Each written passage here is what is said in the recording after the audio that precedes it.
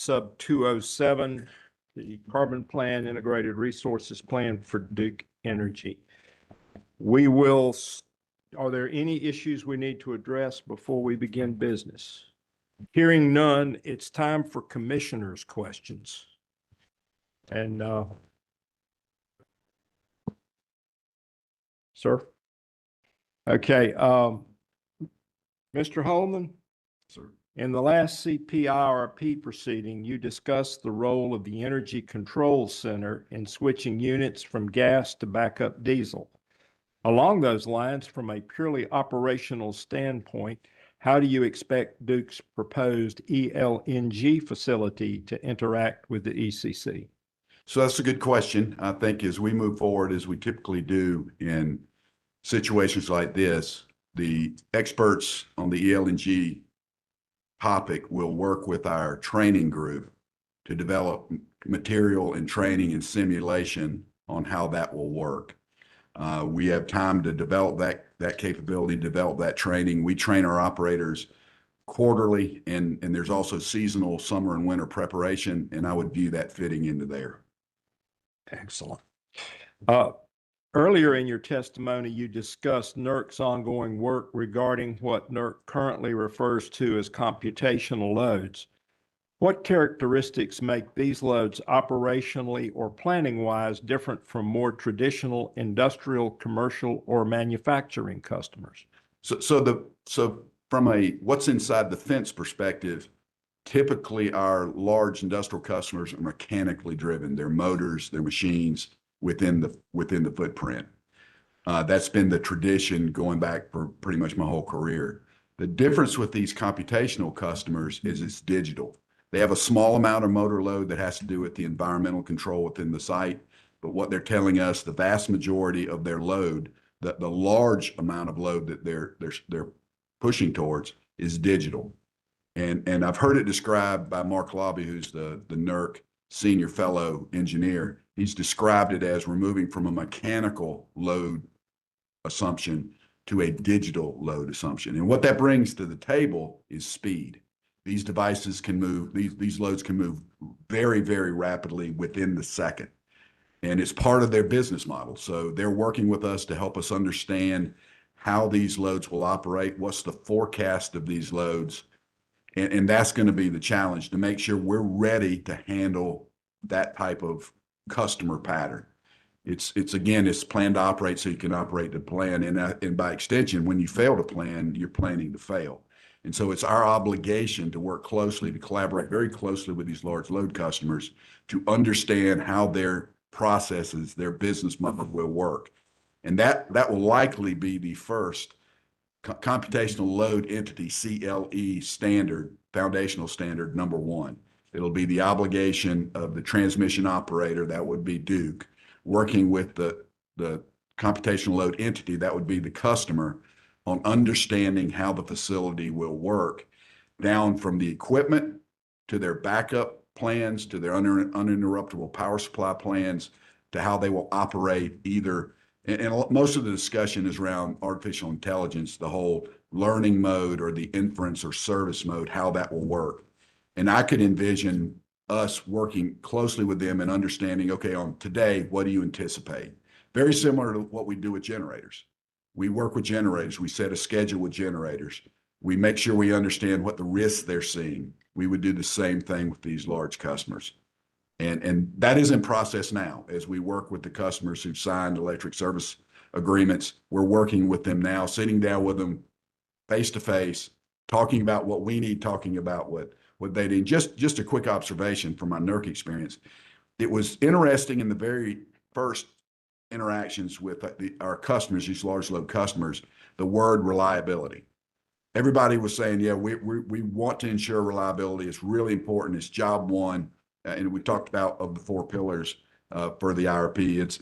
It's imperative that we get reliability right.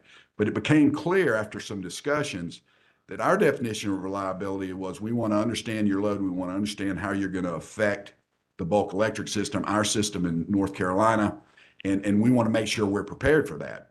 From the large customer's perspective it was kind of the reverse. They wanted to protect their facility from issues on the grid. And if you look at what happened in Northern Virginia, what was it, I guess 2 years ago, that's exactly the lesson learned in that. They saw a remote fault, normally cleared, no protective relay failure, but they saw the voltage dip. They said, we're out of here, because they viewed it as a threat to their processes. And it came down to the issue of the need to coordinate protective relay schemes. And they've addressed that, and that's becoming lessons learned. And that will become probably computational load entity standard 2, foundational standard 2, in coordination of relays and disturbance monitoring.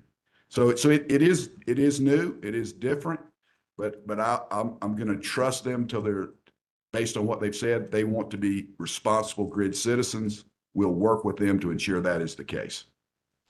Well, as manufacturing moves towards digitization, at what point do those loads become computational loads? I think if you look at the definition that NERC will settle on sometime before the end of the year, there will be a megawatt amount. There'll be a voltage interconnection threshold. In the current draft definition, it's 20 megawatts of total load, 1 megawatt of computational load. There's a lot of industry discussion on is that appropriate or not. We'll know by the end of the year when those rules or procedures are approved. But I think that's a good observation, Chair Brawley. I think a lot of our world is moving to digital processing, and we'll have to move with them as we work through the IRP, as we work under the oversight of this commission. We'll have to take that into account as part of our plan, do, check, and adjust. How is it consistent for Duke to ask the commission to accept the high load forecast while the math behind the reliability verification, I jumped over one. Well, I'll tell you what, I'll ask it out of order. While the math behind the reliability verification piece for that forecast remains unsolved. I would ask Mr. O'Connor to address that. So, I think this part of this is probably a very good discussion with the IRP and NTAP panel. But if you look at what we are requesting, if you look at how we've constructed the plan and the near-term action plan, it is focused on the decisions we need to make right now that are the foundational decisions we have to be able to address a load such as the high load sensitivity that we ran in the case. While the reliability verification did come back short, we ran a couple sensitivities and have a strong understanding of what it would take to solve that. In the sort of last layer of depth with the fence, those curtailment provisions are almost adequate on their own. And then, looking at the amount of capacity necessary to bridge that gap is not substantial. It's something on the lines of 2 to 3% of system capacity. And 2 CTs, 1.5 to 2 CTs of firm capacity. And there's a multitude of options and an adequate time to figure out what that right balance and what that right sort of economic reliability mix is in the next planning cycle. And Chair Brawley, I'll add from an operational perspective, I think when I hear Witness O'Connor talk about that is part of the reason I feel confident that what we brought to this commission is the most cost-effective, most reliable plan, because we're extending it just like we do in operations. Where do our problems occur? I think you want us to know where we may need to come back to you and talk about what's needed if this particular case comes about. That's what we do in operations. We do what we call a super peak analysis. What if the peak is really, really high? What are we going to do operationally? What are we going to do today or tomorrow to deal with that? And that's that continuity between planning and operate, that concept of planning to operate so you can operate to the plan. That's that continuity that we have to provide because we're ultimately responsible for the reliability and security of the customers and communities in North Carolina. So as operator, I can't comment on the details of the study. I've been around it, but I've never done it. But it encourages me to hear that continuity between operating and planning. Thank you. Mr. O'Connor, Ms. Harrod asked you some questions yesterday about Duke's SERVM analysis. I want to make sure the commission understands that record correctly. Is it true that Duke has conducted no SERVM analysis after presenting its updated forecast and pre-filed rebuttal testimony? Not to my knowledge. Okay, thank you, sir. Questions from other commissioners? Commissioner McKissick. Chair Brawley, I think your question addressed concerns which I had, and I thought Ms. Herod yesterday did an excellent job drilling down into getting answers about the reliability verification. I would think with those questions being asked and answered, I don't have any questions at this time. Thank you. Commissioner Tucker. Thank you, Mr. Chair. Mr. Holman, had you planned to be in Raleigh yesterday afternoon? Yes, sir. I was as an I operator. know you were here, but had you planned to be there? You were always big on the plan. Yes, sir. I planned. I had a coach tell me one time, if you're on time, you're late. So I was going to Okay. be early. Okay, well, that's a good rule to go by. I didn't know whether or not Mr. Jirac had called you in to meet with us. He did, but I Called- was across the streets. That was no problem. Yeah, okay. All right, sir. Well, I'm glad you worked the plan. I guess the only question I've got, well, a couple of them. We've got a high dependence upon the ability to receive natural gas. I don't think we're going to run out of natural gas in this country based on what I read, but to have Transco as, for the most part, early on, the only supplier, and then to be dependent upon MVP and Southgate later on, and then talk about doing ELNG, don't you think we are maxing out the ability to receive natural gas and be dependent upon it and continue to have the capacity to run all these CCs and CTs?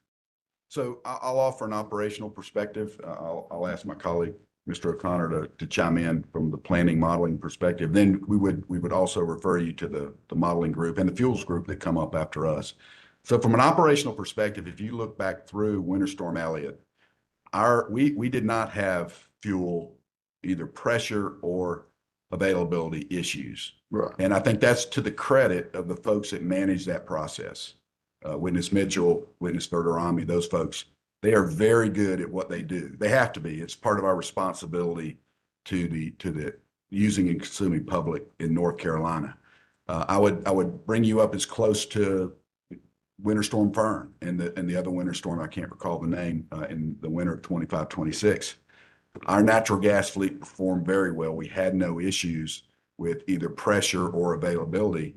And I would defer the strategies to the fuel group, but I'm confident that we will develop a plan that ensures the same amount of reliability and availability and security that we do now, because we have to. I mean, we have to under the statute that says we have to maintain or improve reliability.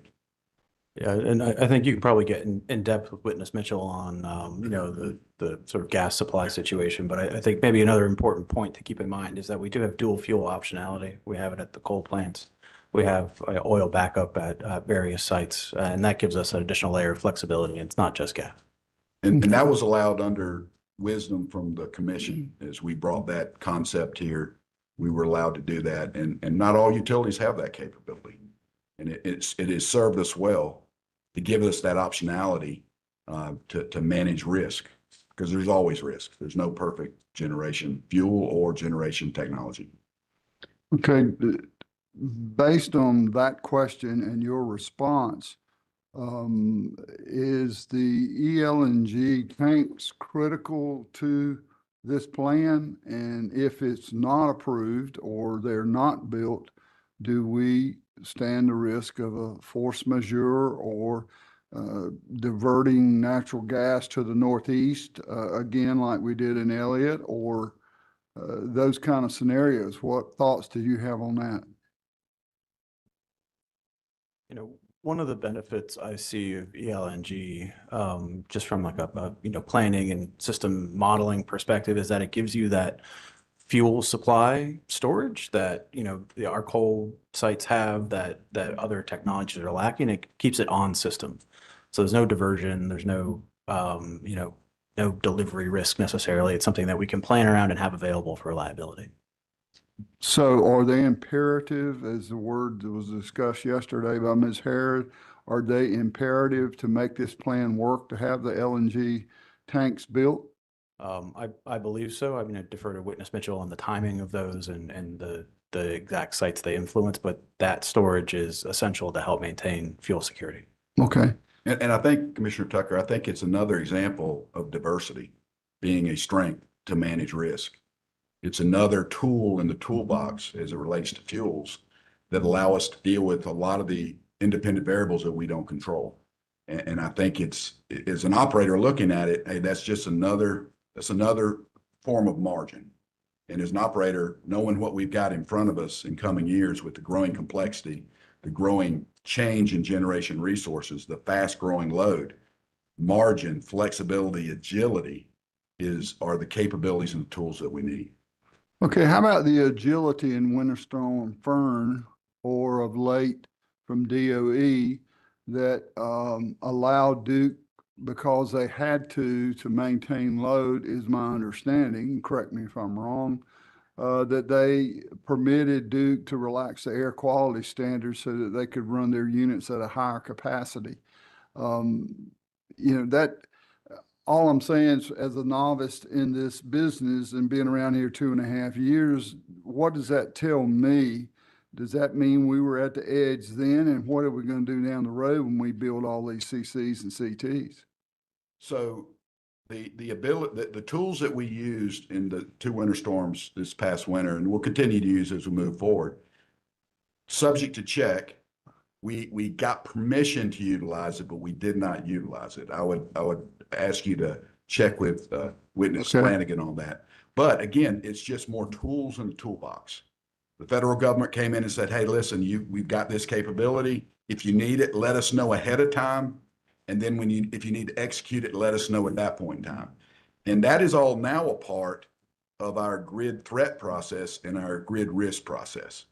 That's the process that we developed, formalized after Winter Storm Elliott. And now that is a discussion point. The agenda is on there. What are we going to do with the DOE opportunities? Do we need to let them know? Do we need to not let them know? And so for me, it's a good thing because it's just another tool in the toolbox. Okay. And this is kind of getting off that subject, but I think it's worthwhile.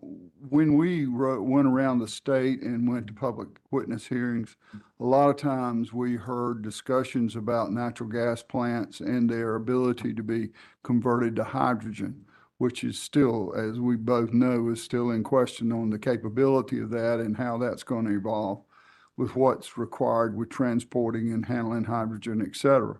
But I think in your testimony, I think it's worth you stating on record something that I had not thought about, but you implied that if the load doesn't fully materialize here in the years to come, that we could retire the coal assets sooner.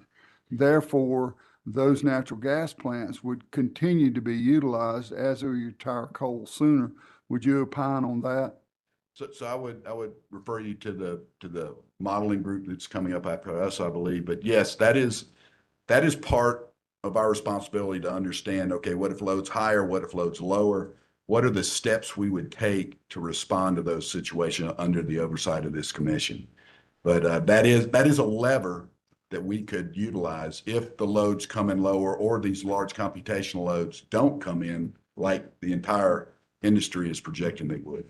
Yeah, and I think for me, that's a good reminder that, when we run scenario analysis in the plan, like the high load scenario we've been talking about, that really helps us understand and plan towards a higher case. And you see that risk adjustment in the near-term action plan. It's there to address moments like these when we see the load increasing. And so I think that case gave us a good sense, and certainly with discussion in the modeling panel of what resources are needed now. And the coal units are one of those, under certain circumstances, flex units. So you can retire them earlier if in certain circumstances, and they're also there for reliability purposes, in a measured sort of delay if necessary. Okay, you through, sir? I'm sorry, I mean to interrupt you. No, that's it. So in that scenario, it would be if the load doesn't materialize, then you could retire the coal plant sooner. The argument about the natural gas plants that Duke's building would or can become stranded assets somewhat, in my mind, becomes mute. Would you agree with that? I'm not your stranded asset expert, but I do think building those new resources gives us flexibility and optionality. Okay, thank you, sir. Thank you, Mr. Chair. That's all the questions. And Commissioner Tucker, just the example you just gave, and I know I've used the phrase plan to operate so you can operate to the plan. Your example there reflects that. We're looking ahead going, okay, what if the plan goes a little lower, or plan goes a little higher? What are we going to do? We have to ask that question because we're ultimately responsible for what we're going to do under the oversight here. So that's a great example of what we do, and that is plan to operate so that we can operate to the plan. And that involves asking yourself, what if I'm wrong? I can remember when I was working on my MBA, the strategy professor said a lot of strategies don't work because folks don't have the courage to ask the question, what if I'm wrong? Or what if we get off of our assumptions? We have the courage to do that because we have to, because we have that obligation to our customers in North Carolina. All right, Commissioner Guida? Excuse me. Thank you, Chair. This one's for either of you, but so you all discuss reliability primarily in terms of loss of load expectation. As you know, customer reliability, as we see it from the distribution system, is typically tracked using SAIFI, SAIDI, and other indices. I believe that Winter Storm Elliott load shed event was captured within the company's SAIFI and SAIDI indices, as I would expect. Current SAIFI values are 1 to 1.5 outages per year, or you could think of that as 10 to 15 per 10 years. The LOLE standard, I think, is 1 every 10 years. Is the company looking at these together when it thinks about maintaining or improving reliability, customer reliability, or separately? If a customer had a 5-hour distribution outage this past Sunday evening, for example, is this a loss of load event for that customer, no matter the cause?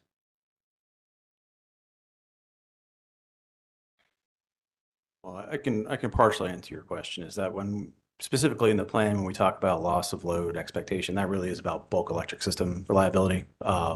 And that is the focus of assessing the resource adequacy in the plan. I think obviously the two are interrelated. Bulk power system reliability is the foundation of customer reliability, but obviously there's a whole chain of infrastructure and actions that fall past that. And Commissioner Guide, I'd offer this.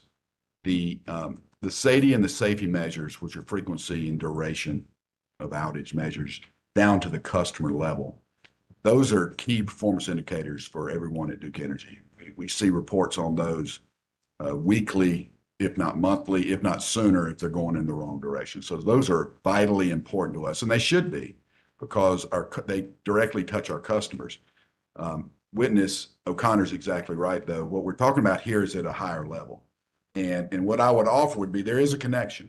The connection is if we're not good at the IRP level, at planning as we look ahead to ensure bulk electric system reliability, bulk electric system resiliency, it will eventually translate into problems at the distribution level, because you're going to be loading up equipment unlike you've loaded it before. You're not going to have the resources, for example, to be able to respond to contingencies that might happen in the form of contingency reserves. So they're linked foundationally, but it's hard to draw a direct line between the two, if that makes sense. Okay.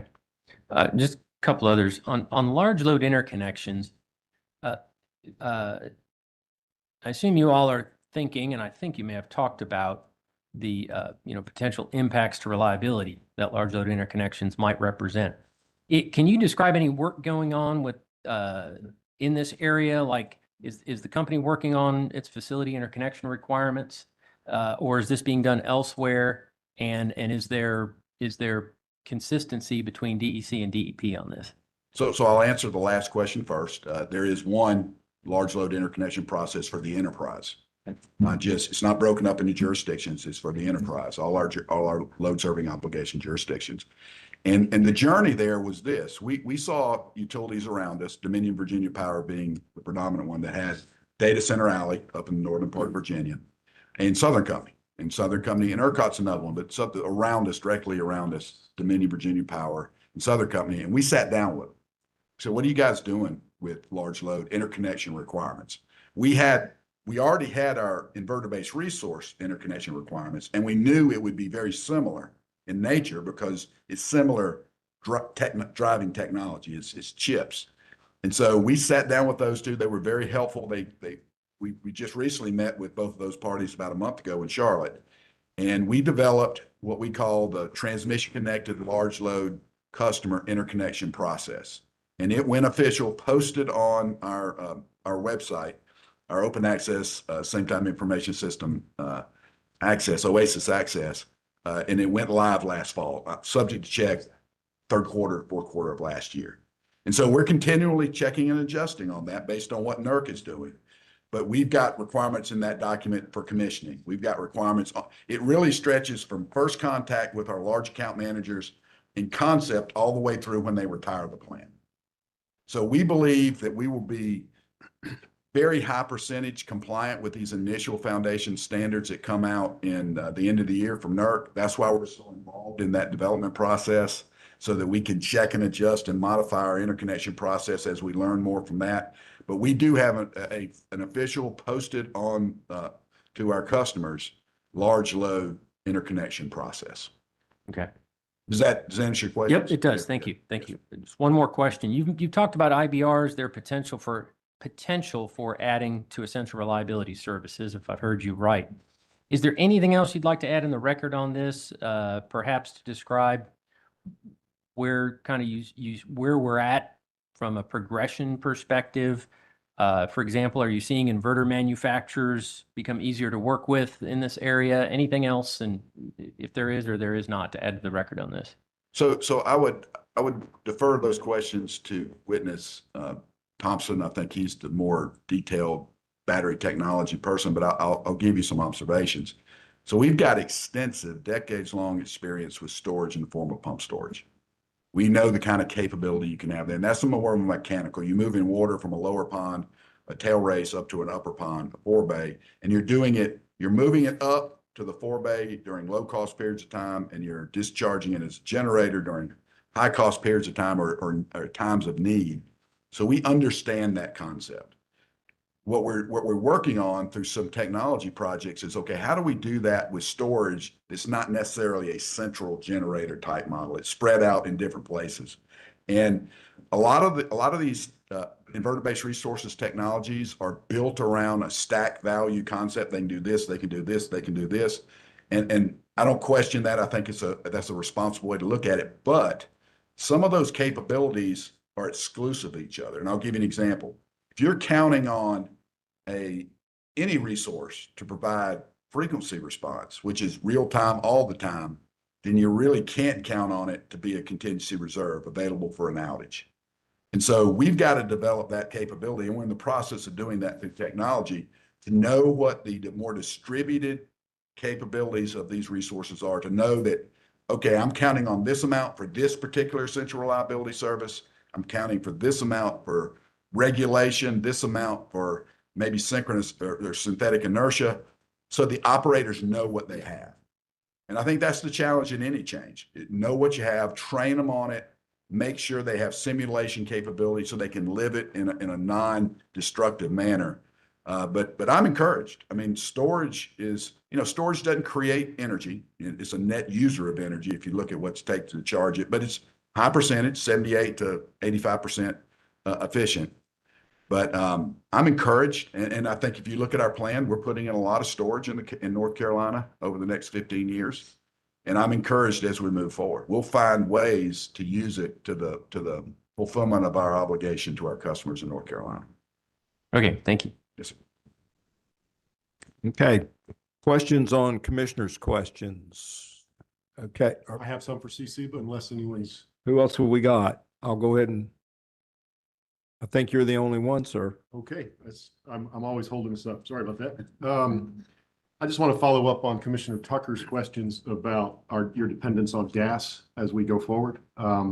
And if you could go back to your testimony to those two charts we looked at yesterday, and Mr. Holloman, I'm sorry, I'm having you look at this chart. Maybe Mr. O'Connor can help us. Yeah.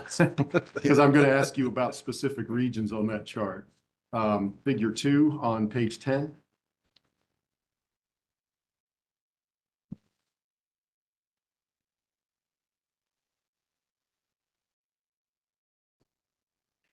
And then I'm also going to follow up with the summer one, which is figure 4. So I'll ask questions about figure 2 first. Yes, sir. As you look at figure 2, and you look at the 2035 recommended portfolio, the light gray there on the top, that's your combustion turbines, right? On the top of the chart. That's correct. So as that goes up or down in either side of the chart, that's your CTs ramping up and ramping back down. Yes. Okay. And so gas use, as it goes up towards the top of the chart, your gas use and your gas burn is going up. Is that right? I mean, our gas burden will typically fluctuate with load and economic dispatch and how our unit commitment and ECC are planning and running the system. Yes. Okay. So, but on this graph, if I were to look at that graph and I see the territory taken up by that light gray, that means your CT is running for that time. The CT is running. It could be, in this case, we're not differentiating between gas or oil in terms of the fuel, but the CTs are running there. Fair enough. So there's some carbon fuel being burned in that CT at that time. They are running on their fossil fuels. Yes. Okay. Fossil fuels. And when the yellow comes in or the dark blue comes in, that dark blue is storage discharging, right? That's correct. And the yellow is solar generating. That is also correct. And the yellow with a crosshatch is solar generating and charging your storage for the next go around. I think the answer there is partially. So at that point, it depends on where you are. So the solar is on the system and you are charging, and it visually is in that charging hash. I think it's useful to look at it that way. But in reality, the sort of marginal fuel, it's probably not solar. It's going to be one of the other technologies running actively, but solar is certainly contributing to the system and sort of in that balanced way we've talked about at that time. Well, if it weren't for the dark blue and the yellow in that right side of your chart, under those peaks, the black line is your load peak, right? If it weren't for the dark blue and the yellow, that light gray would necessarily have to go all the way up to that line, or you'd have some space there marked with a bright red unserved load. I think you would see that you would be running your CCs and CTEs and coal to charge storage. And I think getting at your point there, but in this case, because we have the solar, we're able to use that solar during that midday time period to recharge for the subsequent peaks. Okay, if you look at figure 4 on page 14.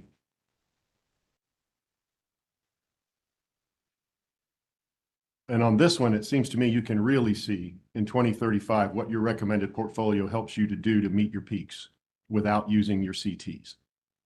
Because all that territory between the dark line and the light gray in each of those peaks is being met by the yellow and dark blue, right?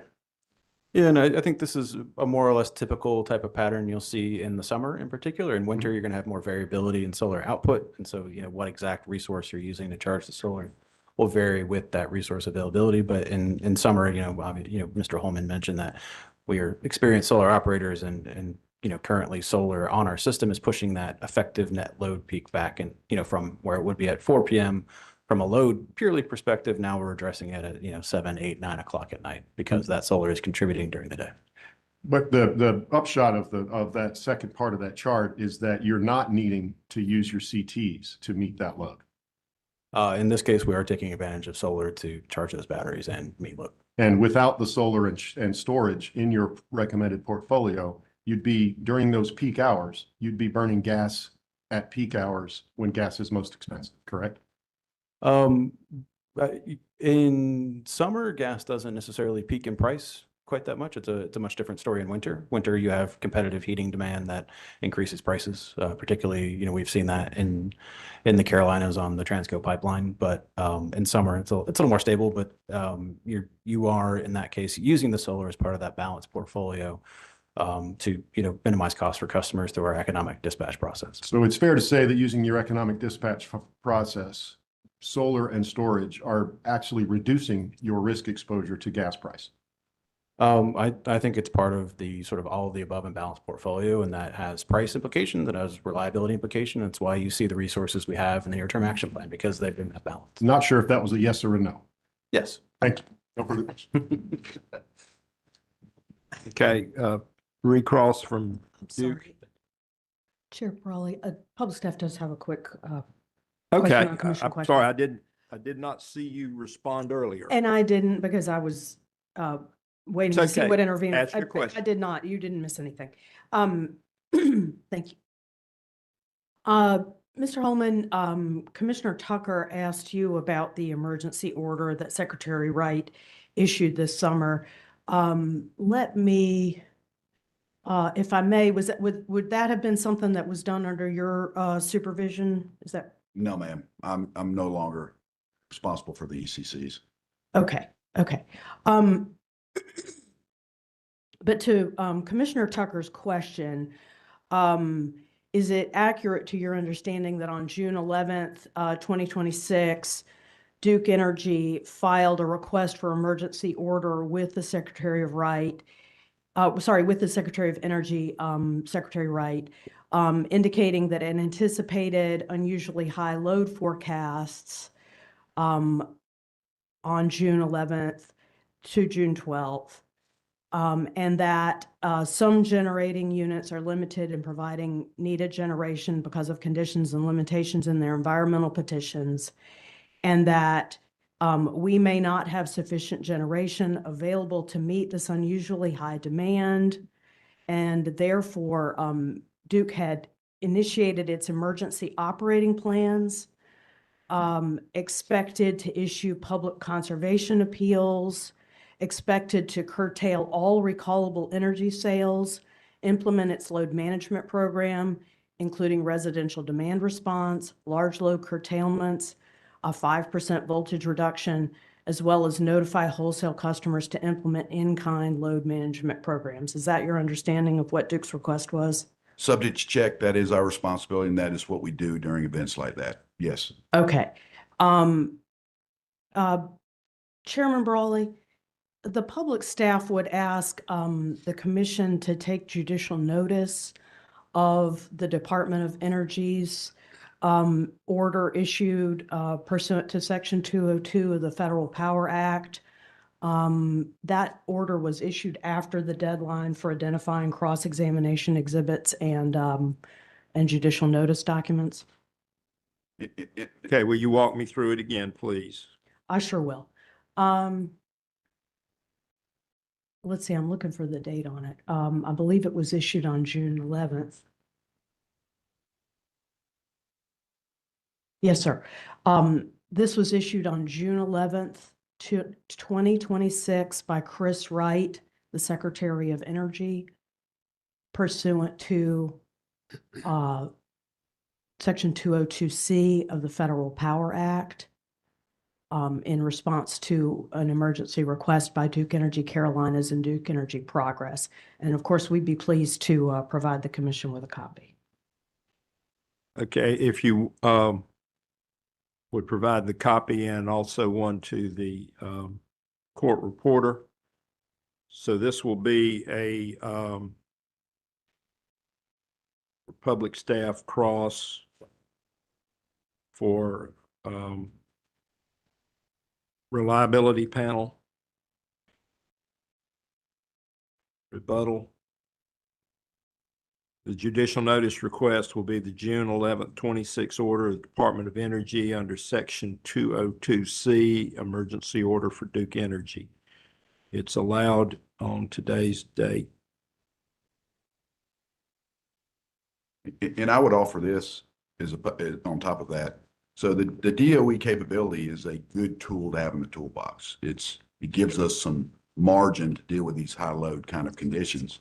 We also, on occasion, will meet with the public staff and with representatives of the commission to talk about what we're doing, to make sure there's no surprises. That was a lesson learned coming out of Elliott. We're in this together. We want to make sure the staff, the commission understands the conditions we're in, what we've done, and what we have still on the table. Kind of going through in a tabletop exercise for about 30 minutes, they typically last. Where are we at in the emergency load relief plan, the ELRP? And that all fits with what went through that script right there. Okay. Thank you, sir. Yes, sir. Ms. Harrod, are you finished? Yes, Chairman Brawley, thank you. Okay, are there any other questions on commissioner questions? Okay, Duke. Thank you, Mr. Chairman. I have a few. I'll start first with you, Mr. Holman. If you would please turn to page 9 of your rebuttal testimony.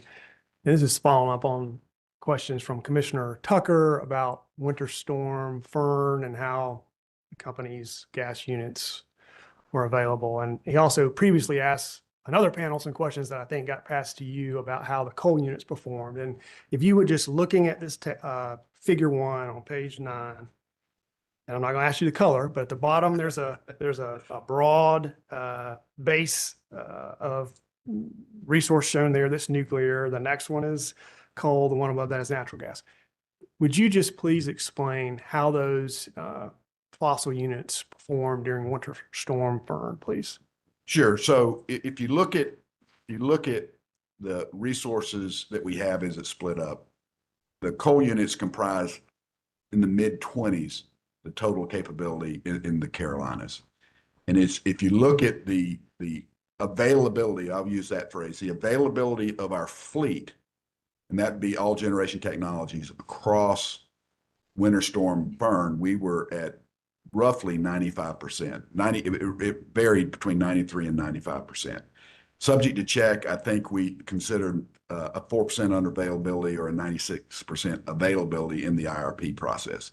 So the fleet performed very consistently with what we assume in the IRP process. Now, for specific coal data, I would refer you to Witness Flanagan in the coal panel. But based on my assessment and subject to check with Witness Flanagan, it was somewhere in between 10 and 15, or I'd say between 85 to 90% available. And I think that reflects the hard work we've done in the coal fleet to make sure our assets are ready to perform during these extreme weather conditions. I think that performance has gotten better since Winter Storm Elliott, and it's due to just people getting down on their hands and knees, checking heat trace, checking wind screens, and just making sure we're prepared, whether it's winter or summer, for the upcoming season. So based on my observation, our entire fleet performed really well in Fern, and our coal facilities specifically performed really well during Fern. But I think Witness Flanagan can give you specific details on the coal fleet. Follow up on that.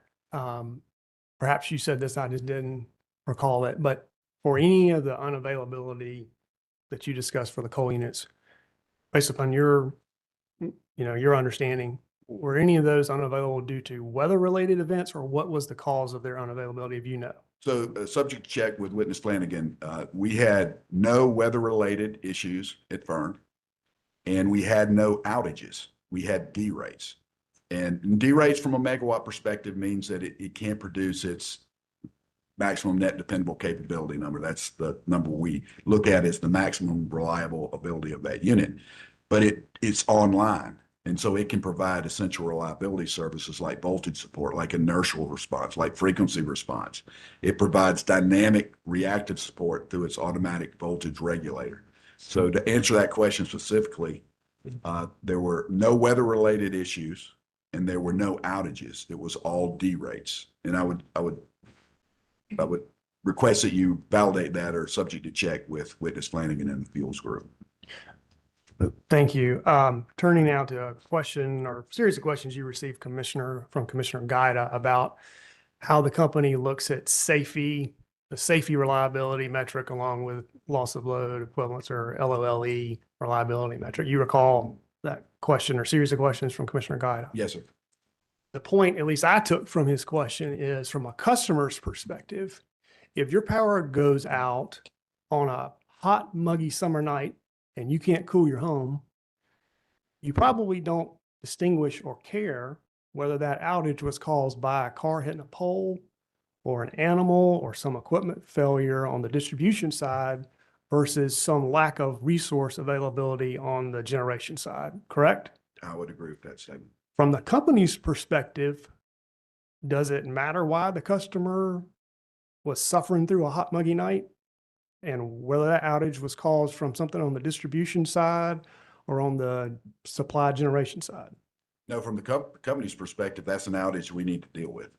We need to figure out what the problem was. What is it? Was it a car hitting a pole? Was it an animal situation? Was it a fault situation? Was it a tree falling into a line? Those things matter, from the smallest delivery point to our most remote customer, all the way up to the bulk system, where you're looking at things that the IRP is dealing with. So within our company, we have folks that focus on those specific areas, whether it's on the distribution side at a local distribution center with folks rolling in a truck in the middle of the night to figure out what's wrong with a customer service, or developing the plans from an IRP perspective to make sure that we're reliable, secure, delivering for our customers and our communities out 15 years. And does the company plan for safety reliability differently than they plan for LOLE reliability? So it's a different focus area. I mean, safety and SAIDI, I would say the frequency and duration center out of our PGO organization, power grid operations, traditionally our distribution and transmission focused areas. But they're so important. There's got to be some continuity to it. It's our obligation in total service to our customers. So they're different parts of the company are focused on it in terms of details, but there's collaboration to make sure we're tied together. You were also asked a question from, I believe, Commissioner Tucker, and referenced the possibility of a stranded asset. And I know neither one of you are rates experts, but would you agree with me that at the end of the day, any generation resource or any asset that the company may have to serve its customer, ultimately it's this commission that decides what costs are appropriate to be passed along to customers? Yes. So, the ultimate backstop is, regardless of what may be decided, this is the part as part of the CPIRP proceeding. Ultimately, years down the road, if hypothetically some resource that was decided today is used and useful for some shorter period of time, ultimately the commission has the ability to decide what's appropriate for customers to pay for that resource. Correct? That is my understanding. Yes. Everything we do is under the oversight of the commission. Okay. Last couple of questions here, Mr. Chairman. Thank you for your indulgence. You were asked again about the CERVM modeling, Mr. O'Connor, and whether the company had done an update to that modeling after the time you filed your rebuttal. You remember questions to that effect? Yes, I do. And, if there's concern that the company's proposal is not reliable enough for planning purposes, how do you address that by adding more resources or proposing to have less resources included in the approved portfolio? If we felt concerned by, the results of the new load forecast, then, we would have added new resources. Ultimately, that's a decision you can ask the modeling and NTAP panel about, but, we aren't in the business of not planning for a reliable system. So when we are asking for the resources in the near-term action plan and that risk-adjusted near-term action plan, is because we think that's the foundation of reliability and that we have time going forward to see how load materializes and understand what the right mix of resources will be in the future. Okay. Last question. Based on your expertise and experience, do you have any doubt in your mind that the company's proposal is reasonable and reliable for planning purposes? I have no doubt. Thank you, Mr. Chairman. Okay. We're going to take a 10-minute break and we'll resume at 10:31.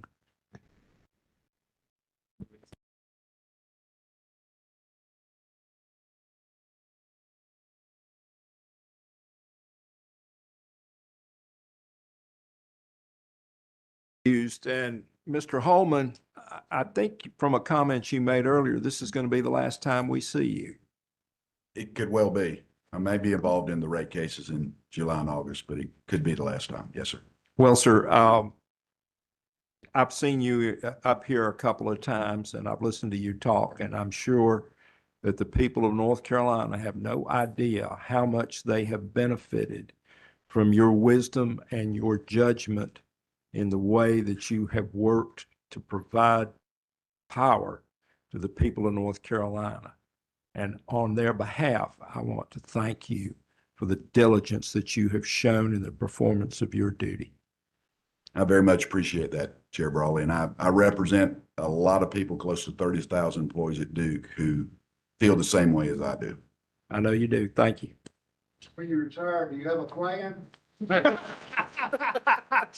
So Commissioner Tucker, I'm going to work for my 7, soon to be 8 grandchildren.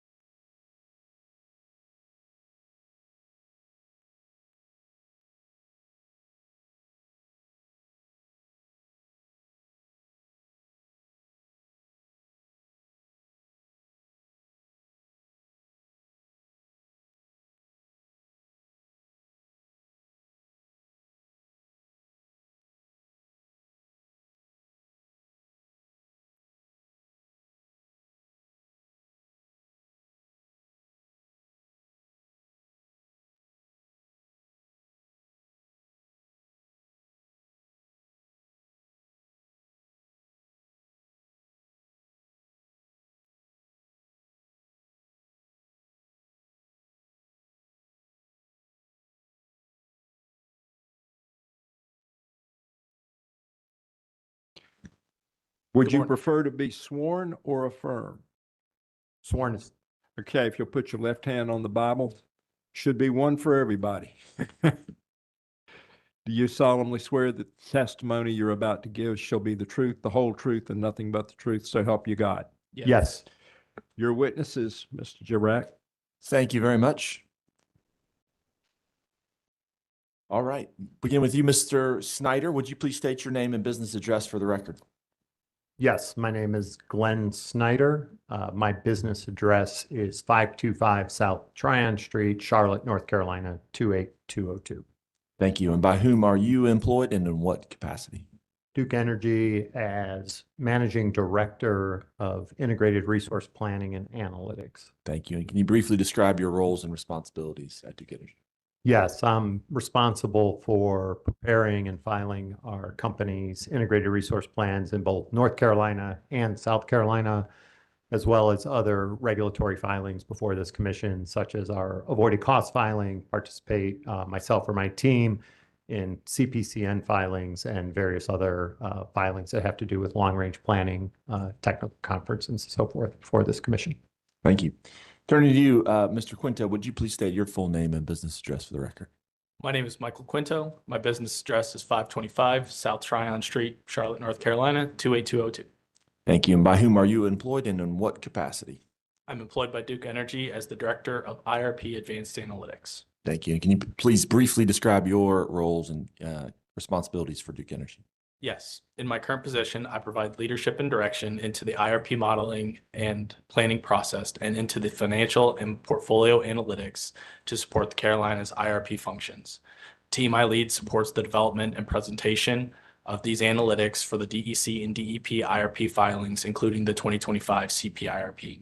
My team also develops business practices and analytical methods within the IRP process to inform the company's resource planning, maintains reliability, and prioritizes affordability in the planning of the company's power systems in their transition of their fleets.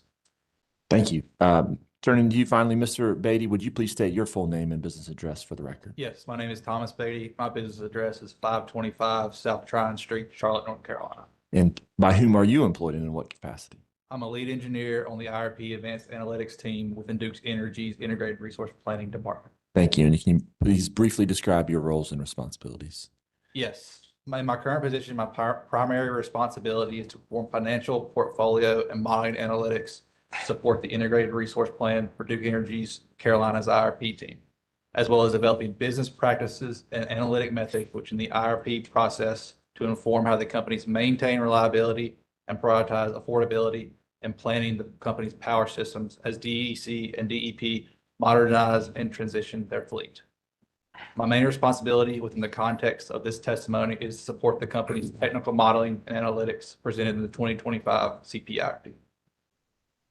Thank you very much. At this time, I'm going to proceed to enter into the record the direct and rebuttal testimony. And again, the company's expressed appreciation to the parties for collaboratively facilitating the appearance of this panel a single time to present both their direct and rebuttal testimony. So, turning to you, Mr. Snyder, did the panel cause pre-filed in this docket on October 1st, 2025, direct testimony consisting of 73 pages and one exhibit? Yes, Do you have any changes to make to that testimony? I do not.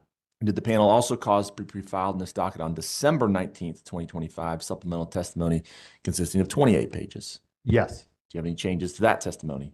No, I do not. And finally, did the panel cause pre-filed in this docket on May 14th, 2026, rebuttal testimony consisting of 102 pages? Yes. And do you have any changes to make to that testimony? No, I do not.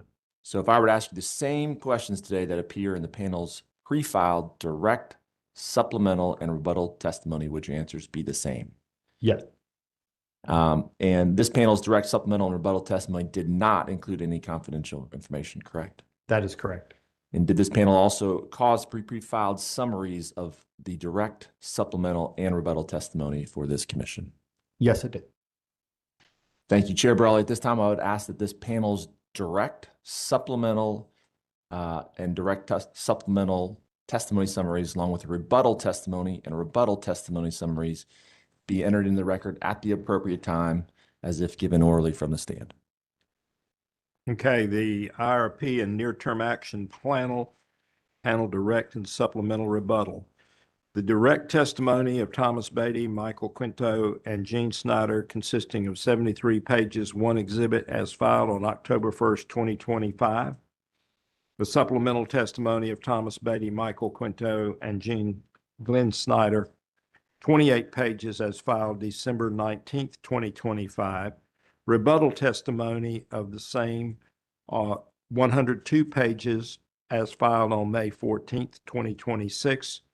Supplemental witness summary as filed on June 4th, 2026, and rebuttal witness summary as filed on June 15th, 2026 shall be identified and without objection admitted to the record as if given orally from the stand today. Thank you very much.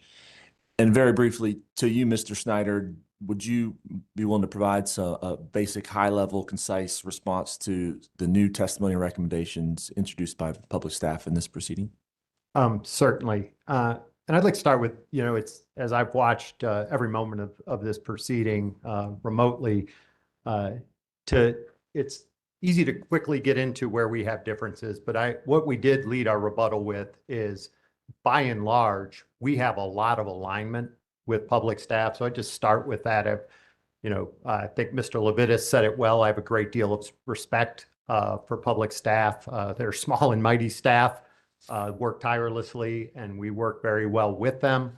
And there were more areas of alignment coming into this proceeding due to that collaborative effort over the last 2 to 3 planning cycles than there were lack of alignment.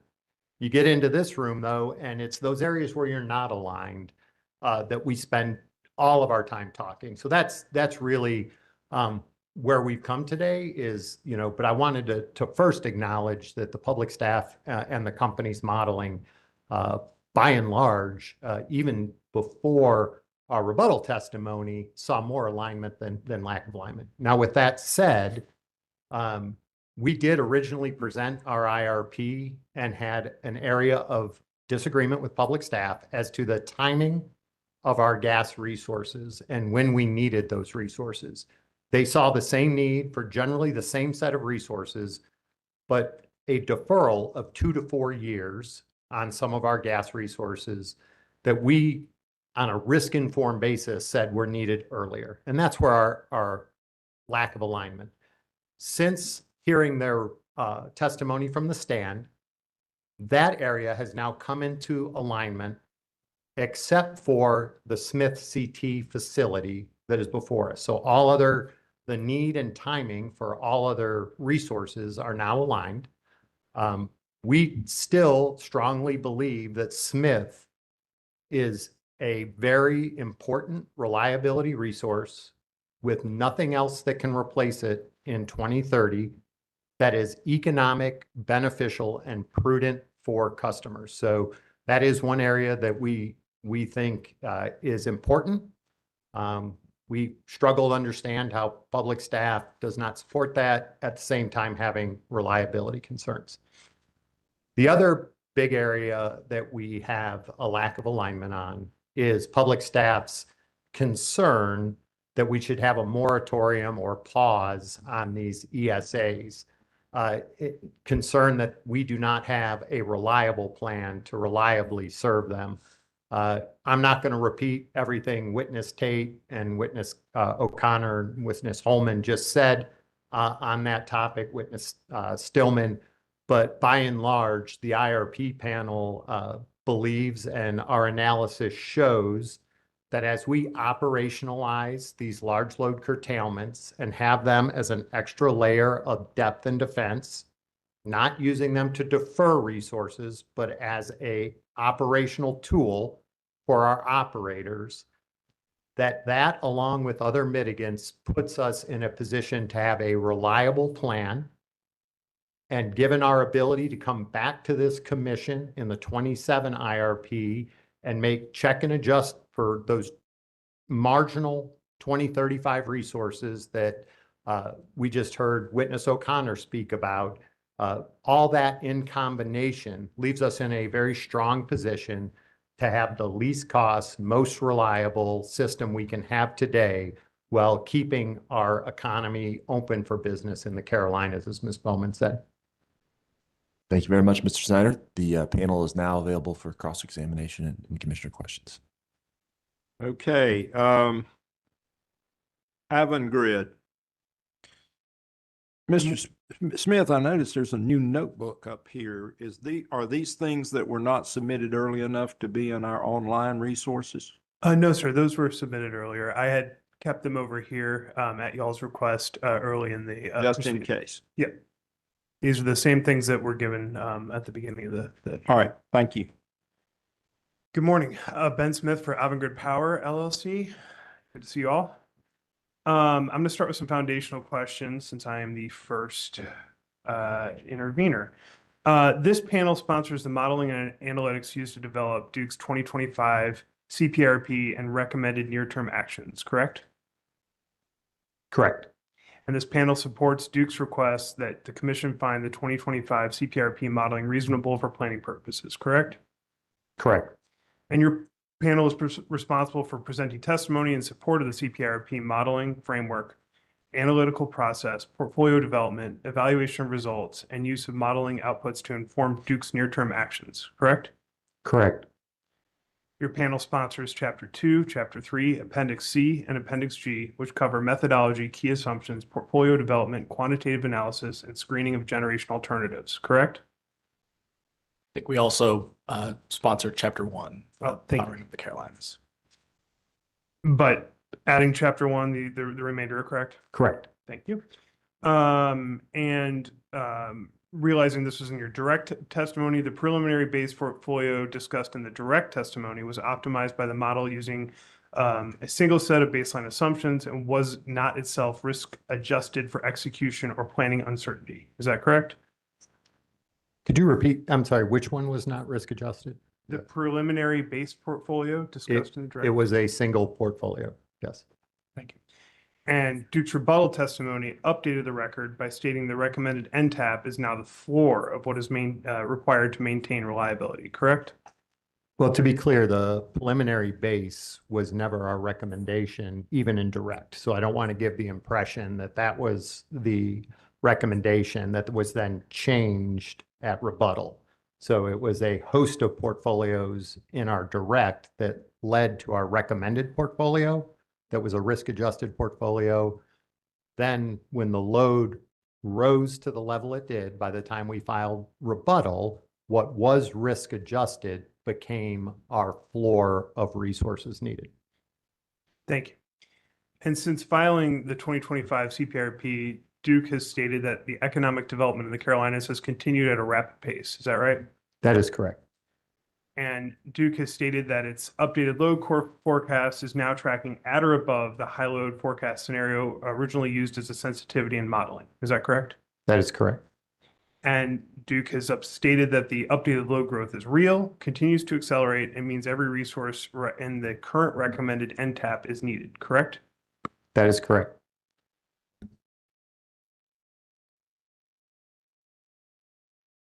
And Duke further states that the failure to execute the NTAP resources on planned timelines will cause the system to possibly become unreliable during a critical period of near-term load growth. Is that correct? Correct. So for the purposes of Duke's current recommendation, the commission should look at Duke's rebuttal update regarding the load forecast and NTAP need. Is that correct? Yes, the commission should look at that. And Duke's rebuttal testimony demonstrates that Duke can update its planning position in this proceeding when I'll start over. Duke's rebuttal testimony demonstrates that Duke can update its planning position in this proceeding when material new information becomes available, correct? Yeah, to be clear, we did not update our NTAP recommendation. We just updated the circumstances under which the NTAP were being recommended had changed. So the fact is that coming out of the prior IRP planning cycle, we had an important lesson learned, which was to run a larger range of load forecasts so that we didn't have to be back in a supplemental planning analysis the way we were in the 23 plan. So we actually had the information in the original filing to support our recommended NTAP, both at the initial phase and at the rebuttal phase. So, I would not say that the new information caused a change in the plan. It caused a change in circumstances that were considered and studied in the original plan. Then in rebuttal, we expressed how that change has now affected our the rationale for the recommended portfolio shifting from a risk adjusted to a minimum. Thank you. And I'm going to ask you to turn to your rebuttal testimony, page 19.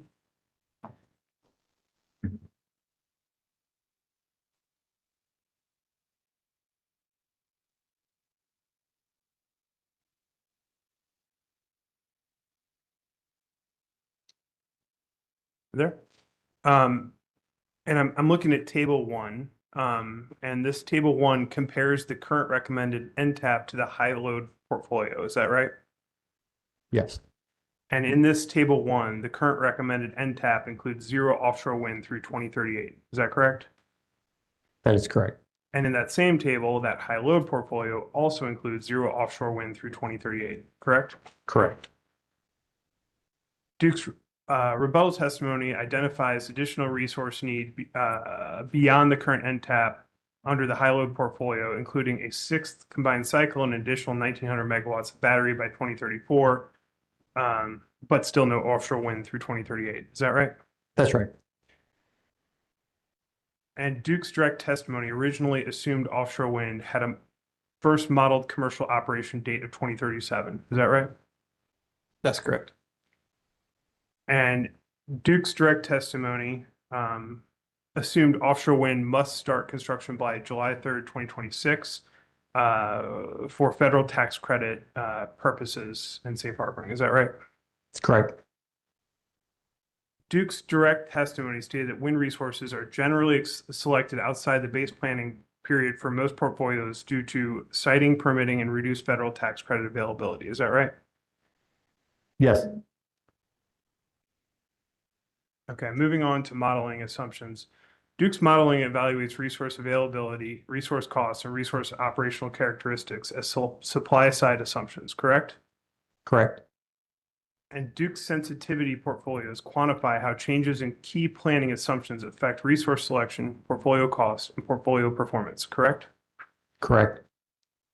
And Duke develops sensitivities for planned load, demand side management, natural gas prices, resource costs, resource availability, and utility combination assumptions, correct? That is correct. And Duke agrees that project-specific costs may reflect site-specific conditions, configurations, and timing that vary significantly across projects, correct? Correct.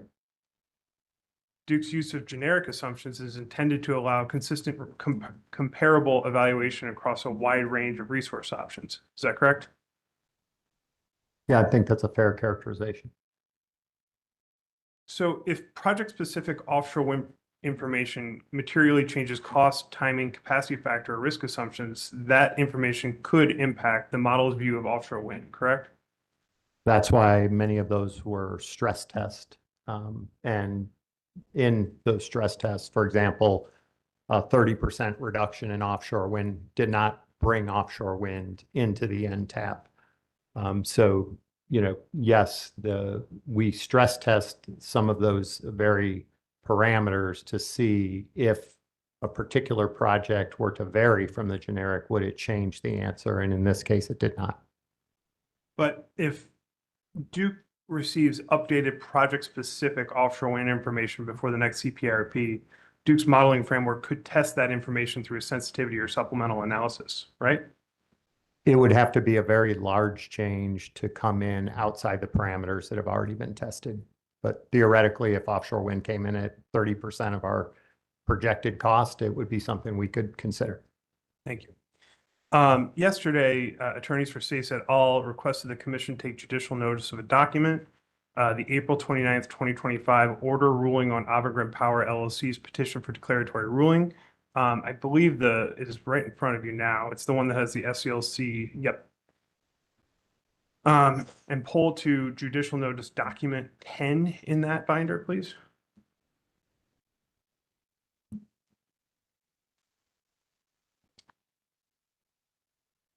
Mayor, And you found this is the April 29th, 2025 order ruling on Avangrid Power LLC's petition for declaratory ruling. You see that? I see that. Okay, can you turn to page 4 in the order?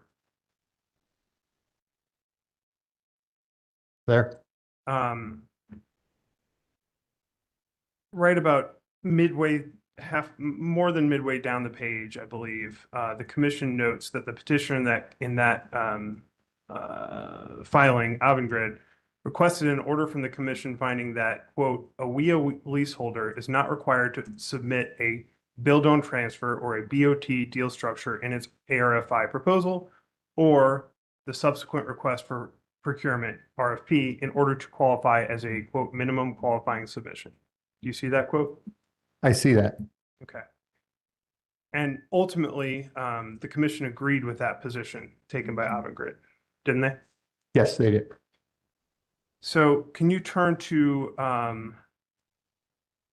believe it's page 20. It's the second to last stanza in the order, I believe.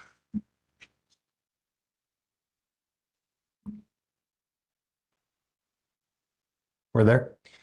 And about midway through that stanza, it states, further, the commission believes the intended purpose of the ARFI and information gathering exercise will be best served by the receipt of options. Accordingly, the commission finds the mandatory BOT submissions are reasonable for the purposes of the ARFI.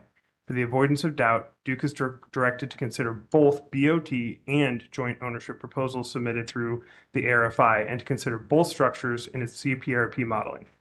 Further, the commission reiterates the clarification made by Duke's counsel during the oral arguments that alternative submission joint ownership proposals do not need to provide for transfer of ownership to comply with the terms of the ARFI. Do you see that? I do. And I would say that within that stanza, one of the operative instruction, that paragraph says Duke is directed to consider both BOT and joint ownership proposals submitted through the RFI or ARFI to consider both structures in the CPIRP modeling. Isn't that right? Yes. And as part of the ARFI, Duke received project-specific offshore wind information through that process. Isn't that right? Yes, we did. And those ARFI materials included project-specific information, including cost, structure, timing, and development risk. Is that right? Yes. Did Duke consider both build-own transfer and joint ownership proposals in its CPIRP modeling? I believe we did. We looked at our generic price as the BOT price, as a looking to make sure that we took the weighted average of those BOT prices as our price. And then if you think about the alternate proposals, it was, if we go an alternate route, we may be able to do this at a lower cost. And so when you looked at those alternate proposals, we said we need to make sure that we, in our modeling, as I just spoke about, do a price sensitivity that looked at a lower cost of offshore wind that would encapsulate those alternate proposals in a way that assessed, would the answer change to the selection of offshore wind, whether I used a build-own transfer weighted average price informed by the RFI versus a structure that allowed for co-ownership or a different type of structure with a lower price. If I looked at that, would I have a different answer? And we did those sensitivities. And when we ran those sensitivities, we did not get a different answer. So we believe we did incorporate the letter and the intent of this.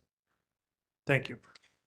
Next, I'm going to turn you to Duke's response to Public Staff Data Request 7-17. It's in the binder identified as Avangrid Power LLC on the front.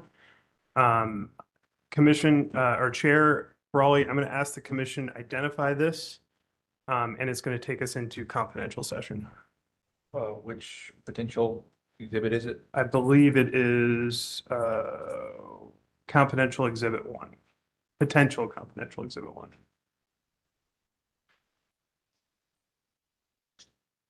And Commissioner or Okay. Chair Brawley, I'm happy to identify it under our naming requirements when you're ready. Okay, so, all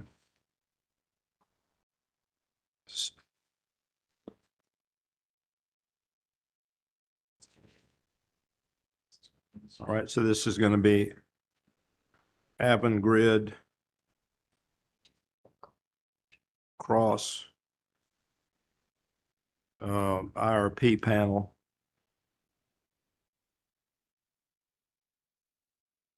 Rebuttal.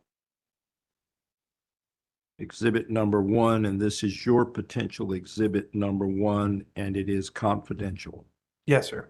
And you have, and you need confidential question session to ask this. This will lead us to confidential session. And I also want to clarify that I have identified it in mine, and I don't know that it might be 6, 1/2 dozen in the other, but I've identified it as direct confidential exhibit 1.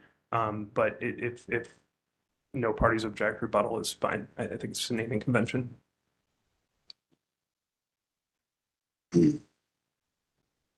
Well, you accept rebuttal since I've already written it in ink. Yes, sir.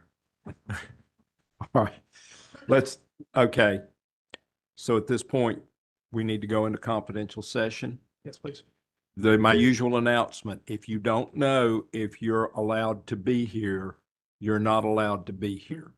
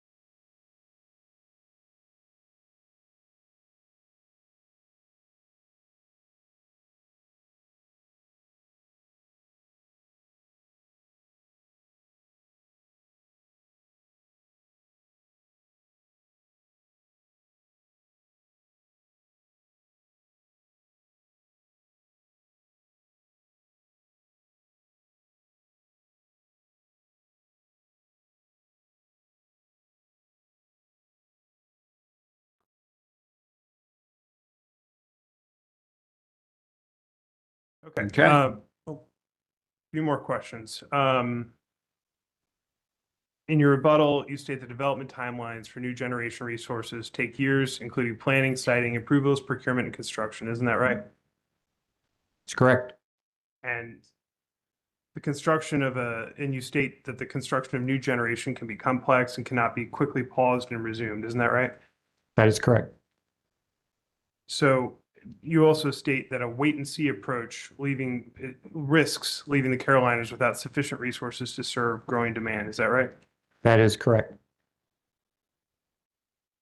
And by deferring resource deployment can create an execution risk if higher deployment levels later in the plan do not materialize. Is that correct?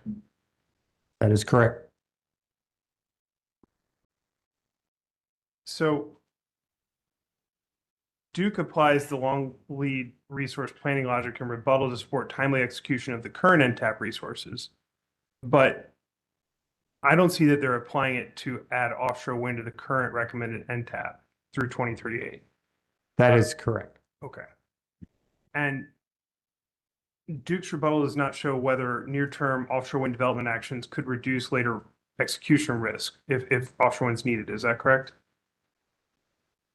Yeah, it was not selected as part of the resource plan. I think if we go back to, again, public staff testified on this earlier in the case, it was in the 23 case, it was a ductile marginal resource. It was the last resource selected to achieve the interim target. Since that time, the interim target under Power Bill Reduction Act here in North Carolina, as well as the loss of federal tax credits, have both taken that marginal resource and rendered it, according to the analysis that we've done and the analysis done by all the other interveners, as a resource that is not cost effective for the state at this moment in time. And that's just where we've ended up. And so you don't want to pursue or maintain pursuing that when it has not been identified by us, by the public staff, or in fact by any other interveners as part of a least cost plan. But it was identified as a portion of Duke's stipulation in the last CPIRP, the same CPIRP where you talked about the ductile discussion. Isn't that right? It was identified and stipulated to move forward with the ARFI. We just spent a fair amount of time talking about how we took those ARFI results, used the information learned to roll it into this planning cycle. I just spoke about the change in policy at both the state and federal level that has led to offshore wind not being identified as part of the most reasonable least cost plan in this case. Thank you. And Duke did not present a rebuttal Servum reliability verification case that includes offshore wind as a resource through 2038. Is that right? No, we did not. If the resource was not part of a least cost plan, it was not included in the reliability verification step. And Duke's direct testimony, you stated that the accelerated renewables portfolio included significant increases to solar and wind deployment in the early and mid 2030s and passed the reliability verification without requiring additional CTs for reliability. Is that correct? And I can point you to the lines. Yeah, let me correct what Mr. Snyder was saying. We did perform reliability verification on the accelerated renewables portfolio, which did have offshore wind coming into the portfolio in 37 and 38 for a total of 2,400 megawatts. It did pass the reliability verification without adjustments in the 2035 and in the 2040 benchmark years. So 2040 would be the only applicable year with respect to offshore wind. Thank you. And Duke recognizes that fuel-free resources like offshore wind can provide a commodity price risk hedge by reducing natural gas consumption on the system. Is that right? Yeah, I think we ran a high gas price scenario, again, subject check by my co-panelists here, offshore wind was not selected under the high gas price It was sensitivity. not. Thank you. And did Duke present or run a rebuttal sensitivity testing whether offshore wind could serve as an additional fuel-free hedge against natural gas commodity price risk under the updated load forecast? No, we did not.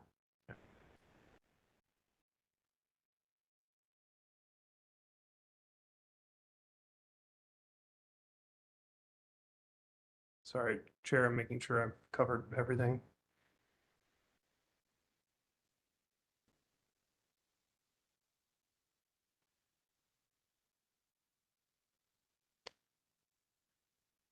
Does this panel believe that Duke could agree to monitor offshore wind develops in the same check and adjust spirit applies to other resources? Absolutely. No further questions. Okay, thank you, Mr. Smith. CCBA.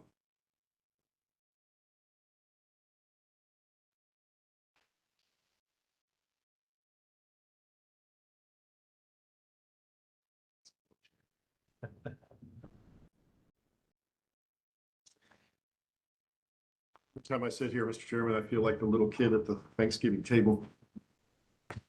Yeah. Good to see you guys, John. Sir, the chair's adjustable if you need to raise it.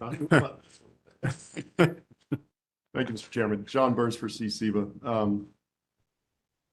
I just have a few questions for you directly focused on the solar build in the NTAP and in out years after that. Which of you is best able to answer those questions? Probably all of you. Yeah, I think I'll take first shot or else I'll defer here quickly to my right or my left. Okay.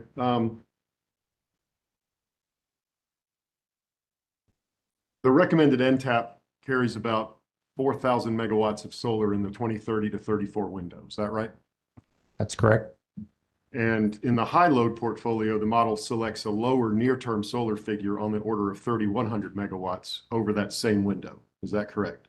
That is correct. And if I understand your rebuttal testimony, that's not an indication that solar is less needed. It's more the economic, the way the model applied the most economic resource and it built everything later on. Is that right? That is right. Can you explain that briefly? I can do it briefly. In the high load portfolio, we raised the limit to 1,800 a year for interconnection capability of solar, which was an increase from the base case. And when unconstrained by annual interconnection, as you move towards 2050, the model prefers to implement solar later in time. If you think about it, we have a upward sloping, you have a 2050 goal, no longer an interim target. So 2050 for net zero. And solar is an upfront capital investment that as you go further out in time with an upward sloping gas curve and which again, solar's displacing gas. You can almost think of solar as a fuel. It's displacing it at a cost. And so if you wait until gas prices get higher and you are closer to the 2050 net zero and you have higher annual interconnection limits, a product of the model says, and we explain this in rebuttal, that it's a modeling artifact that says, build it later so that you can wait until the benefits are higher and the target is more imminent. If your interconnection limits come down, you have to start that build out earlier. So that's the phenomenon that was observed there. Well, that's a good point. I was actually going to get to that later on, but I appreciate you bringing that up. If you can't hit 1,800 megawatts of interconnection, if Duke comes up short in the 2040s and 1,800 is an overestimate of the amount of solar you can interconnect, you're going to be limited in that resource in those out years, aren't you? It won't. Let me rephrase that question so that the record's clear. If 1,800 is an overestimate of Duke's ability to interconnect in the 2040s, you're going to, by necessity, not be able to connect as much of what the model has identified as the most economic resource at that time. Is that fair to say? I think that is fair to say, and I think that's all part of the reason why we did not change our NTAP. And, in our rebuttal testimony, we did not suggest lowering the amount of solar we procure in the NTAP window to hedge against that very risk. And so you're hedging against the risk of an interconnection shortfall. You're also using solar to hedge against gas price risk, correct? Yeah, again, I think we've identified that as one of the benefits there as part of a diverse portfolio. The way I like to think about it is solar is fuel. You're paying fixed price for fuel. It's like buying, 25 years worth of gas for your car, but you're going to pay a big chunk up front and then depreciate it over time, but you're not going to go to the gas pump. And so solar hedges against gas and gas hedges against solar, and they're part of a diverse portfolio that allows us to have no concentrated risk in either of the two technologies. I'll just add, when we originally proposed the solar targets for the NTAP, it was informed by our high gas price sensitivity, which we saw economically pulling forward some of this solar to help hedge against the exact risks that Mr. Schneider is describing. All right. And I think throughout your testimony, both direct and rebuttal, you testify that resource diversity is important as a tool and to make sure your model is adequately preparing for the future. Yeah, I think Mr. Holman covered that in great. I agree with everything he spoke about. And if we compare this NTAP to the NTAP in the prior carbon plan order, there's less diversity in this NTAP, isn't there? I wouldn't say that. I think, again, when you get to out towards 2050, I think you're still seeing that diversity. It's when you've lost the tax credits and when you remove the interim target, the least cost, most reliable least cost path to net zero changes. So there is, in the early years, less diversity, but that diversity, we still have a significant amount of solar, nuclear, and in some of our portfolios, offshore wind that comes in by 2050. So it's the change in state and federal policy that change the timing of when that diversity is realized. I understand that, but the NTAP and the subsequent years in the model as they currently are, and as you've testified to, offshore wind is except in offshore wind is fairly removed from your plans until much later in the projections, correct? Yeah, it's in the 40s. All right, and you've pushed back the date of onshore wind and lowered the amount that or the model has. Is that right? Yeah, and subject to witness LaRoche, I'm not going to try and repeat his testimony, but a lot of that is not only change in policy, but as Mr. LaRoche pointed out, the development opportunities in the Southeast are challenging compared to where that resource is been deployed nationally. And Bad Creek 2 has been postponed. Yes. And you've increased the number and burn rate of gas units. The load forecast has increased and the amount of dispatchable round-the-clock generators needed to meet that load forecast has increased. That means that CCs you already had maxed out the CCs you could build at 6, correct? We've asked for 5 in the NTAP and identified 6 in the high load, yes. Okay, and the burn rate of those gas units as the load increases under your models, that burn rate goes up. You're going to be burning more gas with a higher load than you would be before. Yes. Okay. So you're going to have a system in the mid-30s that is substantially more dependent on gas generation than the one you had projected 2 years ago. The load is higher, and we have deferred some of the resources. So that is, those two factors coming together will have that. And the removal of the interim target. Yeah, That would also impact your mix in 2035. And with the coal units coming offline at the end of their economic lives, that leaves you primarily with gas, solar, and nuclear until later in the 2030s into the 2040s, correct? And storage.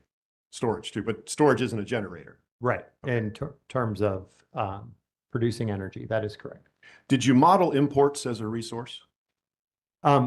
there's a lot of discussion on this. No, it's not a net dependable resource that we could identify, but we are relying on imports.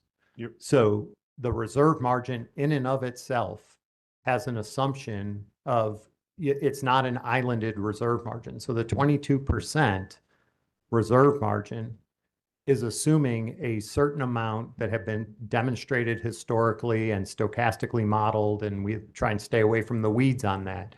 But just by having a 22% reserve margin, that reserve margin would be significantly higher if we didn't have an import assumption in it. So we do have, in essence, through the reserve margin, a reliance on imports, because imports brings that reserve margin down. In our reserve margin study, I believe, and Mr. Quinto, Mr. Beatty, correct me if I'm wrong, if we were islanded, we would have come to you with a 26%, 25 to 26% reserve margin instead of a 22. So we are depending on our neighbors to help us carry a lower reserve margin through those historic purchases that have been available on a limited basis. And that's something that will be studied again in the 27 when we do the new resource adequacy study come before you in the next IRP, we'll take another look at that variable. So while not a specific resource that you point to, it is influencing the resource plan. But the model doesn't say, well, your most economic resource in this, when it reached a certain, and I'm not a modeler, you guys are, but when it reached certain circumstances, it reaches for the most economic resource to address that load or that situation when it goes through its models, right?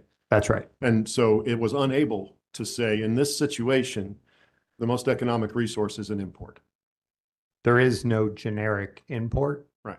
Right. So you can't model an import. An import doesn't have a characteristic of here's the cost, time to go, how much does it cost? What's its characteristics? How much energy and capacity can it produce? When can I have it online? And how reliable is it? It would be helpful then to be able, if the possibility of import or export was more firm and more certain, wouldn't it? No, I think the possibility is always there if it existed. But what we're seeing is there is no generic resource. Again, what's the best mix of resources that you have to bring in firm? It has to be firm power to be selected. And how would we assess that? There is, and again, I'd remind the commission, we are approaching a 40 gigawatt system ourselves. So we are the size of many of the RTOs and ISOs in and of themselves. So at some point, this concept of imports, might be applicable if you were a very small, 3-5 gigawatt utility surrounded by a bunch of 40 gigawatt utilities. That might be a more germane question, but I think, as long as I've been doing resource planning since 2009, this question comes up in almost every resource plan, and it's always been determined that that's not appropriate to try and model some generic resource that sits outside of our balancing authorities as a firm net dependable resource through the planning horizon for the citizens of the Carolinas. The Western energy market is every bit as large as, or larger than Duke, isn't it? They're made up of a bunch of little ones that come together to become as big as Duke. But if you think about again, and I agreed with a lot of the testimony that was given over the last 2 weeks on that, if you have a pocket of Northeast hydro sitting next to Mine-Mouth coal, sitting next to California that has huge solar mandates, and they have very heterogeneous load profiles and resource mixes where there is, large power flows between them due to that non-homogeneous nature of both load and resources, then that you would expect more transfers. When you have very large systems that are much more homogeneous in their load profiles and their resource mixes, you just don't see the same things you do in the Western imbalance market. So that just kind of goes right back around to the question or the point that resource diversity is helpful. Resource diversity that is available. So for example, we're not going to get new Northwest hydro, or Canadian hydro resources in the Carolinas, and it's not available to us, right? So some of that resource diversity that exists out there, we're not, to my knowledge, planning any new mine mouth coal plants here in the Carolinas. So, some of that resource diversity that exists there is not a planning consideration here in the Southeast. Understood. I want to ask you a little bit about the change in language between your direct and your rebuttal. The direct testimony included analysis that supported the resources in the NTAP as the right approach to moderate various risks, right? Yes. Okay. In your rebuttal, that approach changes and you state that it is, and I think let's look at page 2 of your testimony, lines 24 to 26. Is that direct or rebuttal? In your rebuttal. I believe it's 24 to 26. Pull that up myself. And of course, my computer decides to have. Are you there on page 2 of your rebuttal? I am. Bullet 5, I believe is what you're referring to. Yes. In fact, the NTAP is no longer a broadly risk-adjusted set of resources as originally presented in the plan, but is now the floor of what is required to keep the lights on for customers, correct? That's what it says. And later on in your rebuttal on page 9, you state that these are the minimum resources necessary. Correct? Yes, I'm seeing that there. Okay. So if it's no longer a broadly risk-adjusted set of resources, but the absolute minimum necessary, wouldn't it be helpful to prepare for a further increase in load by increasing some of those generation resources? Yeah, I think that's what we're saying is that when we come in the 27 integrated resource plan, that we may need to check and adjust and ask for, could be CC6 and more solar and batteries. So yes, when we do believe that there, will be a need if load trends continue the way they've been discussed over the last 2 weeks. We agree with you, Mr. Burns, that more resources may very well be necessary. I mean, load changed between August and April significantly, such that it changed your testimony from this is a pretty good plan to adjust to risks to being we need this in order to keep the lights on, right? That is correct. The load went up to now make our NTAP, rather than risk adjusted, the minimum set of resources. But you didn't change the amount of solar forecast in the NTAP. It stayed at 770 megawatts. Right. Solar, again, lots of testimony on this today. Solar in and of itself does not provide significant capacity value. It has an, ELCC of just a couple of percent. It's not there during those loss of load hours. Yeah.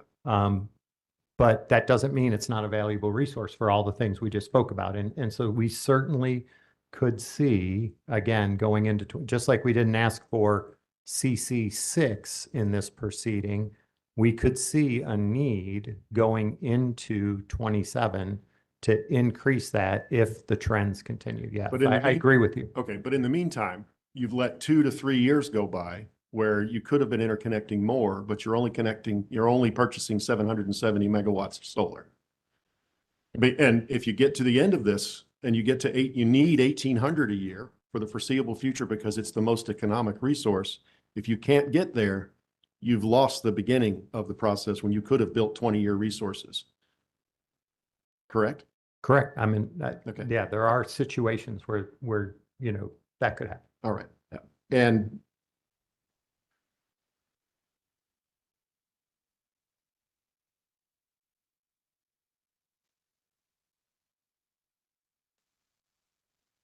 bear with me.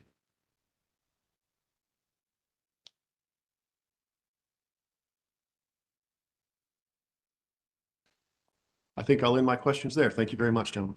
Thank you. Thank you, sir.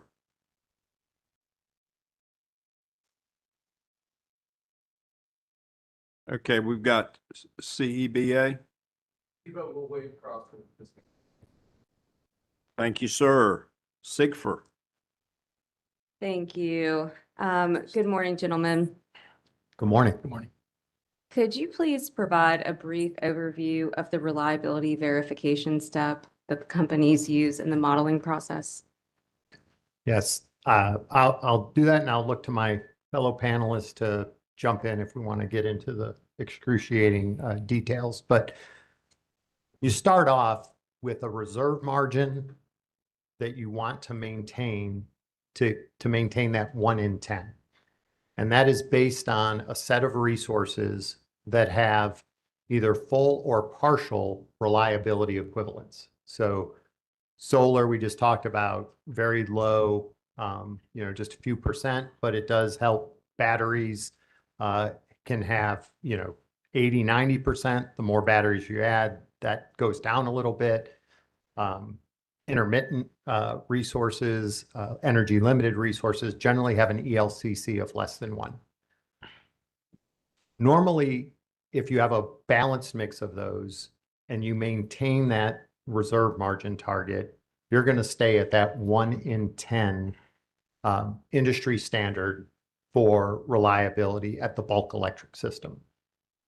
If that portfolio starts to rely heavily on energy limited resources or intermittent resources in a way, in a manner and a mix that was not contemplated when you originally did the ELCC study, you may not, even though your ELCC values would suggest that, hey, I've got 22% reserve margin, I'm getting there using maybe a mix of intermittent or energy limited resources or customer programs with energy limits that were never contemplated. So what the back end reliability verification step does is it says, now that you've identified a portfolio of resources, let's run that back through the stochastic analysis that Witness O'Connor spoke about in Servum, that stresses 45 years of weather and multiple unit outage draws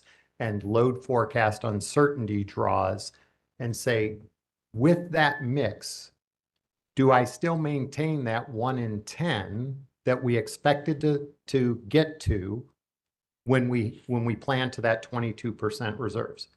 And sometimes you do, and sometimes you come up short. And I think one of the things that maybe didn't come out in the first couple of weeks is the criticality of that increases doing that back end verification, the more you rely on energy limited or intermittent resources, right? That's when you generally see a need for some incremental capacity, is if you're dependent on those to a degree that wasn't originally contemplated when you did your reserve margin study and your ELCC study. So long-winded answer, but it's a back-end check that complements the front-end ELCC values that went into the study to start with. Mr. Quinto, Mr. Beatty, anything to add? I'll just add from an overall process perspective, when we're generating our 30 plus portfolios, we're looking at portfolios that have differentiated resource mixes. So like Mr. Schneider mentioned, something that may be more heavy in energy storage or intermittent resources. Those are ones that we're going to look at how they differentiate across different portfolios to see what are the risks associated with that. One of the main purposes is to make sure that we're doing a fair cost comparison across our portfolios to say, if we're comparing one portfolio that maintains reliability and one portfolio that is deficient the necessary resources to maintain reliability, we're getting making sure that we're having an equivalent comparison when doing this comparative analytics within the IRP process. So page 69 of Appendix C outlines the entire reliability verification process and highlights some of those portfolios that we do. And of note, the low battery cost, which relies on more batteries, and the high solar and storage availability cases, we did identify that there were incremental resources needed because those portfolios did rely more on energy limited and variable energy resources that replaced other things in the portfolio. So just how it fits into our modeling framework. Thank you. Mr. Snyder, you would agree with me that the reliability verification step verifies that the loss of load expectation meets the 1 in 10 standard, correct? I would agree with you. LOLE is not the only reliability metric, correct? It is not. Were you, any of you, listening to Mr. Ledford's exchange with Mr. Holman last week? I was, but you'll have to be specific on, there's a lot of testimony given over the last 2 weeks. Fair enough. Would you agree that there are a number of other reliability metrics, including but not limited to Katie, Mayfie, Sadie, Safety? Yeah, you're now getting into, I think Commissioner Guida's question that he had with Mr. Holman, right? So there's bulk system generation reliability. Do I have sufficient generation to maintain the 1 in 10 resource adequacy is distinct and separate from distribution and transmission reliability metrics. And all of which I agree 100% with the earlier panel are important to the company. There are distinct groups within Duke that are laser focused on every single one of those.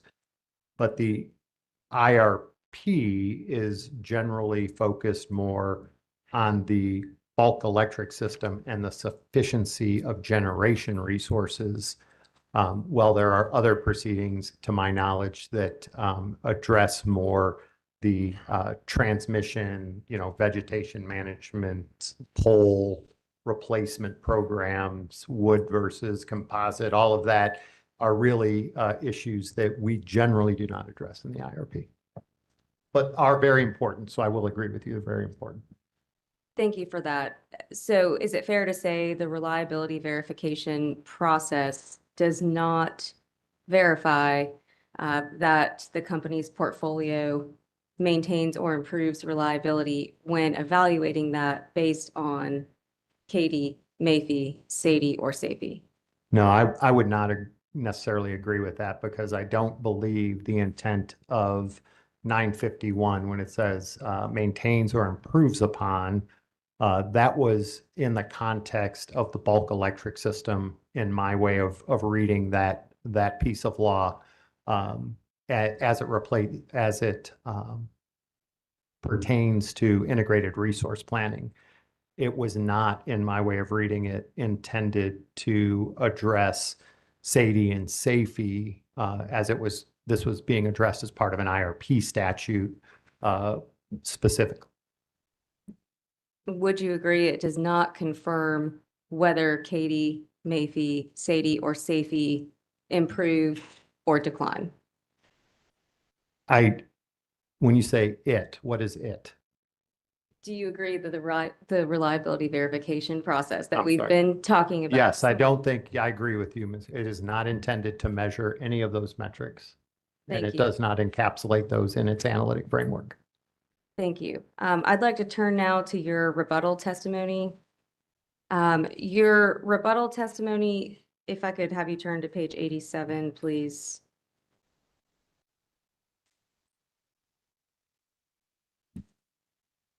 I'm there.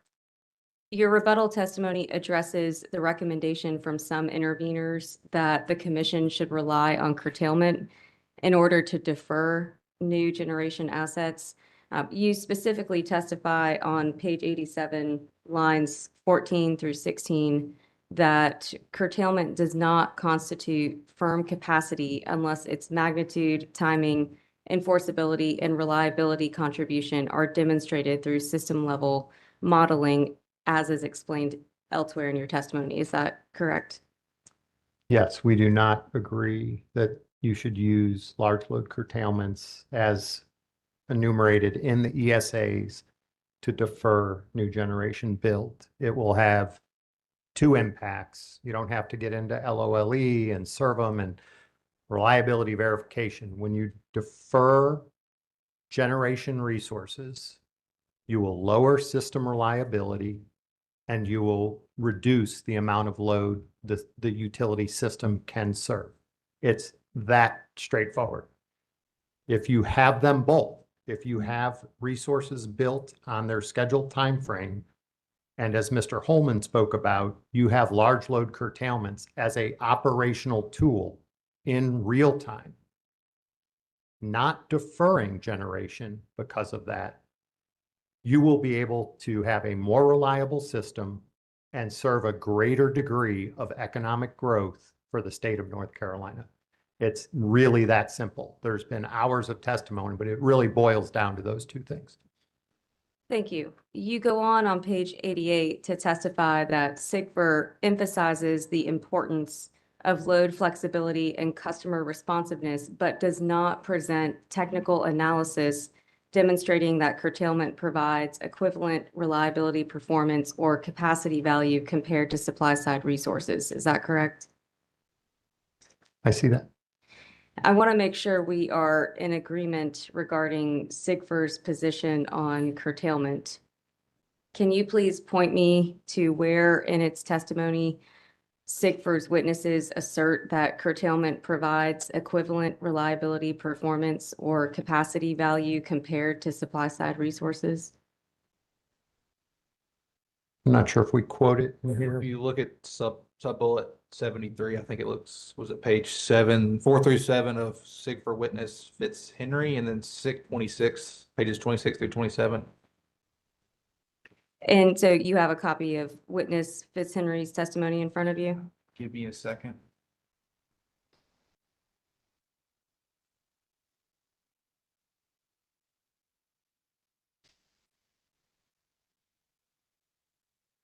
I have it now. Now we do, yes. If you could turn to page 26 for me.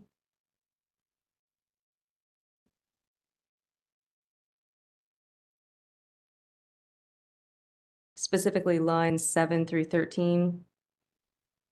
I'm looking at a table for CTF costs. Is that the correct line? It should be page 26. I copied. Oh, there's the page on the very top. What line number? Lines 7 through 13. We're there. Would you agree that in this testimony, witness Fitzhenry is talking about the flexibility provided by the company's Green Source Advantage program to procure renewable attributes and not talking about load flexibility?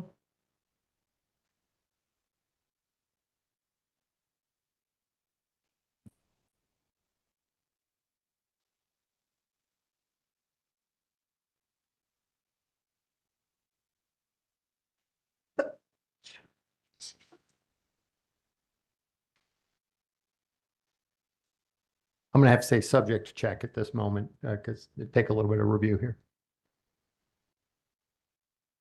Understood. Can you provide any references or citations to where CPIRP is advocating for curtailing its own member companies?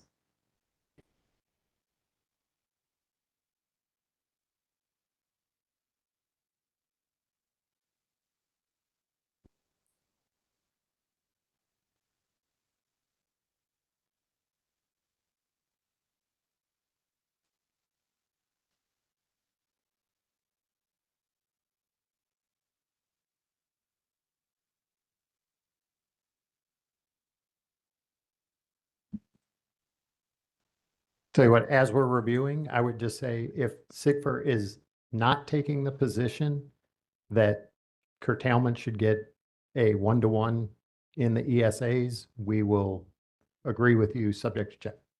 So if what you're claiming is correct, we agree with you. But Well, I'm not the one testifying, But unfortunately. I'm saying we have footnotes, but for me to go through and read through the 6 footnotes and try and tell you on the stand, you know, the exact intent of 3,000 pages of testimony where we were, I would say our position in that was that you cannot take ESA curtailments or curtailments as a whole and count them with that limited on a one-to-one basis. Thank you. Switching gears, on page 94 of your testimony, and I'll let you get there.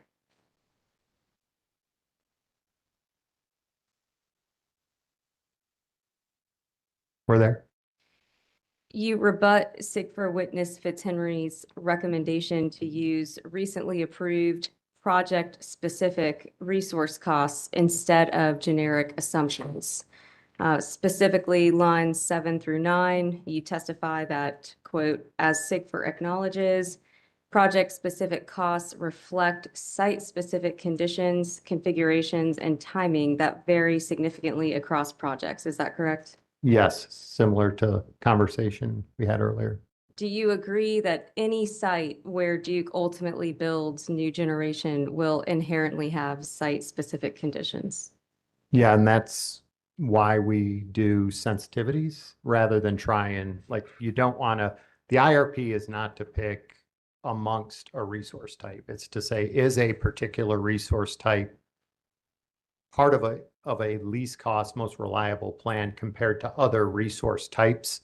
It's not to say I should get this CC versus that CC.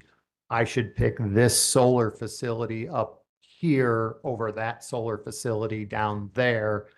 That happens at the execution phase, where you go through a process to identify the best available sites that have the best characteristics, the lowest cost, time to market, all of that in the execution phase.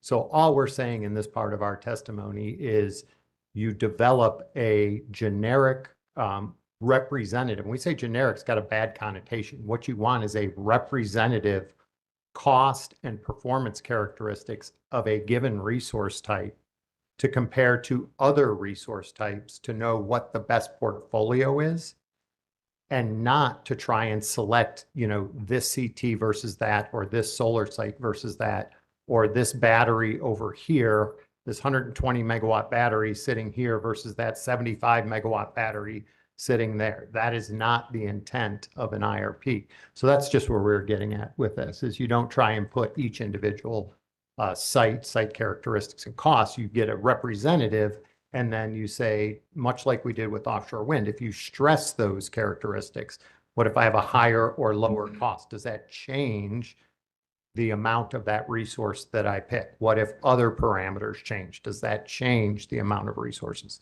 So it's really important to understand, what are we trying to accomplish with an integrated resource plan, and what is more specific. It's a macro bulk electric system plan. As you go into execution, you're then selecting the optimal, in an solar RFP, you're picking the best solar projects. When you cite your gas resources, you're identifying the best gas resources, et cetera. So that you're not doing that at the IRP phase. I'll just add the purpose, right, is to reflect the best cost of resources on a go-forward basis. The projects that we're executing right now and are underdeveloped might not be the best representation of future costs of resources going forward. In the instance of developing technologies such as solar and battery, that may be a downward slope. For incremental new dispatchable gas resources based on demand, that may be an upward slope. So all this is saying is project-specific costs in the past may not be the best representation of those costs going out into the future. And that's what we're saying here. Do you acknowledge, Mr. Snyder, that site-specific conditions do impact costs that ratepayers will ultimately pay for a new generation asset? Yeah, I would say if you look across all the technology discussed, that there is no one cost. There's a range of battery costs, range of solar costs, range of gas costs that are based on site-specific information. So I will agree with you. Were you listening to Friday's testimony when witnesses Bateman and Beveridge kicked a line of questioning to you regarding the present value revenue requirement?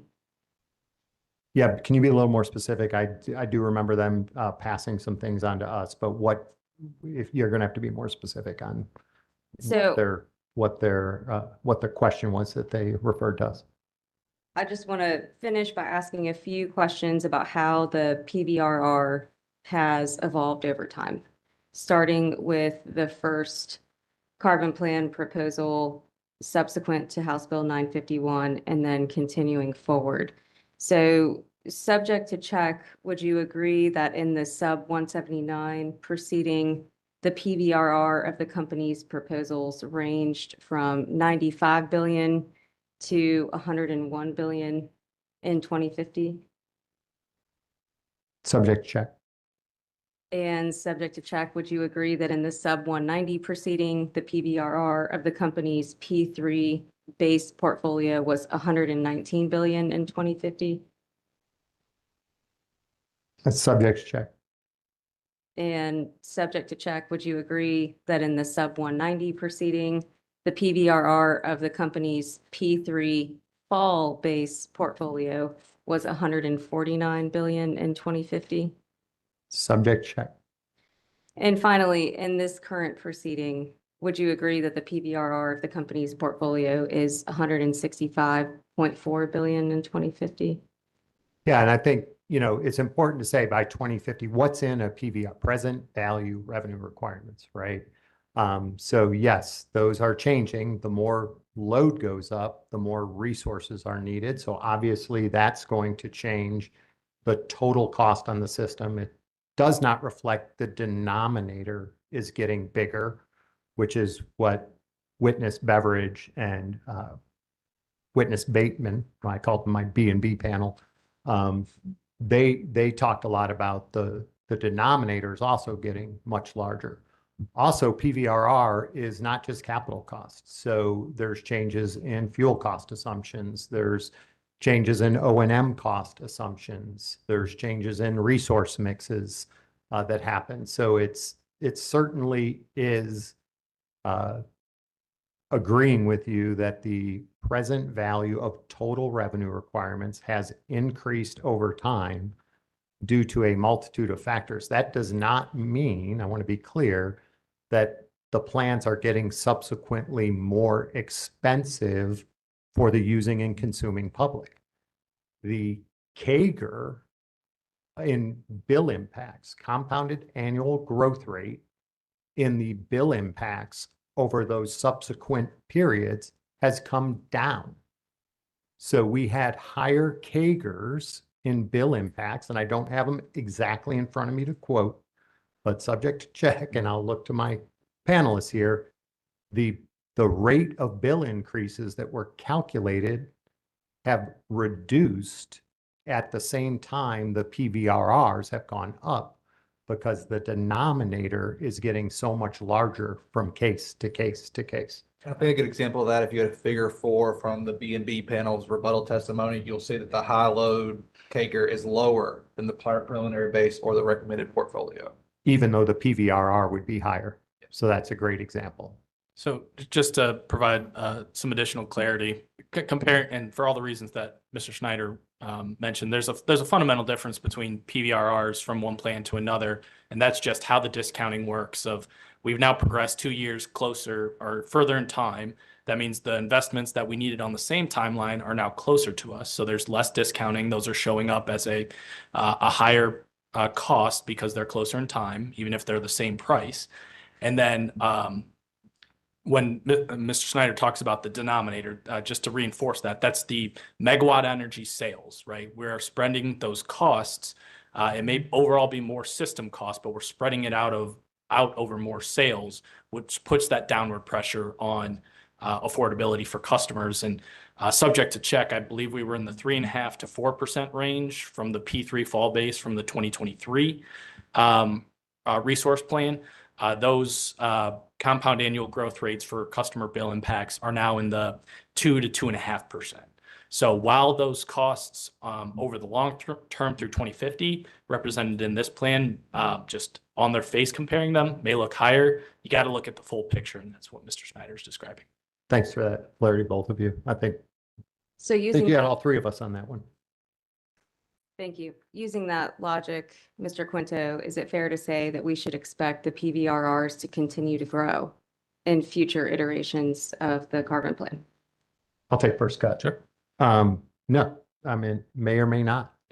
One thing will happen, as Mr. Quinto said, is you move 2 years closer in time. The cost of a nuclear plant may not change. The present value goes up.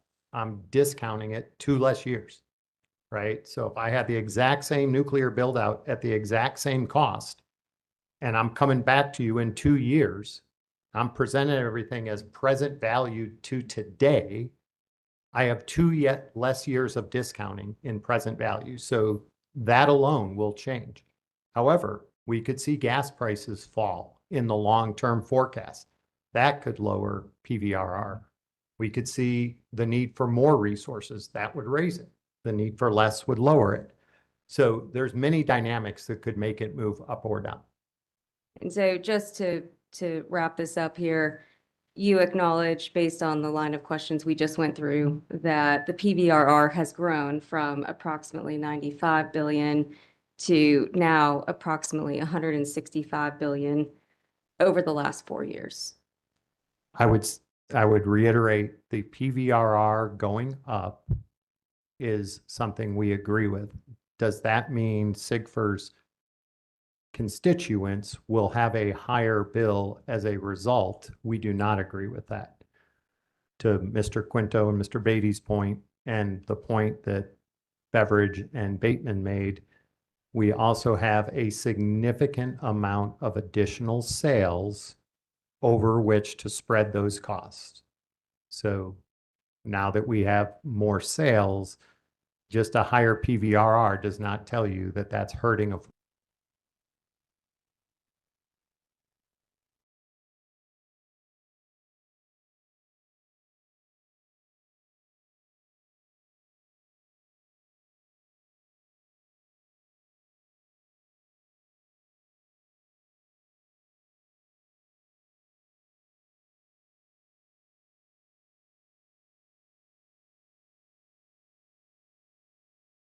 Do not take into account any of the other potential upward pressures on rates going forward over the planning horizon, correct?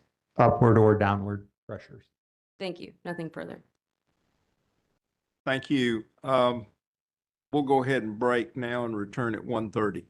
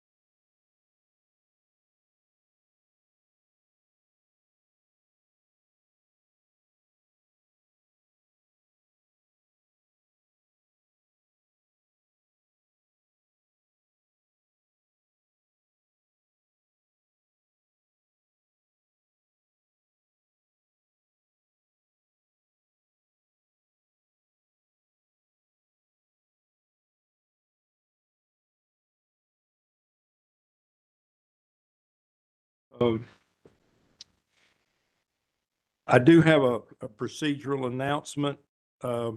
Sometimes things happen to chairmen that they don't particularly like, but they have to do it. And I've got something that's been dropped in my lap, so I need to start tomorrow at 10 a.m. because I'm going to be unavailable until 9:50. But I promise you, if they're not through with me by 9:50, I'll walk out. I do not want to keep you here till Friday if I can avoid it. EDF. Good afternoon, Ben Smith for Environmental Defense Fund. And I did spend some time cutting my questions, so I don't know if I'll hit the full 50 minutes.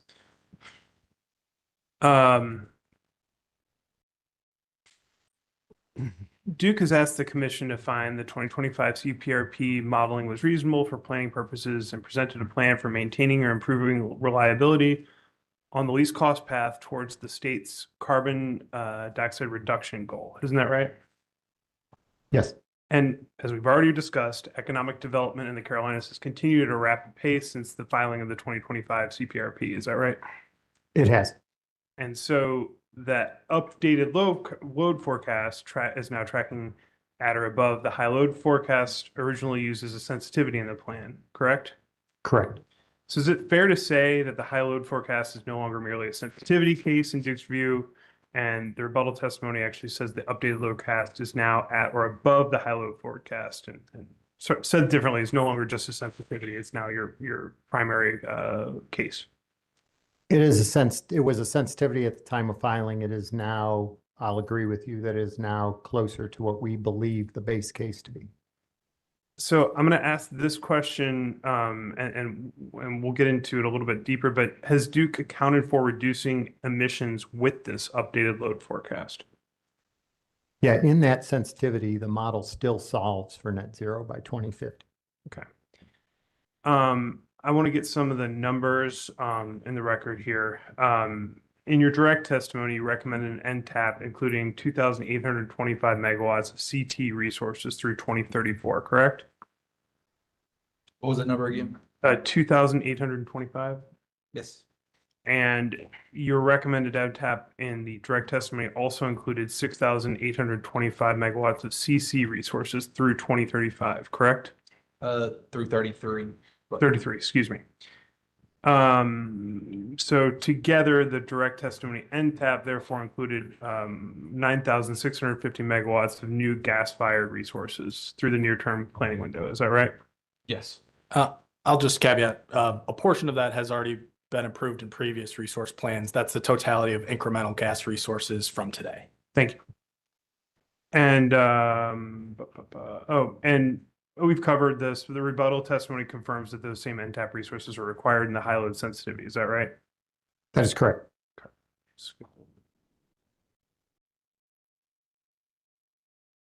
And so extending further, the rebuttal testimony's high load table identifies 8,200 megawatts of CC resources through 2035, higher than the 6,825 megawatts of CC resources in the NTAP. Is that right? Which table? This is on rebuttal testimony, page 24. Line.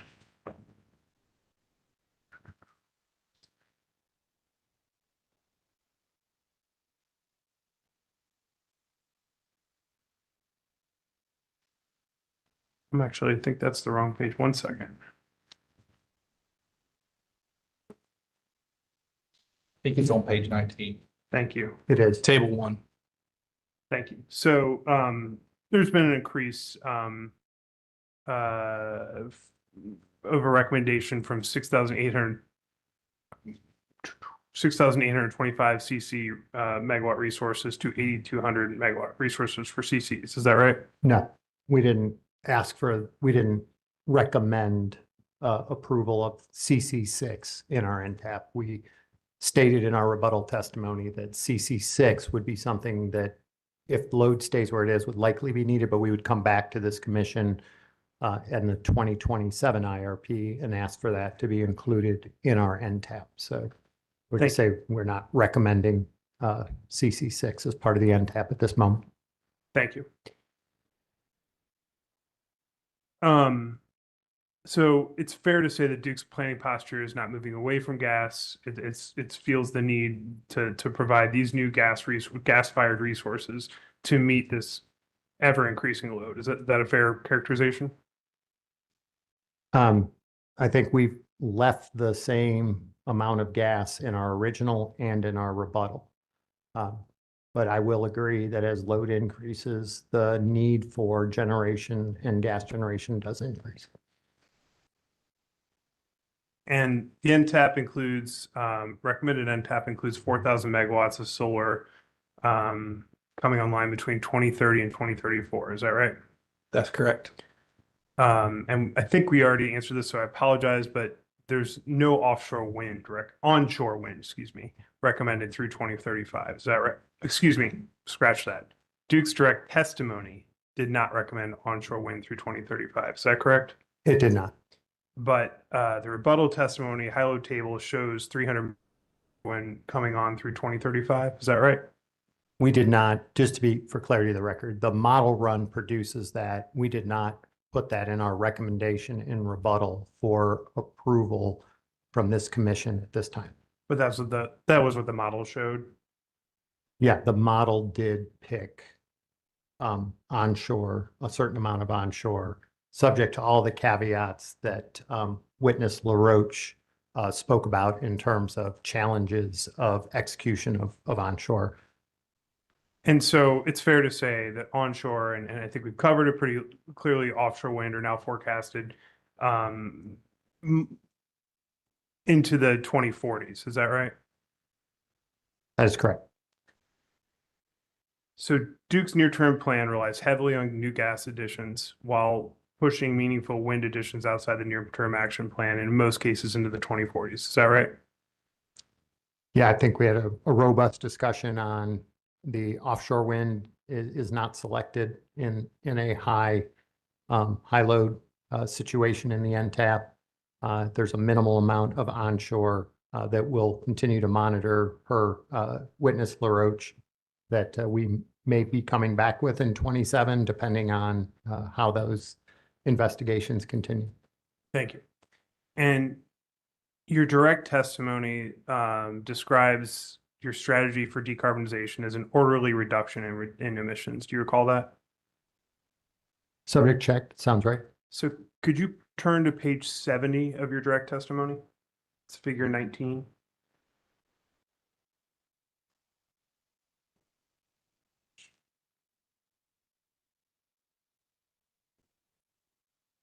I'm there. Thank you. And I think I heard you right earlier, so please correct me if I was wrong, but you said that in your sensitivities, you had considered emissions reductions in your NTAP and sort of in your plan recommendations. Is that right? Yeah, the models to a net zero by 2050. And in this figure, I see CO2 range, a recommended portfolio, and preliminary base. At this point, has anything changed with respect to this table, or is that still applicable given the updated load forecast? So I would point you to figure 13, that it has the CO2 emissions reduction for all the cases, or not all the cases, but a larger swath that has high load at the top. You'll see it. Figure 13 on page 61? 61. Thank you. As you can see, they all get to net zero by 2050. And what I see here is on page 61 of figure 13, the high load appears to be the green line through this graph. Is that right? Or through this figure? It is. And it looks like it accreting, and this is in million short tons. It looks like from 2026, it will increase, peaking, looks like sometime around 2030, and then again in 2033, and then again sort of staying at that similar high level through 2036. Is that right? Generally. And then there's a steep drop in those emissions. Is that right? Yes. And what's the sort of, what's the operative, what's causing that steep drop in the mid to late 2030s? That's been a lot of discussion on nuclear. There's significant nuclear deployment at that time frame. We had earlier testimony on growing levels of solar deployment further out in the 30s and 40s that caused that drop. And again, the deferral is an economic alternative, and that's why the model is selecting some of that later. And it looks like to me that we'll get back to where we are approximately right now in terms of millions of short tons, I think annually, in about 2040 or 2041. Is that what you see? Yeah, that generally looks correct on the graph. A little tough to read precisely, but I'll agree with you in general. Thank you.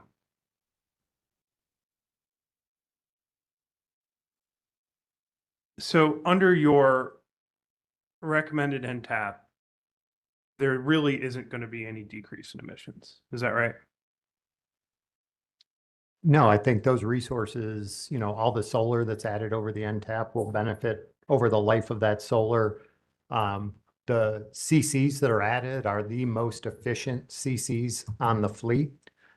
So they will run in front of less efficient, higher carbon emitting CCs. So the very nature of just serving significantly higher load, which again was never really contemplated at the time 951, our loads were not anticipated to go this high, but all of that additional load needs to be served. And the only way to serve that is a combination of new carbon-free emitting resources, but also higher utilization of the existing fleet and the addition of new carbon-emitting resources. So yes, due to the increase in the load levels, the nominal short tons will go up. Thank you. And so you can understand how there are parties who sort of object to pushing back, for instance, new nuclear from 2034 to 2037, or Back Creek 2, or some of the other resources that would reduce emissions in the short term, in favor of new natural gas firing facilities. Can you understand why some parties are concerned that that will increase the emissions in the short term? Yeah, I think it's important to understand that both sets of resources are needed. We need all the gas that's in the plan and all the nuclear. It's not one or the other, or I'm building one and then I'm going to come back and rebuild different resources for those. So the magnitude of the load being served requires both sets of resources. And I think one of the considerations that I did not hear a lot of discussion on in the prior 2 weeks as I was closely watching this hearing is the new nuclear panel spoke a lot about how the industry has evolved and some of the reasons. And they're the experts and we have a great team working on that. But there's also just the pure magnitude of the decision being made.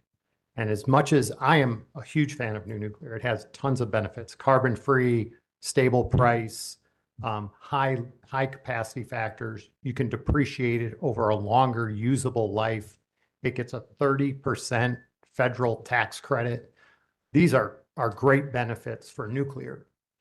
But nuclear itself, the first two, I'm going to use AP as the representative technology on $1 per kW. There's not a big difference there, whether it's SMRs or the APs. Those first two nuclear plants come at a capital cost that is greater than the entirety of our NTAP. 4,000 megawatts solar, 5,600 of new batteries, 7 new CTs, 6 new CCs are less capital than the 2 AP 1000s. That decision is a magnitude of a decision that needs to be made very carefully. You cannot rush into a decision of that magnitude. And so I think our new nuclear team is deliberately turning over every rock, dotting every I, crossing every T to make sure that if we embark upon a decision of that magnitude, that we are doing everything we can to protect customers, the company, and the state as a whole from making a misstep when you're making a decision of that magnitude. So delaying that was done with great thought and foresight due to all the industry factors that was spoken about on the new nuclear team, but also in recognition of the size and the magnitude of that investment. Understanding that emissions is only one piece of this, aren't we, or isn't the plan that Duke is putting forth putting a considerable amount of leverage in the 2040s to reduce emissions to meet the 2050 carbon goal? Again, I think going to the interim target was removed with the Power Bill Reduction Act. That in and of itself was a piece of state legislation that signaled moving faster costs money. Doing any of the long lead time resources earlier has a more immediate impact on power bills. So the model is simply responding to the new removal of that interim target and it's picking the optimal timing for these resources such that it still maintains reliability, still it puts us on a trajectory to net zero by 2050, and ultimately still has a broad mix of renewable resources, nuclear resources, storage resources, CTs and CCs as a broad portfolio, just on a little bit of a delayed time frame. So yes, I think it is one factor. Affordability is a factor. Reliability is job one, as Mr. Holman said. It's our key pillar. So there are multiple factors. Affordability is one. Executability is that fourth one that Mr. Holman spoke about. And when executing on new nuclear, you want to get it right. Thank you. And I think I understand you, but I want to make sure that I drill down on this the right way. Are you, I'm going to ask a question that is going to sound a little goofy, but I think it'll elicit the answer that I think you want. Would a new nuclear facility, would a new AP1000 cost more today or more in 2021? I'm sorry, repeat that again, because I don't think you meant to say 2021. I did, because what I was referencing is you were speaking to moving fast is more expensive. And what I want to talk about is, have the capital costs been the same for these different type of long lead resources? Have they gone up? Have they, what's been your experience there?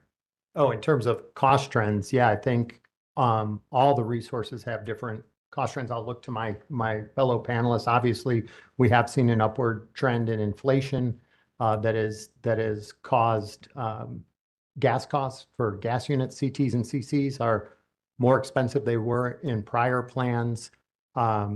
Renewable resources recently lost the IRA. They were actually much cheaper even before the IRA.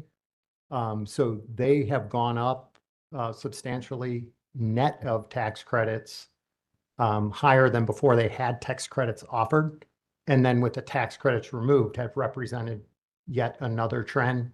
And, I think one of the big issues on nuclear that I just spoke about is really honing in on what is that cost, refining that estimate, understanding all the complex aspects of that supply chain, EPC, construction process, financing costs. How do you get price protections in place around that? And so, yes, we've seen cost trends for all resource types moving up. There was a dip in batteries. They ticked up a little bit, I believe. But so, yeah, very dynamic price environment for all resource types. And you all acknowledge that relying on later higher deployment of non-carbon emitting resources increases the execution risk for achieving that long-term carbon neutrality target, right? Yeah, we recommended pulling in some of the solar and batteries beyond just a pure model result. Public staff agreed with us. I think most of the interveners agreed with us that helps to moderate that risk. And as Ms. Farver spoke about, provides for continuity in the development market, and doesn't have a start and stop effect for third-party developers. So if I recall Ms. Farber's testimony correctly. And Mr. Snyder, I believe I've crossed you on this in the past. The development of hydrogen, what steps has the company taken in the last 2 years to meaningfully move that forward? And I'm not just talking about the turbines themselves, but the actual infrastructure needed for delivery and burning the hydrogen. Yeah, that's probably a question. I'm going to just give you a high-level answer, and then we have a panel coming up after us, the fuels and low carbon, where we have an industry expert on that topic. But, the way we talk a lot about hydrogen. Hydrogen is an important possibility for our gas fleet. In the past, you've heard me say that it could be carbon capture or sequestration. Both of those have promising long-run potential.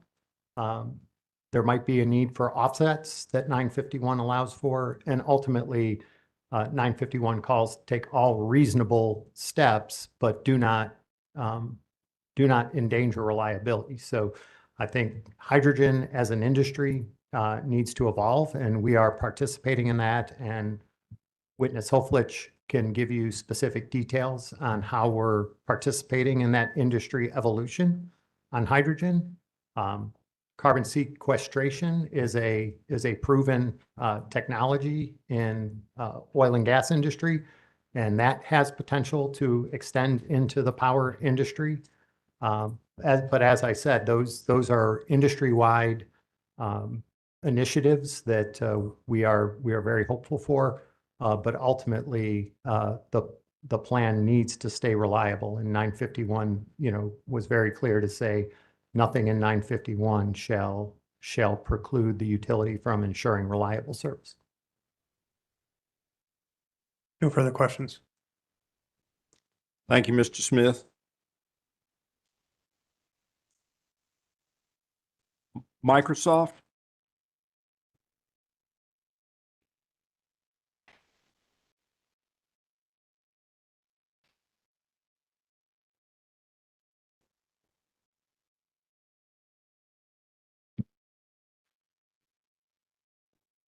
Good afternoon, gentlemen. It's nice to see you. I'm Ben Snowden here on behalf of Microsoft. On page 28 of your testimony, you all talk about the curtailment provisions in some of Duke's large load ESAs. Direct or rebuttal? I'm sorry. I'm sorry. This is all in your rebuttal testimony. Okay, yes. thank you. Page 28. Yes, page 28. And you all talked about these a little bit, I think, already on cross. And you say in your testimony that these are not intended to give the companies permanent rights to curtail these large load customers or otherwise modify the company's obligation to serve these customers. Is that right? That is right. Okay. And you would agree that ultimately the company's obligation is to provide firm service to all customers who request it? I agree with that. Okay.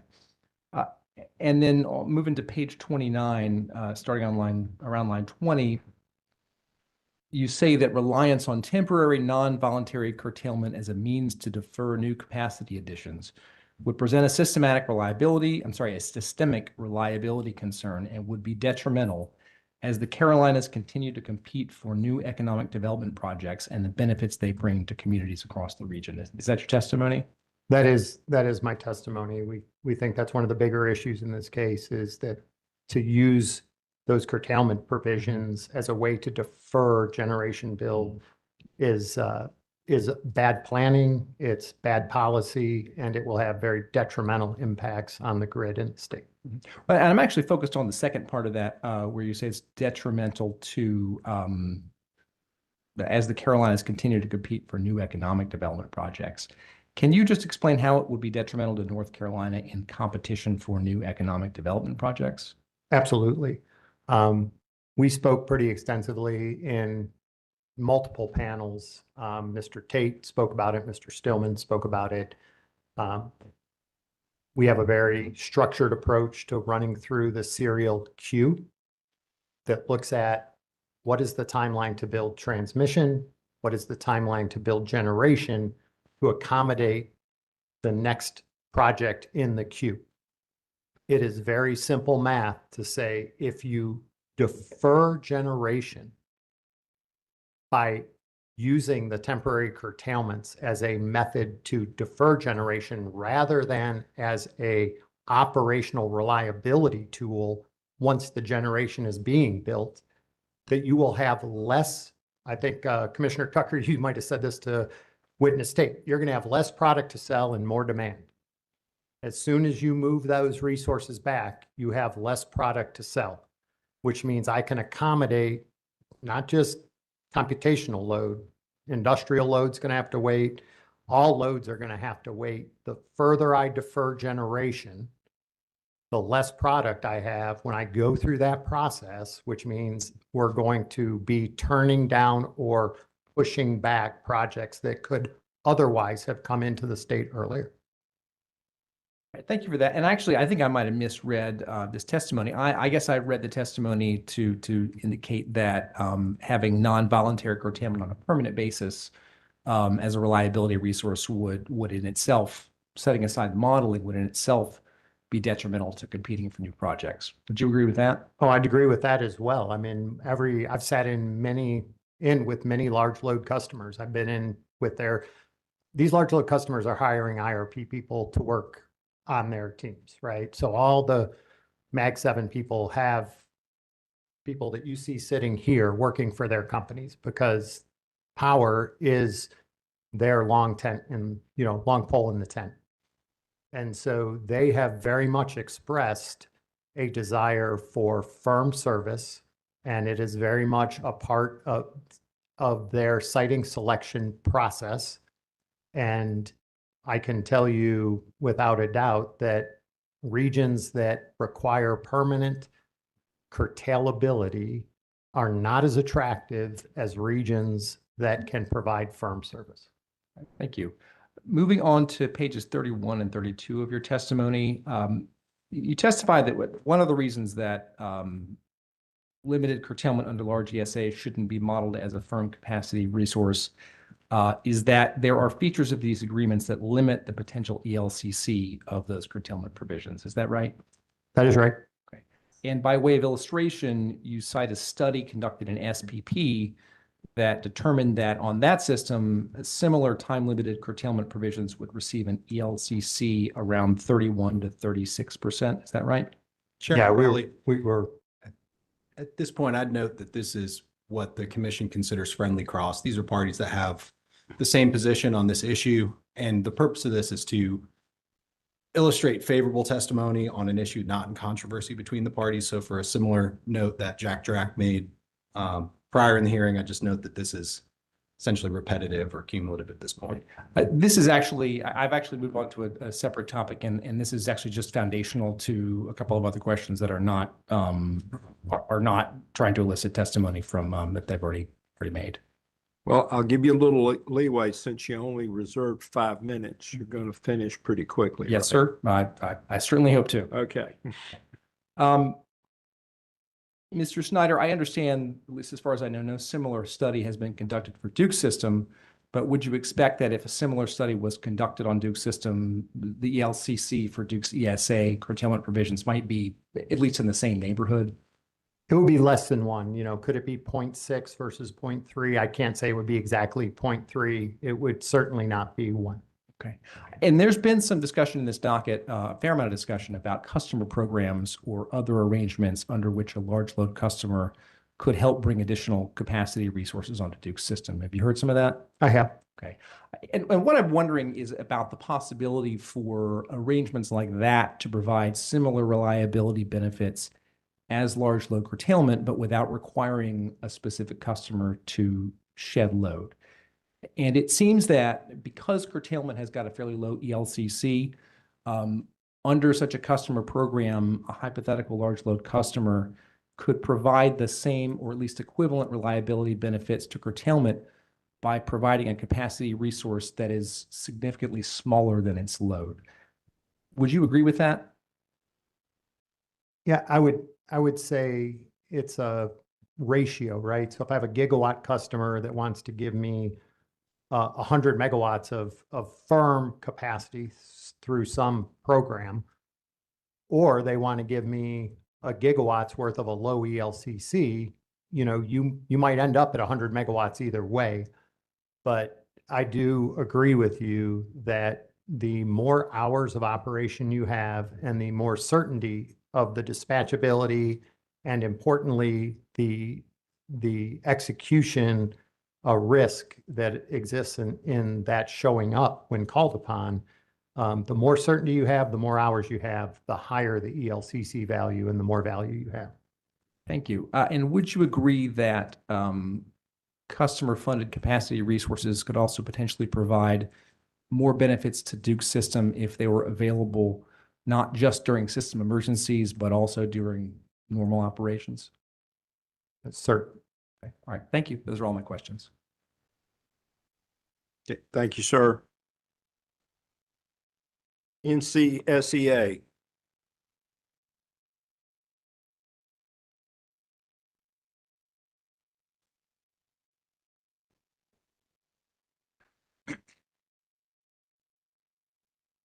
Good afternoon, Justin Smolowski on behalf of the North Carolina Sustainable Energy Association. And good afternoon to the panel. Thank you for your testimony and all your sponsored application materials. Before I get into my prepared line of questioning, I just want to follow up something that piqued my interest on your exchange with counsel for EDF regarding the interim target. And essentially, Mr. Snyder, you testified that moving faster costs more money. And how 266 created slight delays, which sort of smoothed out the cost implications of large load resources.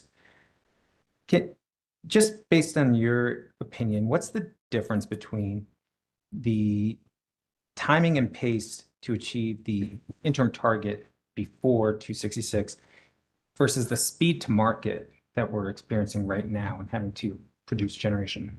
Yeah, I don't want to conflate carbon reduction with energy and capacity.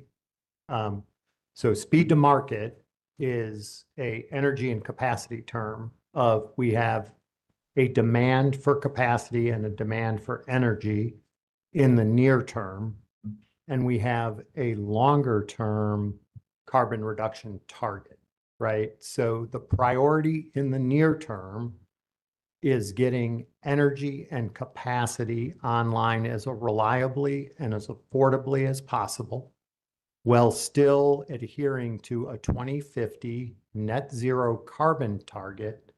So solar is a great example. It provides good energy, but it has a limited capacity factor, 22-3%-ish, subject check.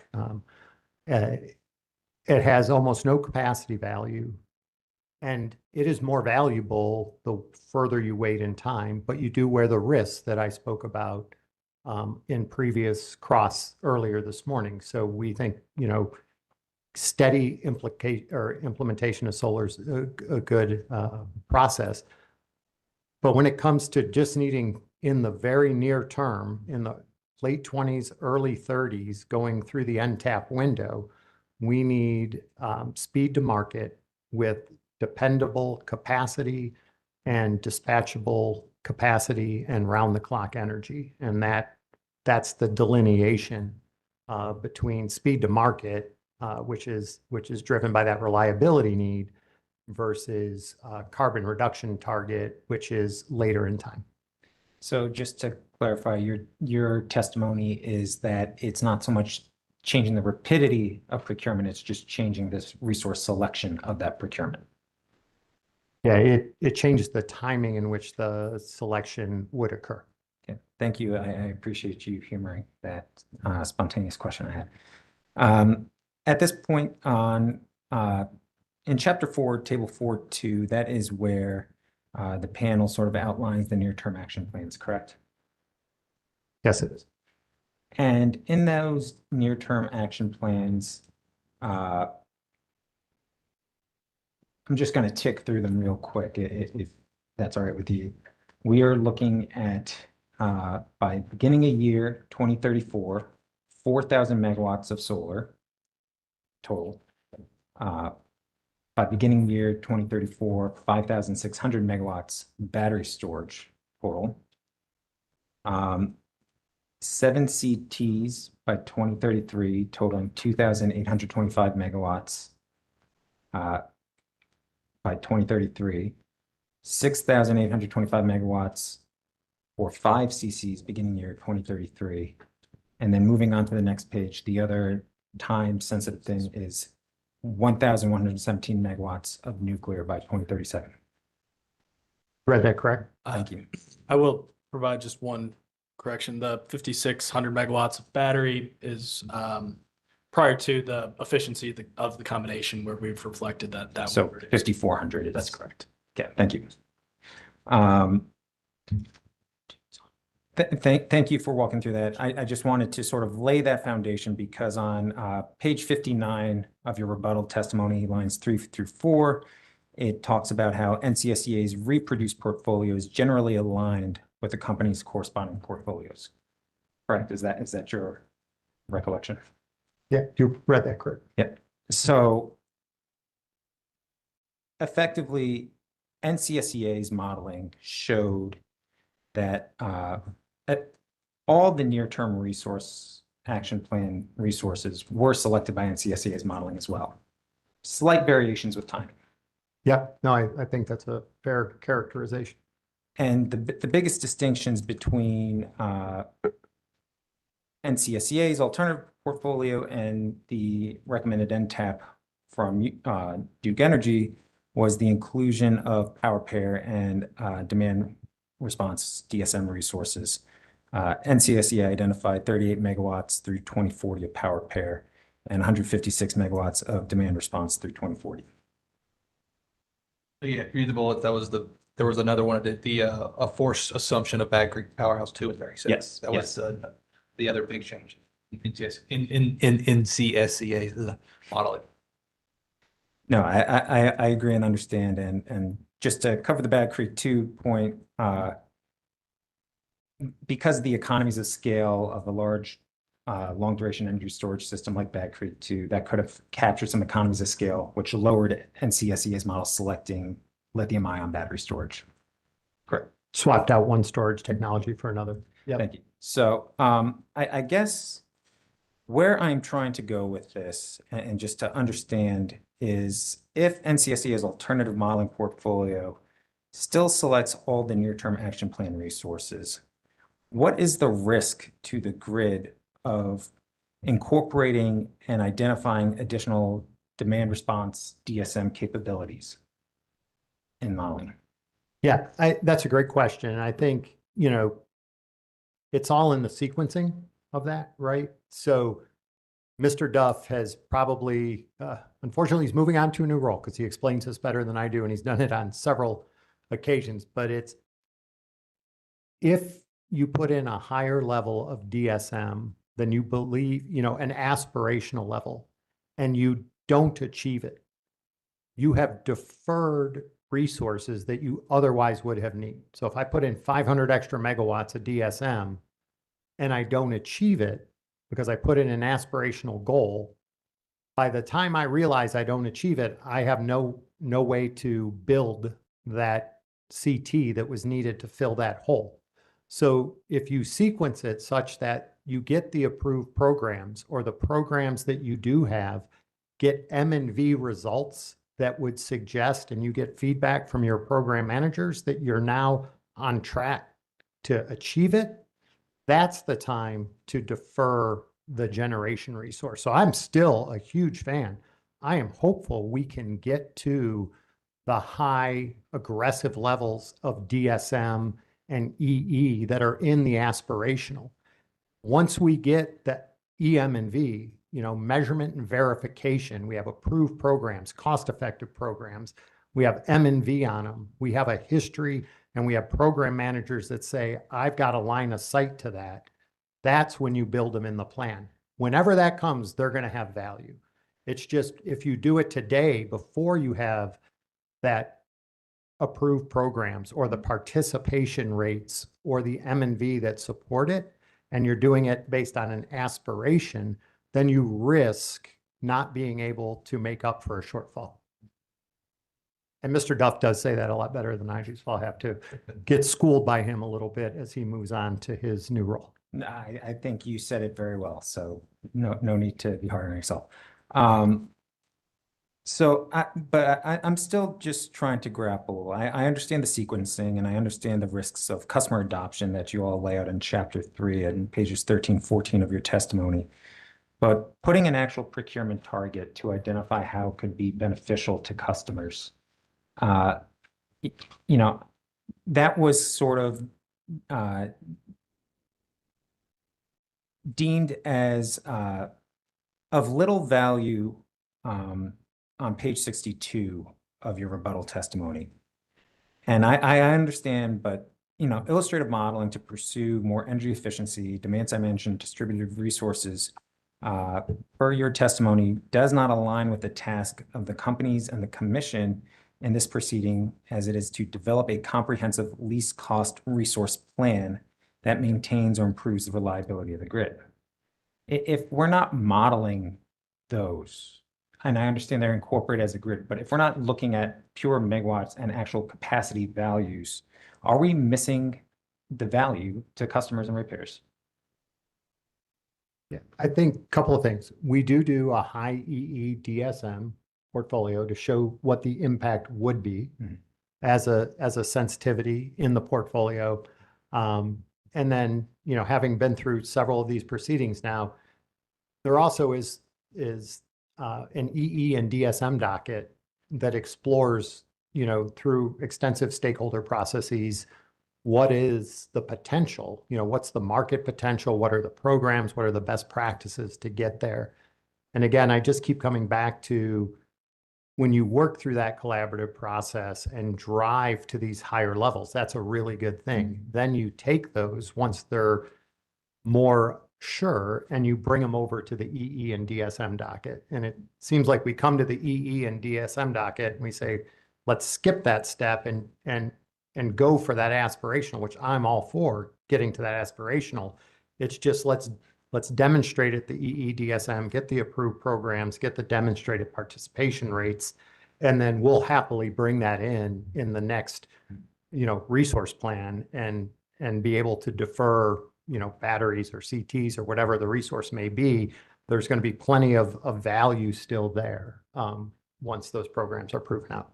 No, thank you. And I appreciate you talking about how you'll bring it into a subsequent CPIRP. And I asked other panels this, but just to clarify, given it's your model primarily, that you only model existing programs in the DSM EE sensitivity. We model what the EE and DSM group brings to the load forecasting process that Mr. Stillman spoke about. It reduces EE reduces the load forecast. Dispatchable programs are treated as a resource in the resource plan because you have dispatch over them. And so to the extent they have a market potential studies through that EE process that identifies what they think, they move from technical to economic to achievable potential in that docket, and then take those achievable potentials and reduce the load forecast. And that's what Mr. Stillman feeds us. So I won't speak as the expert on whether or not that process has any, pilot programs baked into it or anything like that. I'm just not the right witness to speak to that.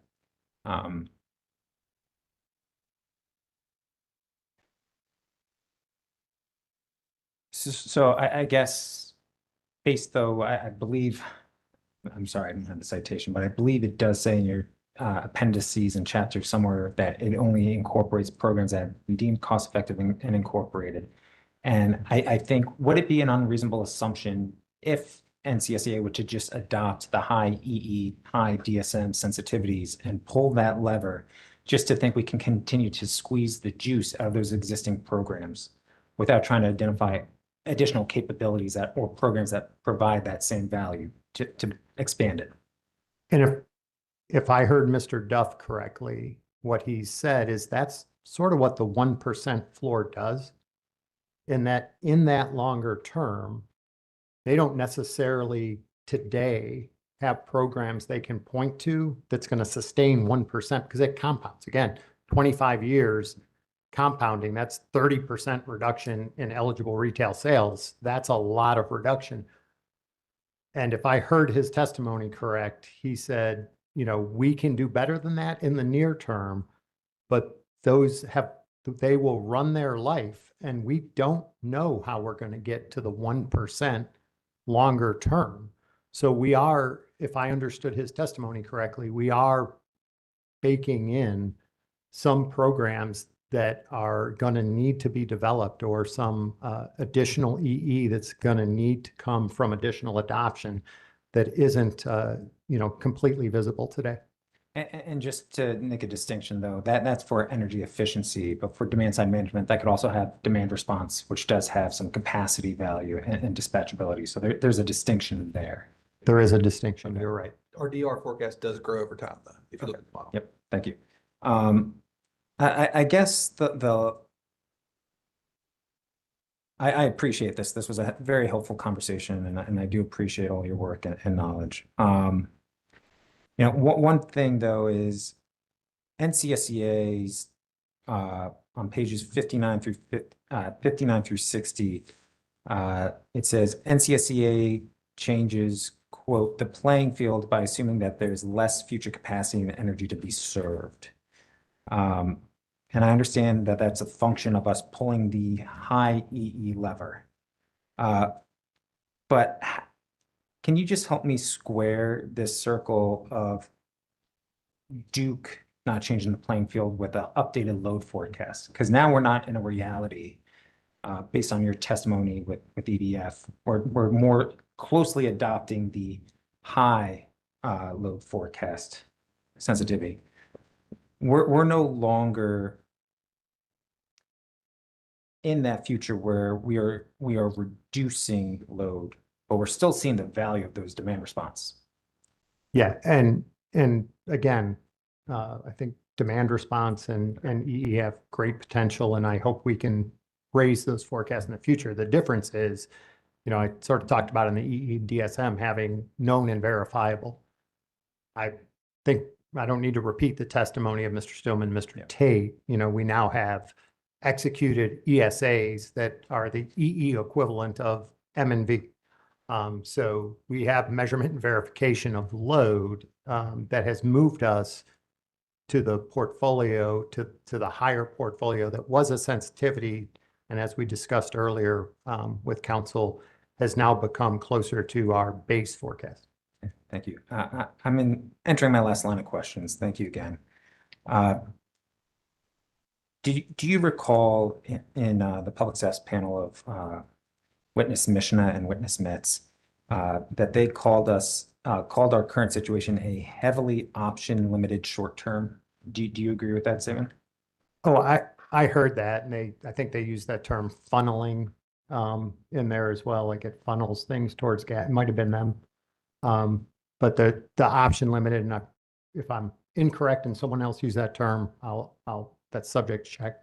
But you know, my response to that is simply a nature of load growing quickly with near-term options being what the marketplace offers right now. You know, if I could have a nuclear plant tomorrow at 50 cents on the dollar, I would sign up all day long. If I could have, you know, our gas plants come in faster and cheaper, I would.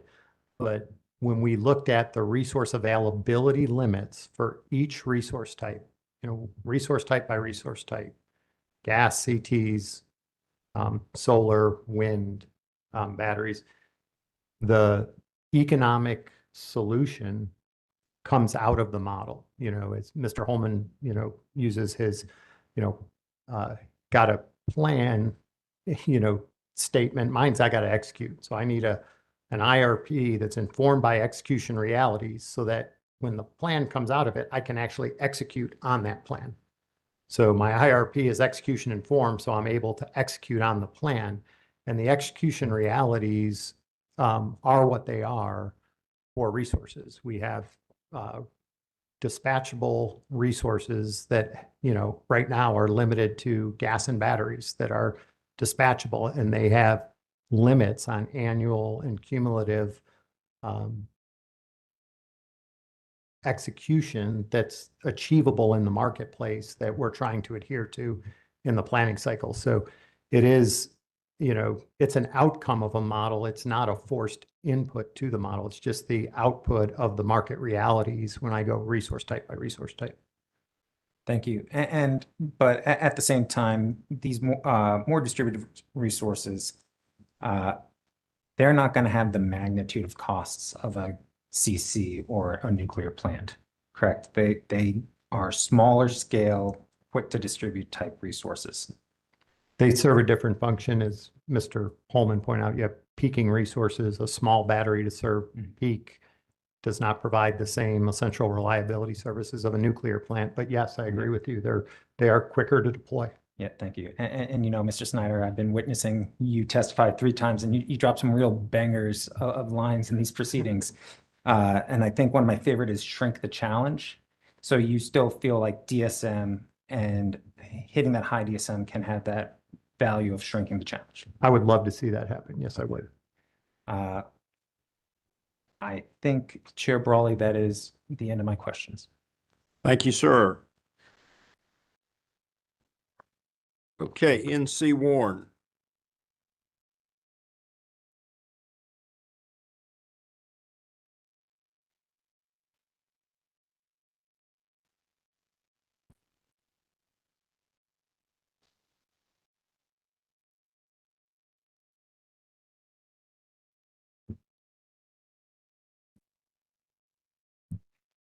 Good afternoon, gentlemen. I think I've met all of you maybe a few times before. Matthew Quinn with NC Warren here. I appreciate you being with me this afternoon and also being with me while I fumble around with all these notebooks. I'm sure that looks very smooth. Good afternoon, Mr. Quinn. Could you please turn to your direct testimony on page 30?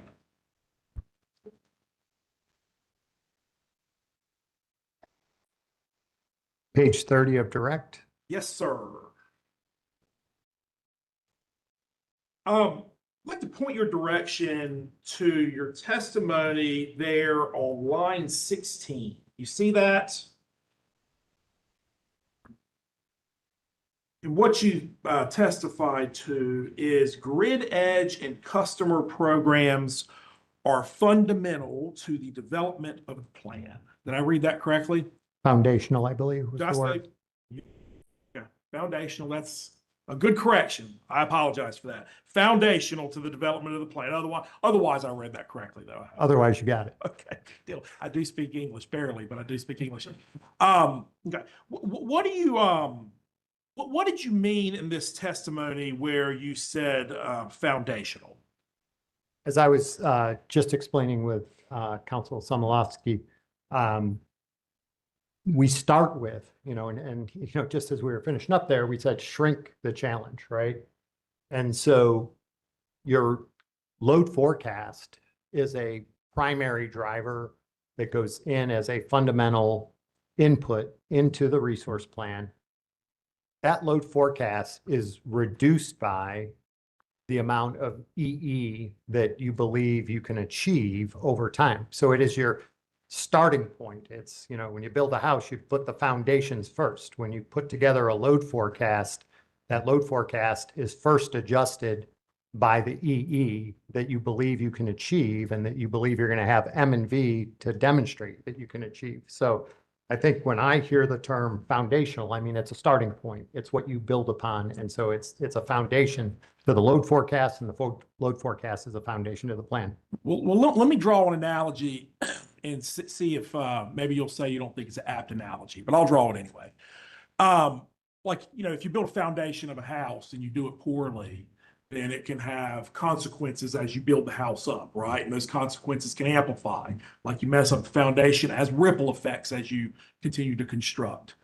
And would you say the same about the forecasting of grid edge and customer programs when it comes to Duke's modeling? In other words, if there's an issue, maybe an inaccuracy with the forecast, it could have ripple effects as you move forward into the model. Yeah, I think I tried to do my best Mr. Duff impression there, but if you overestimate your EE, you will underplan for your system, and that would have a ripple effect of a non-reliable system going forward. So I think that was an example of getting that foundation wrong by being too aggressive on the EE with programs that you don't have 100, not 100%, but that you don't have M and V and confidence in your ability to achieve. Now, in fairness, would the same dynamic be true, but in reverse? In other words, if you forecast an amount of EE and it turns out there's actually considerably more as you move down the road, that could cause an overbuilding of assets, right? Because you'd have more EE available than you expected. Would that also be true? Yeah, and it's really important to note that those two are not symmetric. Not even close. I mean, we've talked about this in the last two plans, that if you're ahead of plan, you have excess reliability, that meaning I've got more resources than I thought I needed for a small amount of time. You have many more, that the consequences are much smaller and the mitigants are much greater for being ahead of plan. So we talked about this throughout this hearing. You can move up coal retirements. You can attract more economic development load. You can make wholesale sales that will flow directly through to our customers if you find yourself ahead of plan. If I find myself behind plan and don't have adequate resources, those opportunities and those consequences are much greater. So I agree it works in both directions. I believe that being over forecast versus under are not symmetric. Okay. Now, as part of this forecast that we're talking about, would you agree with me that Duke attempted to forecast the amount of behind the meter solar? Yes, that feeds into the load forecast. I agree with you. And it's important that as part of this foundational thing we're talking about, it's important to get that forecast, make that forecast reliable, right? We endeavor very much to do the best we can to make that a good part of the forecast. It is important to note, unless you're maxing out solar though, rooftop solar in years where you're not connecting as much commercial scale solar is just going to displace commercial solar in the plant, right? They have a very similar profile. So if I'm not taking the most solar in a plan that I think I can get, and I end up getting a little more rooftop, the next time I come to the plan, I'll have that much less because it's a very similar resource to utility scale. So they substitute in and out unless, and in all fairness, unless you need everything you think you can interconnect and then you get more rooftop, then that would be additive to the plan. But in years where solar is not maxed out and you've underestimated rooftop, when you make that correction, it's just going to pull out because you're getting the same attributes, largely the same. Commercial scale is more efficient. It's got a higher capacity factor, but you're largely trading one resource type for another. Would you agree with me that pairing a battery with a behind the meter solar system will make that system more helpful for Duke in meeting demand on its own system? Yeah, I mean, solar, I 100% agree that solar and batteries are beneficial together. They don't necessarily, probably the misconception is they have to be physically located together. If I've got a battery and my neighbor down the street has solar, as long as the programs are set up correctly, I'm not really seeing too much difference between what I would get if that battery can be charged from the grid and discharged onto the grid, charged from solar, discharged. They can be together at the same location. They can be separate.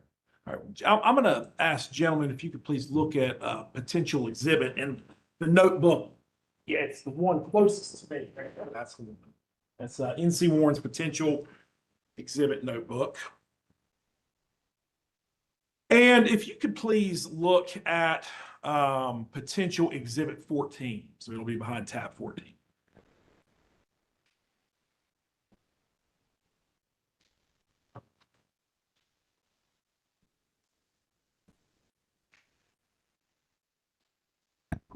We are there, Mr. Quinn. All right, very good. So just for the record, if I could, I'd like to identify this as NC Warren Cross, IRP panel.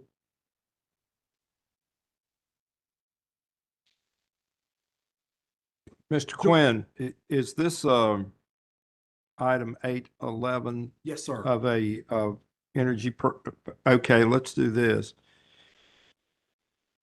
NC Warren Cross IRP panel rebuttal number 1, your potential exhibit number 14. Does that work? Thank you, Chair Brawley. That works perfectly.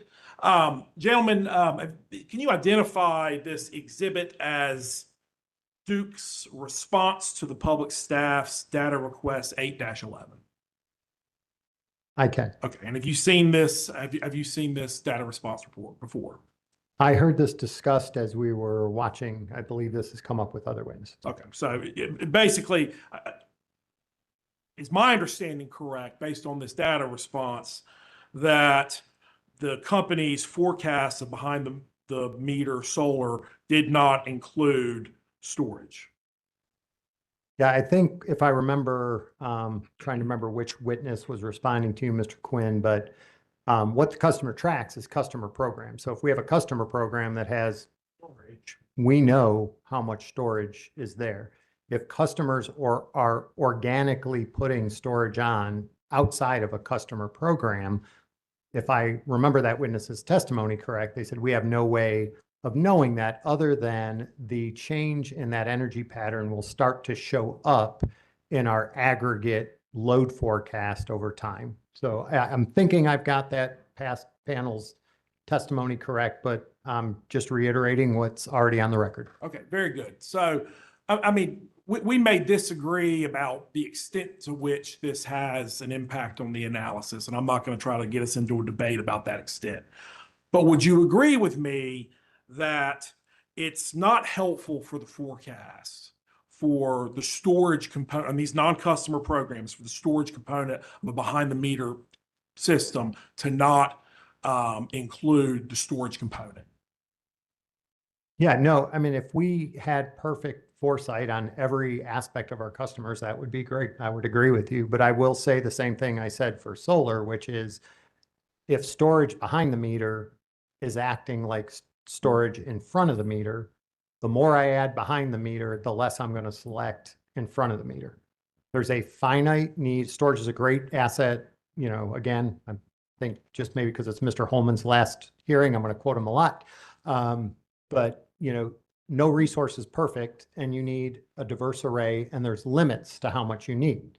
So you only need so much energy limited resources on your system. So to the extent you get more behind the meter, it's going to reduce what you need in front of the meter and vice versa. Thank you very much. Before I move on, Chair Brawley, I'd like to move this exhibit, NC Warren Cross IRP panel rebuttal exhibit 1 into the record, please. Okay, NC Warren Cross IRP panel rebuttal exhibit 1 based on your exhibit 14 without objection is admitted. Thank you, Chair Brawley. Gentlemen, sticking with your direct testimony, could you please turn to page 17?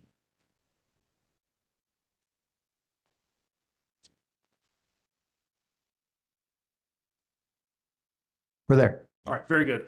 And actually, I'm going to ask a few questions about page 17, line 19 through the end of that paragraph. So it's the paragraph that begins macroeconomic cost pressures. And I'm going to pause for a second, let you catch up. I apologize. Sorry, I was in the wrong book. I'm there. All right. Yeah, I'm going to ask you about this section of your direct testimony about macroeconomic cost pressures. And I mean, it may not be necessary to quote any specific sentence, but you know, if at any point you need to look at it more closely, certainly stop me and let me know. But I mean, basically the gist of this is in this section of your direct testimony, you provided analysis that there are certain macroeconomic cost pressures that are influence the development of Duke's proposed resource plan, right? Yes. And some of those macroeconomic cost pressures include inflation, higher financing costs, tariffs, and other matters, right? That's fair. And basically what it comes down to is these macroeconomic cost pressures make new resource additions more expensive. They can work in both directions, but yes, there's been a trend upward. I mean, if new tax incentives come out, that would lower it. If, you're coming out of an inflationary period, that might lower it. But yes, we have talked about cost pressures in this point in time as being adding. All right. However, would you agree with me that these macroeconomic cost pressures, at least at the time of your direct testimony, were working in the other direction for battery storage? In other words, they were causing the costs to go down. As I've said, battery storage has gone up and it's come down, right? So yes, it is. There are times when it's been on the increase. Down. I think there might be a slight tick up in just the most recent period, but yes, there was definitely a time where storage started to decline after it spiked. Okay. If you could look at the next page of your direct, this is page 18. I'd like to talk to you about the testimony that begins at line 4. Just let me know when you're there. Rebuttal, line 18, line 4. No, sorry, direct. correct. I'm sorry. You're good. All right. Okay. I'm there. All right, very good. And now tell me if I read this wrong. As you've seen, I do that sometimes. I don't do it intentionally though. But you testified, quote, battery storage. I'm sorry. Let me start again. Battery energy storage systems are a notable exception, with overall lower projected development costs due to expanding supply chains and falling raw material prices, in addition to retaining federal investment tax credits into the mid-2030s, end quote. Did I read that correctly? You did. That's a good thing. As I think someone else testified, that's a good thing for the state. Okay, very good. And that was accurate at the time that you provided that testimony. Absolutely. And there's some other benefits to battery storage as well that were included in Chapter 3 of the resource plan. Fair? That's fair. Okay. I'm going to ask you a few questions about it. It might be a good idea for you to have Chapter 3 in front of you, just in case we need to reference it. So if you could look at Chapter 3 of the resource plan on page 23. There.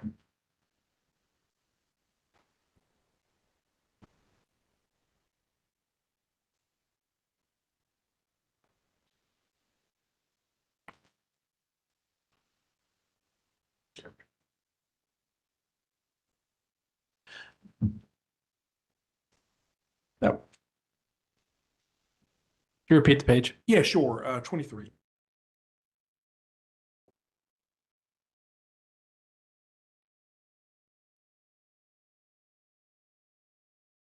We're there. Okay. Now, the first sentence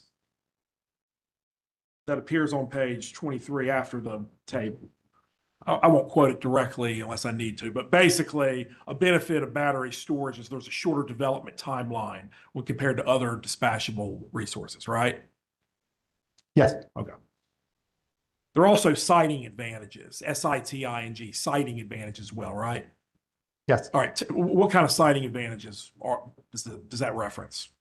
They're smaller scale, so you can put them in smaller increments, which allows you, the smaller the scale relative to something like a nuclear plant or a combined cycle, gives you more advantages in terms of they have a smaller footprint than, say, solar. So just the land availability, land footprint, interconnection benefits. Certainly, some of those benefits are accrue to batteries that are beneficial from a cost and land usage compared to other resource types. Okay. Now, there are also federal energy tax credits that can be available for battery storage as well, right? There are. Okay. And however, they phase out in the 2030s. They do. So to take advantage of those federal tax credits, you got to get the storage on before that point of the phase out in the 2030s, right? That is correct. All right. Now, there's been a lot of testimony in this case about Duke's high load portfolio and the rebuttal testimony where the load forecast is increasing, and I won't try to go back over all that. But in light of that testimony, however, about the high load forecast, I would like to just call attention to another thing that's here on page, actually this is on page 22 of chapter 3, but would you agree with me that under the high load portfolio, Duke's model selects more storage over the near-term action plan? It does. Okay. And the same is true, is it not, for solar? In other words, under the high load portfolio? No, it does not. It picks less. Okay.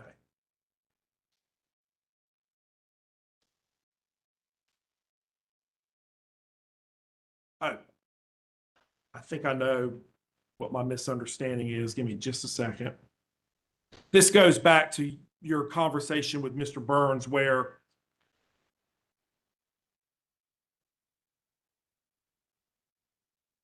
Okay.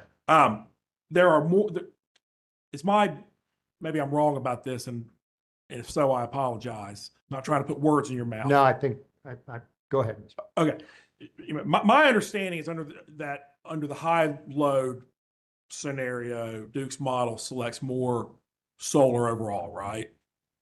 It selects more than the preliminary base. Okay. It does not select more than our recommended NTAP. Okay.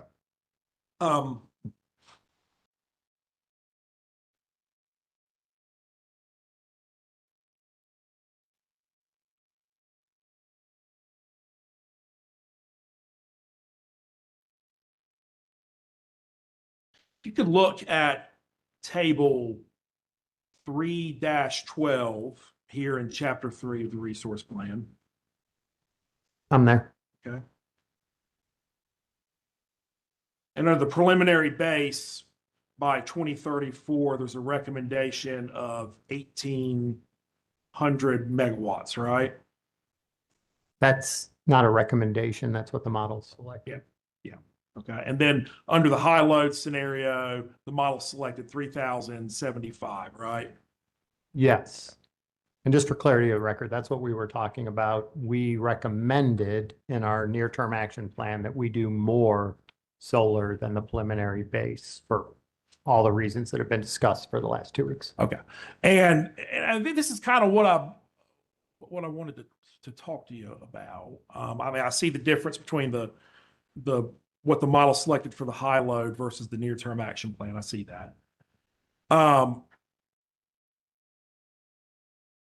mean, Duke's position is under a high load scenario where low is growing more, it's going to pick less of an asset.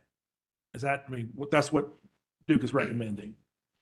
No, we sort of treaded this. I'll try and retread it again for clarity of the record, but we recommended more in our NTAP on a risk adjusted. It wasn't just recommending we accelerate the gas resources.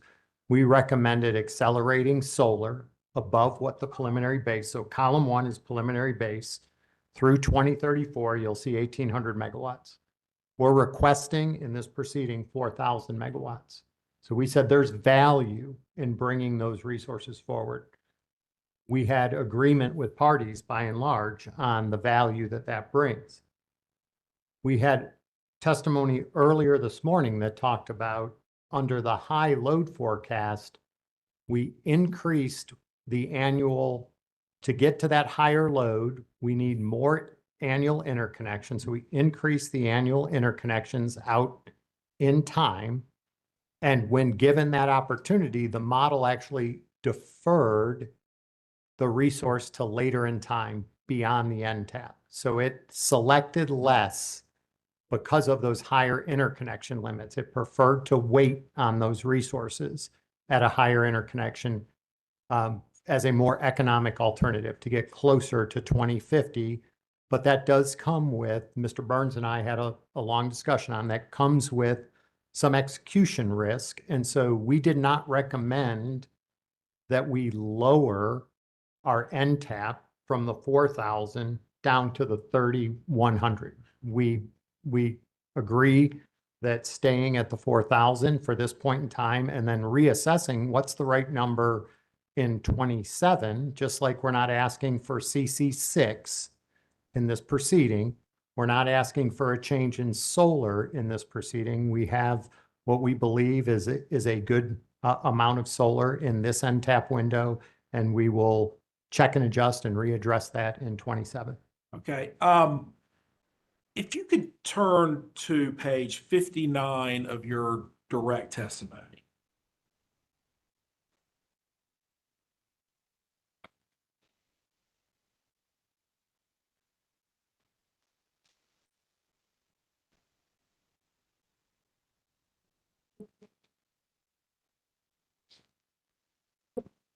I'm there. All right. I'd like to ask you about page 59, line 2. You see the sentence that begins with however? I'm there. Okay. So it says, quote, however, concentrating deployments could lead to suboptimal execution by attempting to precisely time the resource addition to meet the forecasted need on a year-by-year basis. Did I read that correctly? You did. Okay, now I don't think that was, in fairness, talking about solar specifically right there. I think it was talking about battery capacity.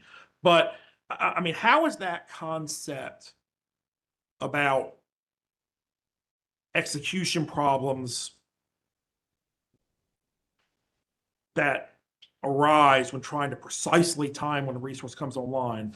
How is that consistent with, on the other hand, the model saying, okay, we have load increasing, so we're going to do less solar now. We're just going to wait until down the road and try to do it all later. I mean, isn't there an inconsistency there?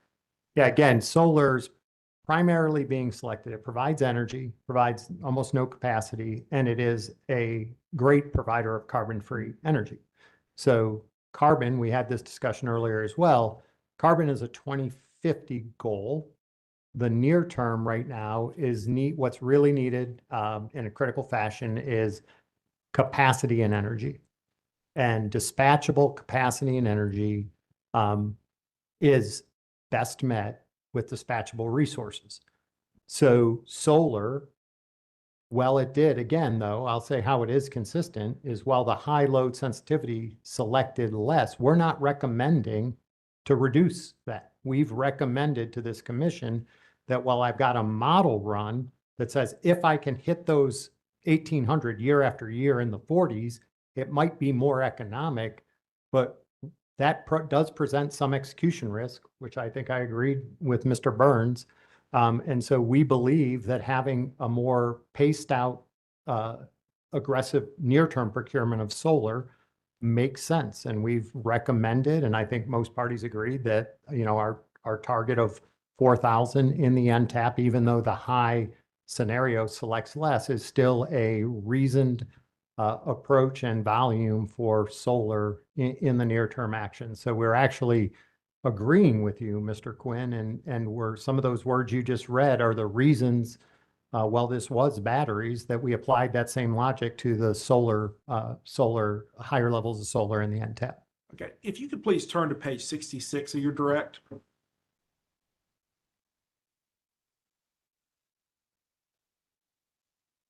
I'm there. All right, I'd like to ask you about line 7 through 11, and I'll just read it. Quote, the increased reliability of the recommended portfolio by 2035 can be wholly contributed to the incremental 2,300 megawatts of solar and 400 megawatts of storage in the recommended portfolio compared to the preliminary base portfolio, showing the reliability and energy adequacy benefits of solar and its synergistic effect with storage. Did I read that correctly?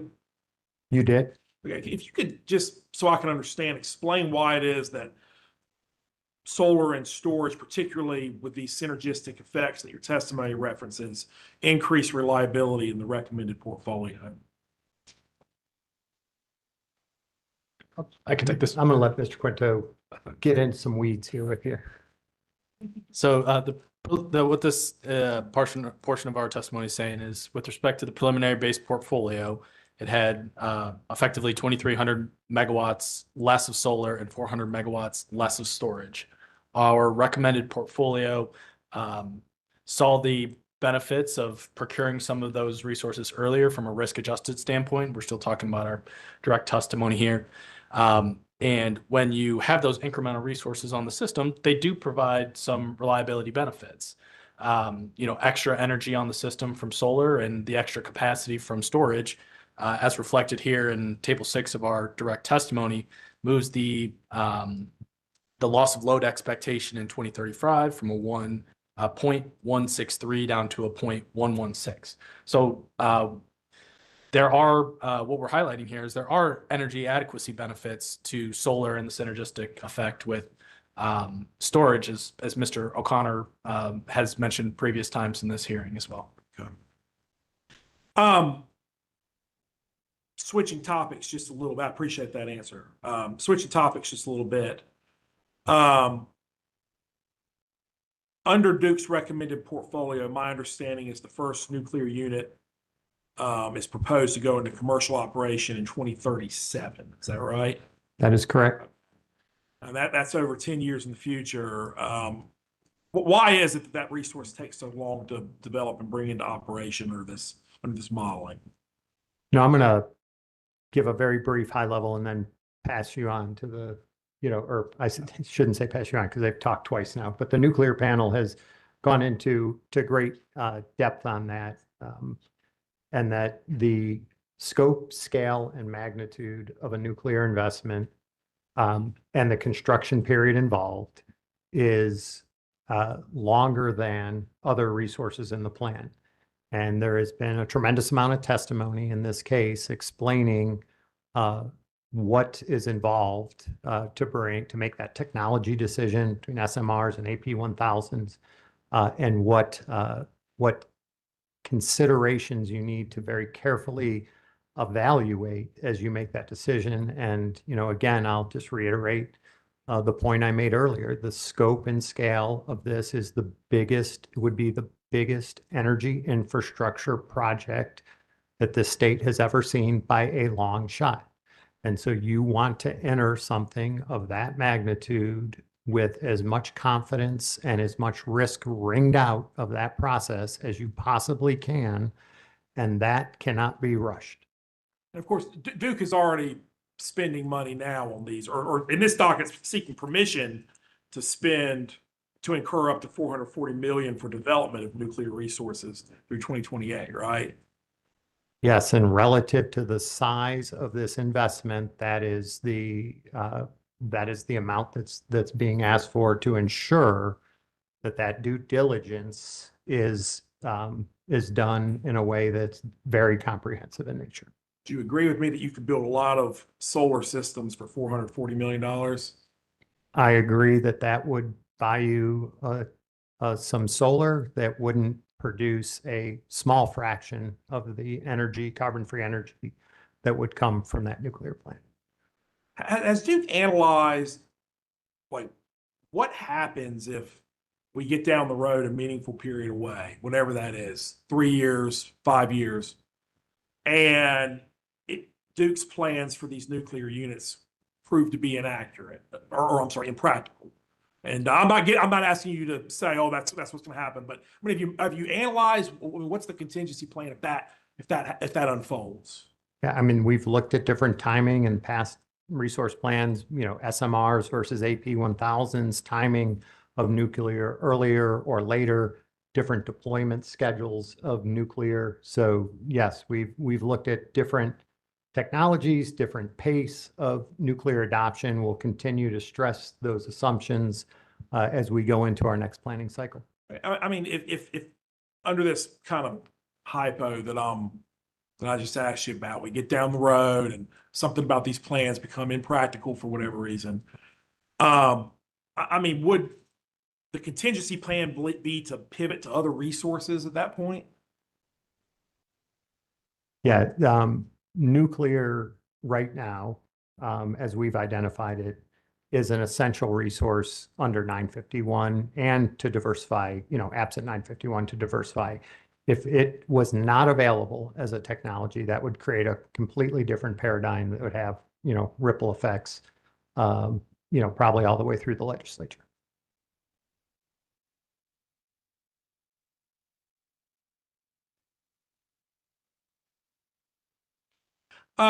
This is the last topic I want to speak about. If you could turn to page 18 of your direct testimony, please.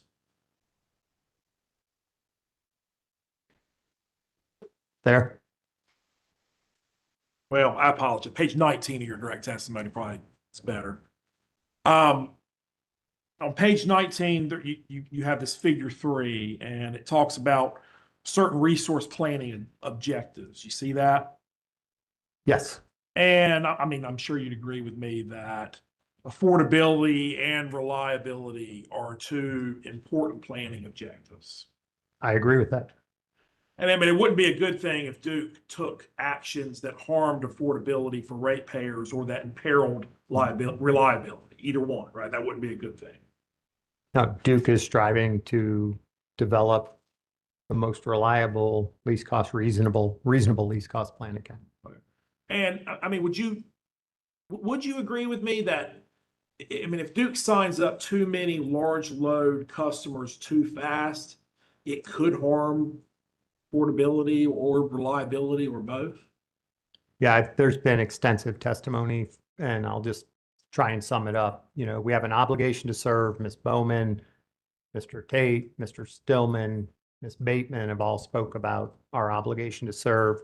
We're balancing that obligation to serve with a very disciplined approach to how we interconnect large loads such that we do it in a responsible and reliable manner.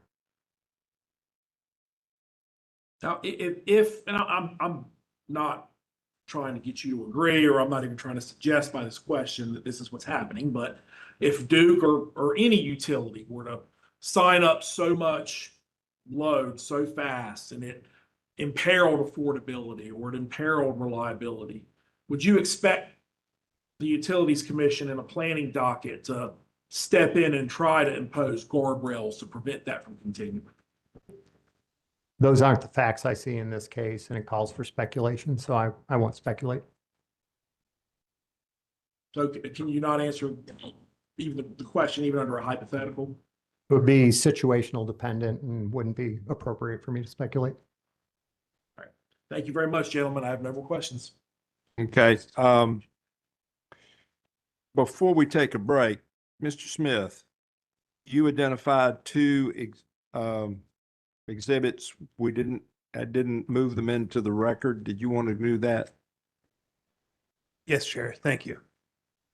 Okay, so we're going to move Avangrid Cross IRP panel number 1 and Avangrid Cross IRP panel number 2 without objection into the record. They're admitted. Let's take 10 minutes.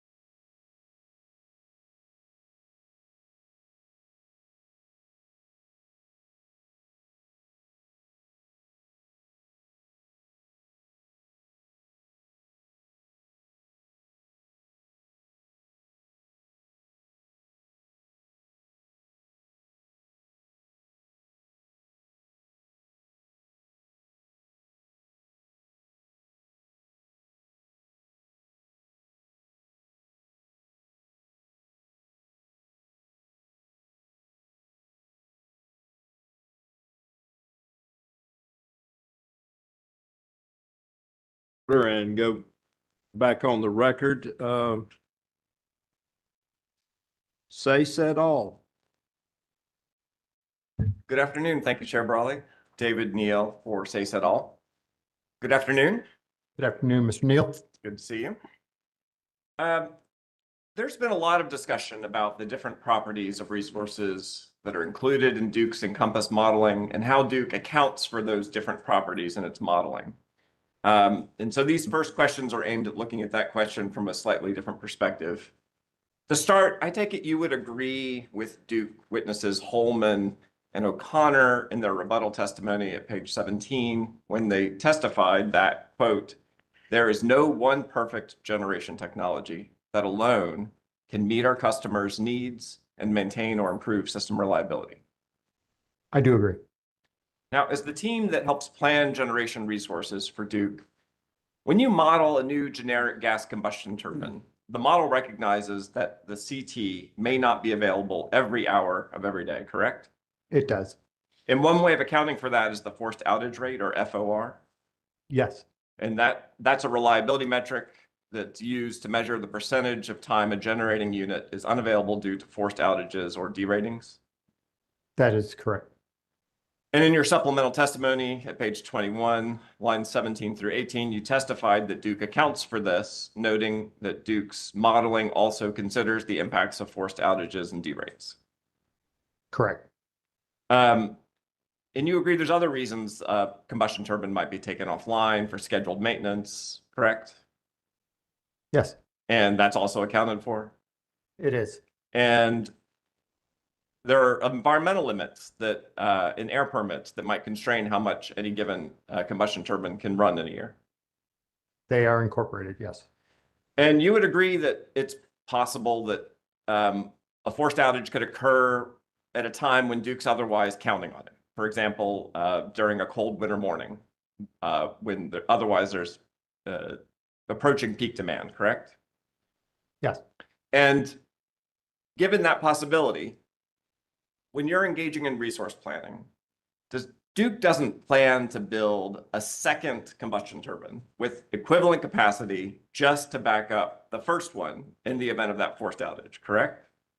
No, we try and capture the statistical availability in each hour, and we wouldn't build an entire second unit for a small probability of an outage.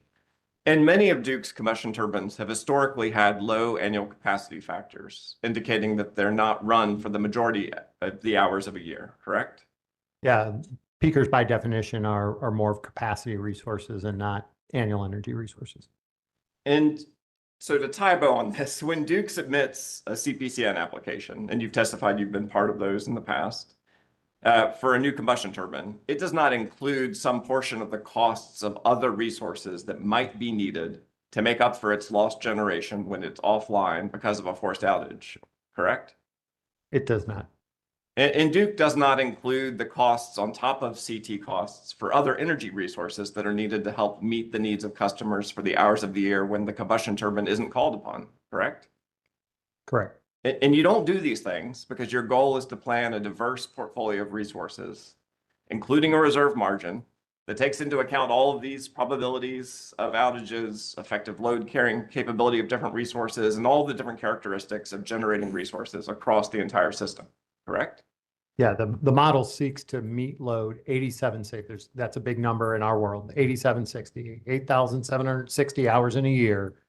It looks at the characteristics of every resource type and its probability of producing, and it pulls that diverse resource type to be able to serve load in the most reliable, least cost manner, 8760 hours a year. Now, you recently presented information to the commission during a technical conference in the pending avoided cost docket, E-100, and the E-100 sub 211 docket, correct? Correct. And do you recall a statement made in that avoided cost technical conference that 100 megawatts of solar generates about 200,000 megawatt hours of electricity a year and avoids about 1.6 billion cubic feet of gas that otherwise would have been consumed? Yeah, that subject check, that sounds correct. That's also in our rebuttal testimony. Oh, There you go. that's handy. Thank So you. we said it twice. It's in our rebuttal and was in that testimony as well. Great. And you would agree that avoided fuel consumption is not the only value that solar brings to Duke's system. No, it's not the only value. And you also explained in that presentation that the increasing availability of battery energy storage is reducing the amount of ramping required by gas resources. Correct. And in your opinion, as more battery storage is procured, interconnected, you would expect further reduced ramping of gas plants to balance solar's output. Yes. And you've already testified to this, that Duke's obligated to serve the energy needs of its retail and wholesale customers 8760 hours a year, not just during peak periods, correct? That is correct. And as you've already testified, just to, again, underline it, you told the commission in that avoided cost technical conference that solar's limited contribution to meeting winter peaking needs is fully reflected in the model and that resource is nevertheless being selected economically. Yes. All right, switching gears. Earlier we were talking about forced outage rates. Can you briefly explain what EFOR, or equivalent forced outage rates, means? Yeah, equivalent forced outage rate takes into consideration not only what takes a unit completely offline, but what would take a unit from operating or capability of operating at full load compared to some reduced amount of load. So that we call that a D rate. If you're a 100 megawatt unit and you can only operate at 90 megawatts, you have a D rate of 10. So the equivalent portion of equivalent forced outage rate converts that D rate into a effective, what it would be from a full outage rate perspective. And so an EFOR, or an equivalent forced outage rate, represents, well, how do I say this? A higher EFOR represents a greater amount of time the generation unit is either not available or not available at its full rated capacity. That's a fair statement. If I could direct you to our cross exhibits, I think they're to Mr. Quinto's left on the floor, a big notebook with our name on it.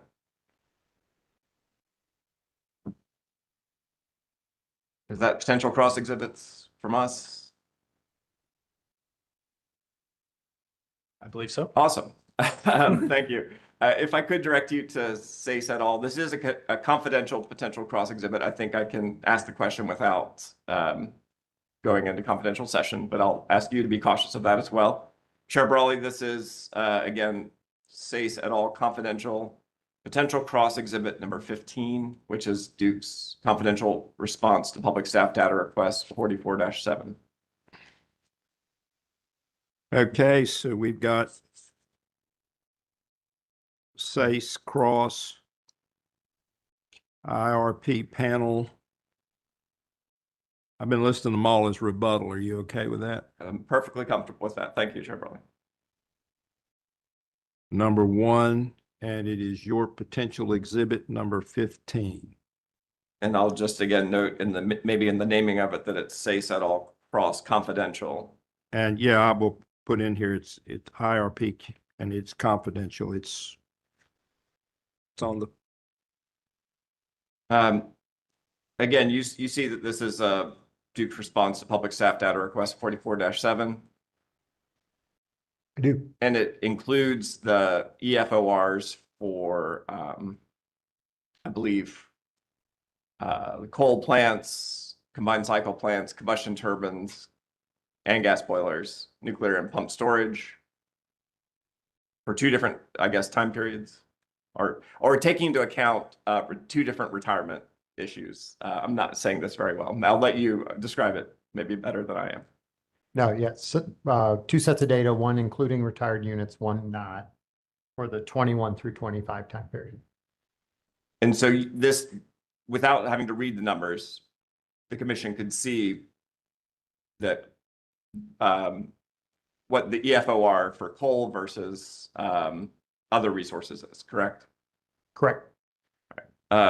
With that, Chair Brawley, again, I won't take us into confidential session and just ask that SACE cross confidential IRP panel rebuttal exhibit 1 be entered into the record. You said, did you say you want to go into? I'm saying I want to avoid it. So I just Okay. have the exhibit and we can reference it in briefing confidentially. All right. Thank you. So without objection, it is admitted. Has Duke conducted any failure risk analysis? What would happen if one of the coal units whose retirement dates have been extended experienced a critical failure and is not able to serve load in the advancing development scenario?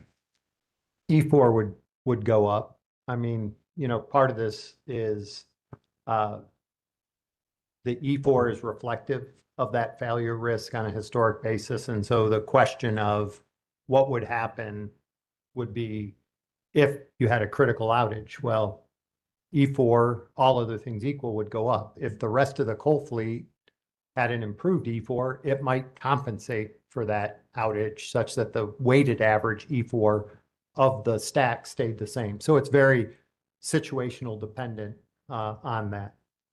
Well, I guess another way to ask the question is Duke's strategy, as I understand it, is to replace before retire when it comes to coal plants, correct?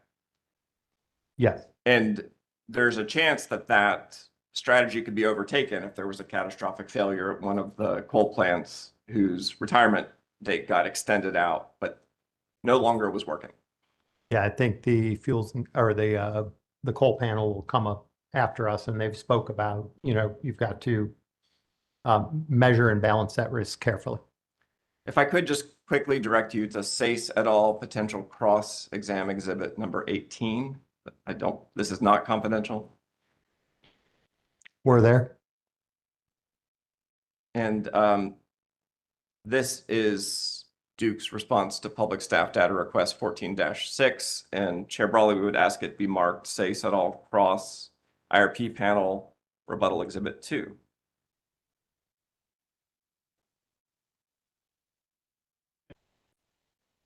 SACE Cross IRP panel rebuttal exhibit 2. Your potential exhibit 18 is identified.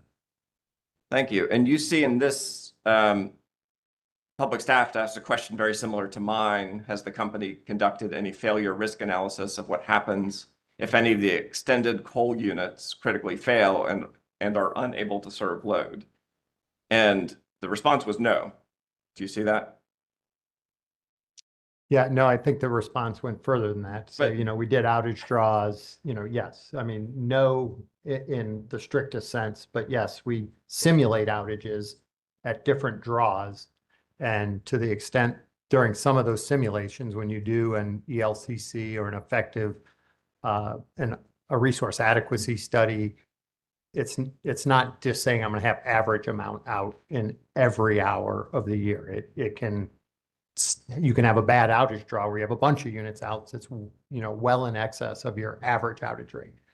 But yeah, in the truest sense of this word, we did start with no. So, thank you. And again, Chair Brawley, I guess we'd go ahead and move into the record. SACE et al. Cross IRP panel rebuttal exhibit 2. Okay, SACE Cross IRP rebuttal exhibit 2 without objection is admitted to the record. Again, switching gears, you would agree that small modular reactors are still an emerging nuclear technology that's not yet achieved commercial operation in the United States? That's my understanding. And assuming, you would agree that in the first carbon plan back in 2022, Duke allowed SMRs to be a selectable resource by 2032? I believe that was the situation at the time. Yeah, I believe beginning of year 33 was the first year where we reflected it in the plan, but coming into online sometime in 32. And in the most recent carbon plan, the E-100 sub 190 docket, Duke again modeled new SMRs as a selectable resource that could come online in 2035, correct? Yes. And this year, Duke anticipates the first year advanced nuclear could be available as 2037, and now that's including the possibility of an AP1000, correct? That's fair. And so just looking at that history, you would agree that Duke's experience with SMRs or advanced nuclear generally since that first carbon plan is that SMRs are they're not materializing on the previously proposed timelines. That's fair. I think a lot of resources have changed in their materialization. Now, turning your attention to your rebuttal testimony, I believe this starts at the bottom of page 69 on line 22 and carries over to page 70. And you're here discussing Sais et al. Witness Rumpani's inclusion of 100-hour long duration energy storage as a selectable resource by 2033 in her modeling. And you state, quote, including such an emerging technology could also create reliability risks for customers should the selected LDES not materialize on the proposed timeline and adequate replacement resources are not included in the plan. Is that your rebuttal testimony? Yes. And are you aware from just following the news that Form Energy has a contract to deploy a 300 megawatt, 100-hour iron air battery in Excel, Minnesota, and that they're planning to start deploying that in 2028? I believe I have read about that. And starting at page 63 of your rebuttal, on line 16, you list the most significant changes that Dr. Rumpani made to Duke's base planning assumptions. Are you there? Page 63, line 16 of your rebuttal, if I've got that right. We're there. And you would agree that a number of these bullet points that you list include the phrase, quote, consistent with the companies, indicating that the change made was based on work Duke did when running one of its sensitivities. Yeah, I mean, she went to the lower load forecast and made it her base. She went to a sensitivity on high DSM and made it her base. And she included 1,000 megawatts of large load curtailment on a program, not from the ESAs, but on a voluntary program that's yet to be developed. So these were informational sensitivities to look at the impacts of what would happen if load didn't come in as quick as advancing development, if DSM could reach aspirational targets, or if there were to be developed 1,000 megawatt voluntary DSM program that had more favorable characteristics than the current ESAs, what impact might that have? And Witness Rumpani made those her base. And what we've had a lot of testimony over the last 2.5 weeks now is those were good informational portfolios, but we are not at the moderate. In fact, we've gone in the other direction. We're at the high. We just had probably a half hour of back and forth on waiting until you have a high level of DSM established before you put it into the plan. This does show what the benefits would be, but we've talked about why you don't want to make that a base planning assumption until you have M&V and evidence that you'll get there. And the 1,000 megawatt curtailable of large load is a program that was just envisioned as a potential to see what would it displace if such a program were to be put in existence. Such a program doesn't exist. So those were just changes Witness Rumpani made, that all three of which were geared to select less resources. So it appeared a little outcome oriented in that, hey, if I took the sensitivities from the companies that resulted in less resources, here's what I would come up with. But that's not where we find ourselves today. We're not at the moderate load. We don't have approved programs to get us to the high DSM, and we have yet to develop or see customer adoption rates for a hypothetical large load curtailment program. So that's what Witness Rumpani did, and we disagree with making that a base planning assumption. And Mr. Schneider, the question was that a number of those choices she made were, as you said in your rebuttal, consistent with the company. So that the point of the question is, in those model runs, she wasn't changing the assumptions that Duke made when it ran those sensitivities. No, Duke ran dozens of sensitivities we talk about in the plan, and she systematically picked ones that would result in less NTAP resources, cobbled those together and said, look, here's a plan that needs less NTAP resources. So it does not surprise me that that's the result Witness Rampani came up with. And you've already said one of those choices you disagreed with was starting with the moderate load forecast, but you recognize that Dr. Rampani also ran that alternative portfolio on the advancing development forecast, correct? Yes, and we now find ourselves at the high load forecast, which Dr. Rampani did not do. And you recognize that Dr. Rampani testified that she relied on, quote, Duke's own cost assumptions, capacity contribution factors, and other inputs. Yes, she, as I said, went and picked from our portfolios the ones she wanted and used them as with the inputs we had. And you recognize that she did not modify those load forecast scenarios. She used the advancing development as Duke presented it and the moderate as Duke presented it in her modeling, correct? Yes, she did. And you recognize that on page 162 of her testimony, I can bring it to you if you want, that she was focused on the risk she identified as, quote, most consequential throughout this testimony, her testimony, Duke's massive expansion of gas-fired generation, the irreversible cost exposure it creates, and how the deployment of clean energy resources could mitigate that risk.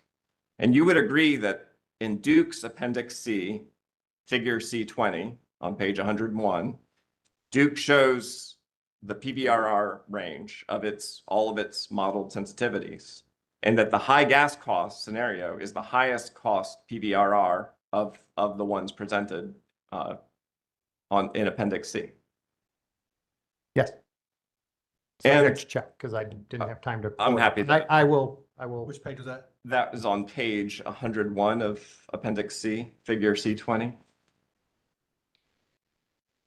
It shows the PVRR range of the different sensitivities, and the upper bound for out to 2050 The selected sensitivity to that figure, yes. is the high gas cost. Of the selected, I don't know, it's half dozen or so there. Yes. And until just the conversation you had with counsel for EDF earlier this afternoon, there's not been a lot of discussion in this hearing about carbon emissions. You recognize this is still called the Carbon Plan IRP proceeding, correct? Yes, and that's why a lot of carbon-free resources are being selected that, but for that diversity and carbon-free benefit may not be.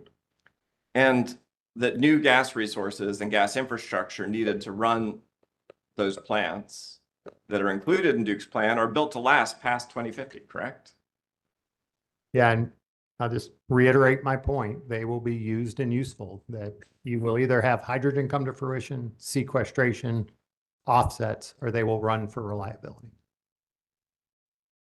Now, again, you've talked about your disagreement with the choices Dr. Rampani made, but you recognize that if Dr. Rampani or any other expert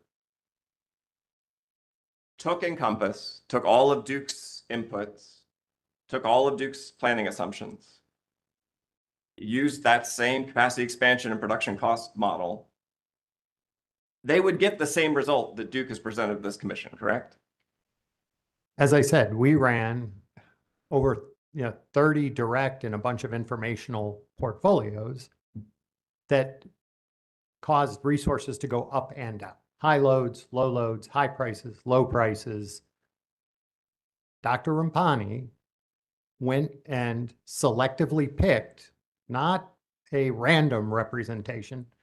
She went out and picked the ones that was going to support a conclusion that she wanted the answer to say, and then reproduced analysis to tell us what we already knew, that under a very select number of portfolios with these. If I have lower load, it's going to be cheaper to serve and I'll need less resources. Not surprising. If I have high gas prices, the portfolio is going to be more expensive. Not surprising, right? So when you go and pick single directional variables to achieve an outcome you want and then tout the outcome it produces, all we were pointing out in rebuttal is we were not surprised, but it's not representative of the world we live in today. But you would agree that if somebody simply plugged all of your assumptions into Encompass and used all of your inputs, they would simply just produce the same results to this commission. That was the question. You agree with that, correct? I agree that that would be a validation that our modeling was done correctly, is they independently put in the inputs and reproduce. We had a lot of discussion on that in the prior plan. Could I reproduce your results by me independently putting in the same inputs, running my version of the model, getting the same results? We're getting a lot closer to that. So yes, they would. And Dr. Rampani did pick the input she wanted, and she got the results she wanted. Well, again, I've already read this quote to you, but Dr. Rampani was not hiding the ball. She said that the risk mitigation she was interested in presenting to the commission was how do we mitigate against the risk of high gas costs to customers? So you recognize she that didn't mitigate the risk of low gas cost. She was one-sided. She said, I want to see how to mitigate the risk of high gas costs because I know that's going to mean more renewables. She didn't say, what's the risk that gas cost is $3 for the next 20 years and we should do less renewables. So she went to each side of the equation throughout those sensitivities that would produce a result she wanted, and she got that result. And that's fine, but we're saying that's not something we believe is helpful for this commission. Mr. Snyder, we've already discussed the state law requires that Duke develop a plan that reduces carbon emissions towards carbon neutrality by 2050. So it's not surprising that you would look at an alternative that would be looking to have a glide path towards complying with that law while also trying to avoid the risk of high gas prices. Now, I recognize you don't agree with that approach, but you understand that there's a rationale behind that was, again, not hidden in that testimony. It was expressly stated. Yeah, she wanted to see which portfolios could produce more renewables. I understand that. But all of the portfolios, we just went through a graphic that showed all portfolios are solving for carbon neutrality in 2050. All of them, all the sensitivities. We didn't do a sensitivity where we removed that outcome. The 2050 carbon neutrality was a central input to every sensitivity we ran in this IRP. But again, we don't have to rehash it, but you recognize that there's a debate in this proceeding about the ability to continue to use those combined cycle plants past 2050. We understand that you've laid out carbon capture and sequestration, hydrogen, running them as reliability resources, but that there's been a lot of debate in all of the last two carbon plan proceedings about those underlying assumptions, and that there's still, you would agree that there's still a debate about that. I would agree that there are parties that debate that. Yes. No further questions. Thank you, sir. Public staff. Chair Brawley, I think we'll say it best by saying nothing at all. No cross for this panel.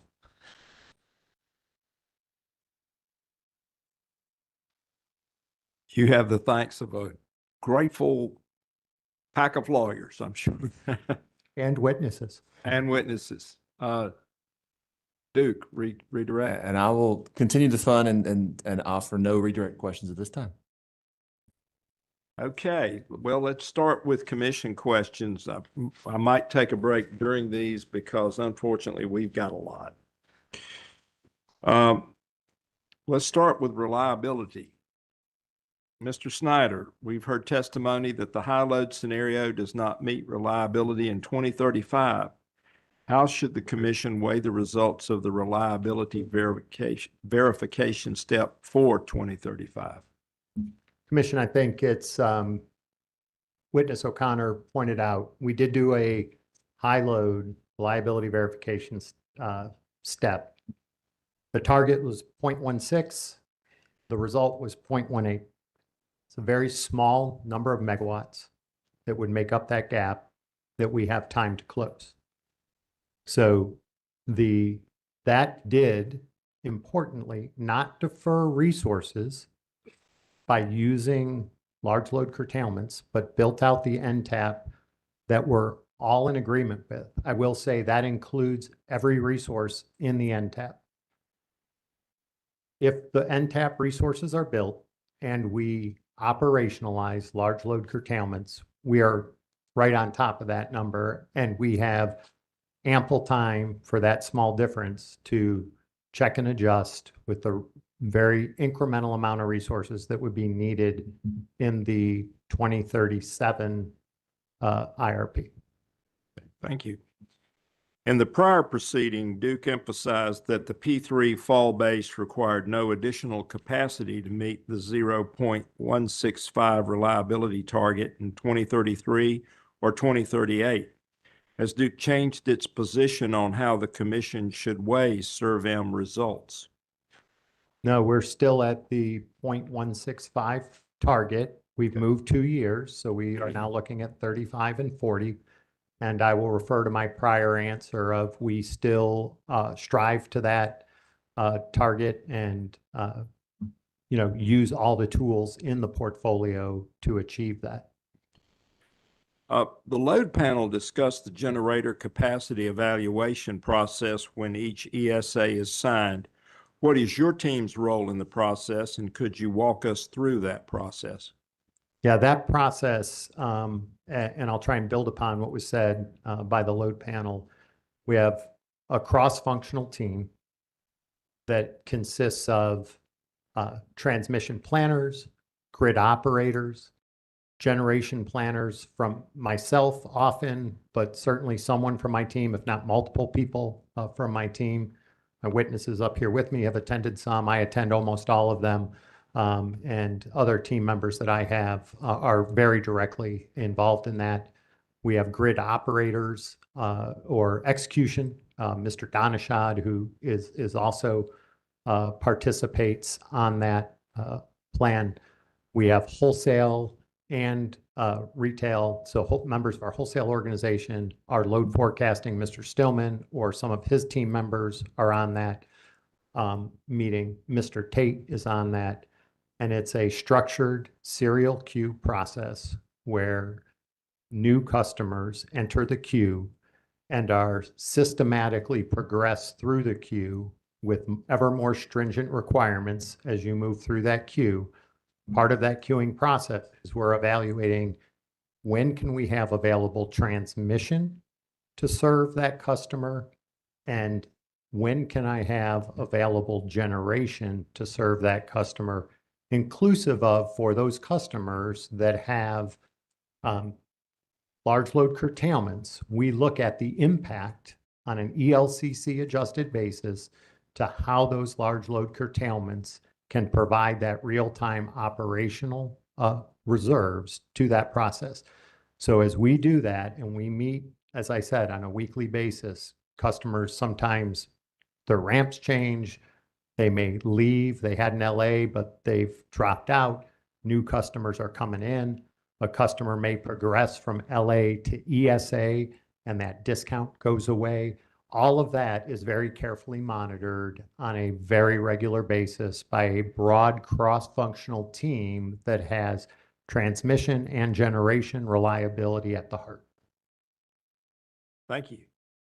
We're going to talk a little about Senate Bill 266 and solar modeling. Your supplemental testimony addressed a request this commission had made about the modeling of solar resources in the carbon plan and details how Duke takes solar intermittency into account in its modeling. From an ELCC upstream down to the SISC in Encompass. Could you expand a little more on the limitations of evaluating resources in isolation rather than evaluating an aggregate least cost portfolio which must reliably serve customers every hour of the year? Yes, absolutely. And if you look at page 15 of our supplemental testimony, we show sort of the winter and summer impact of solar. So here's just one example. Solar output, as you can see in the top graph on line 1, figure 4 is a winter graph. Line 3, figure 5 is a summer graph. You can see you get better solar output in the summer. You get longer days, means more sunshine, more solar.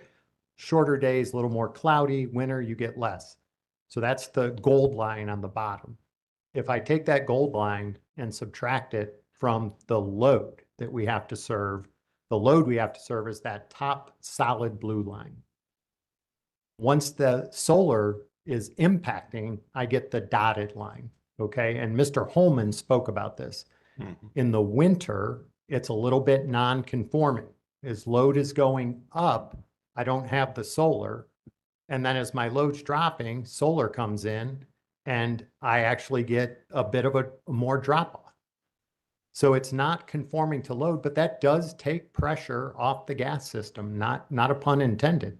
But you know, we are using less gas in the middle of the day that can be used, can go into ELNG, it can go into, you know, the rest of the gas system. That solar is displacing that gas burn in the middle of the day and helps us have gas available for the morning and the afternoon peak. The summer, it's much more conforming. Solar is coming on as load is ramping up. And so what you see in that dotted line is what you heard earlier in testimony in terms of the duck curve.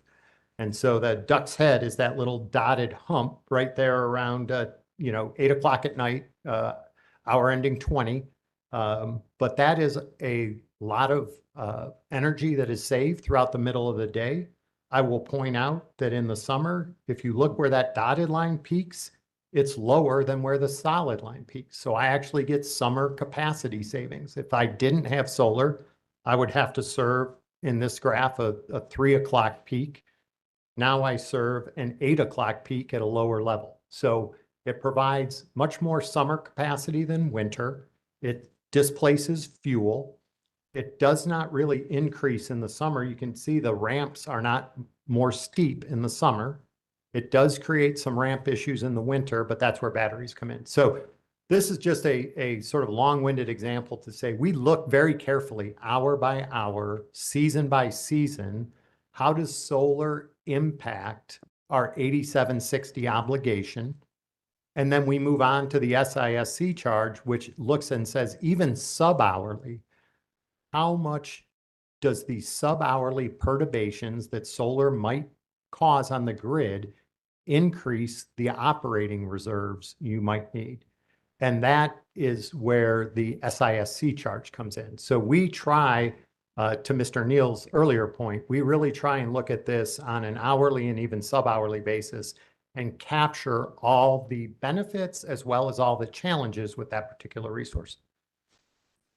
Mr. Snyder, has the impact of Senate Bill 266, including the removal of the interim target, been fully considered in Duke's modeling of this CPIRP? Yes, sir. To your knowledge, has any party stated that Duke's modeling violates the requirements enacted in Senate Bill 266? No, not to my knowledge. Okay. Now I want you to go in the weeds with me. Put my waders on. Okay. I recognize you are not an attorney, so I'm not asking for a legal interpretation of Senate Bill 266. I also recognize this is not a CPCN proceeding.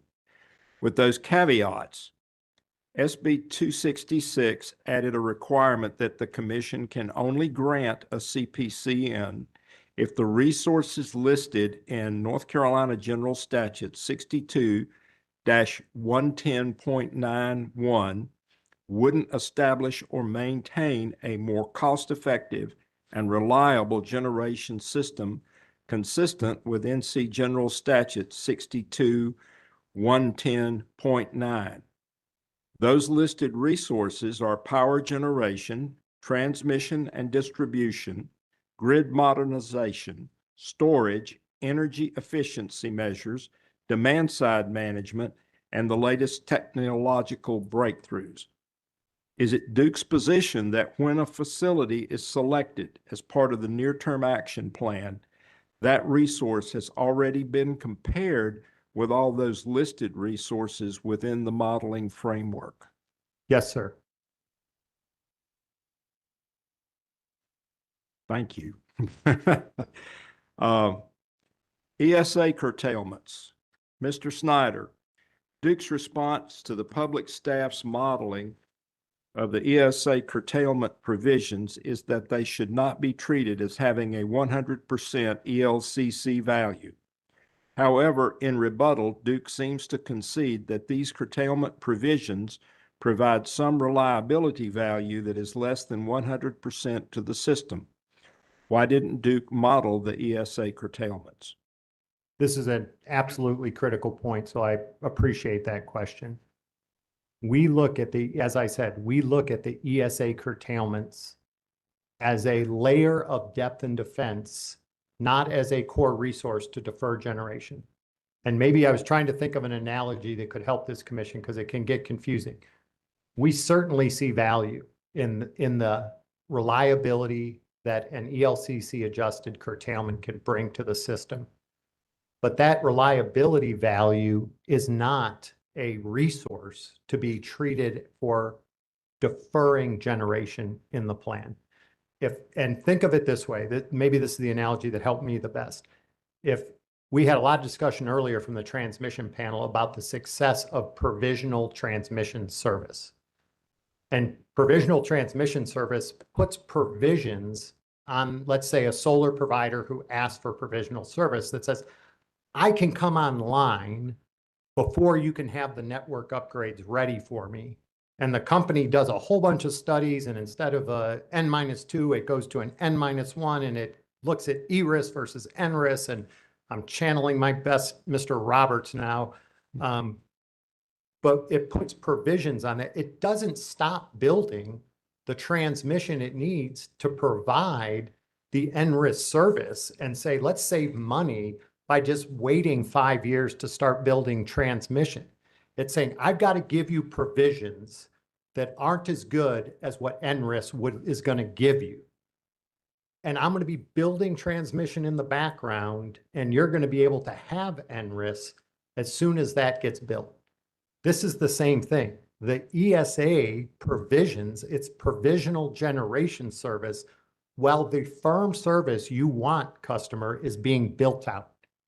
But in the background, because you're coming online faster than generation comes online, I need to have the ability to have some provisions to provide a layer of depth and defense in reliability for the bulk electric system until that generation comes online. If you are to treat it any other way, you will simply have less resources available at any point in time that will degrade system reliability relative to building those earlier, and you'll have less resources to be able to accommodate economic growth in the state. So if the commission were to take the position that it's appropriate to use those in the manner suggested by public staff, then I would have concerns about the long-term reliability of the grid, and I would have concerns about how much load we could actually serve. Those were never the intent. That was not the understanding of the company or the customers. The customers are seeking firm service. We have an obligation to provide them firm service. And these curtailments are simply a provision of service that is temporary in nature while we are building the resources necessary as soon as practically possible to deliver the firm service that is being requested by the customer. Is Duke open to working with the public staff to determine reasonable modeling assumptions for ESA curtailments within Encompass for the next CPIRP? I'm assuming they're going to agree with what I just said. So yes, we're willing to work with it. Good answer. Let's talk about gas modeling.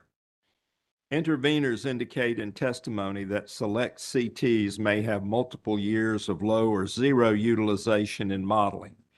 SACE notes for reference that the idle CT capacity in 2050 has fixed costs sufficient to pay for a 4-hour battery fleet of the same nameplate capacity every other year.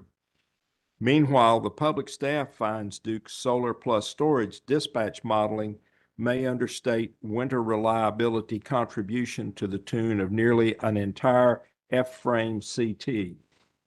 For those CTs that appear to be on the margin of economic justification, how should the commission evaluate whether those projects remain prudent investments for customers? Yeah, I've heard a lot of discussion on that, and this is right at the heart of the one issue that's still at debate between us and public staff. Our need is aligned except for Smith. So I'm just going to be direct and talk Smith. Smith is a dispatchable asset that can provide firm capacity in 2030 that cannot be replaced. Batteries do not have the same ELCC, and I can add no more batteries in 2030.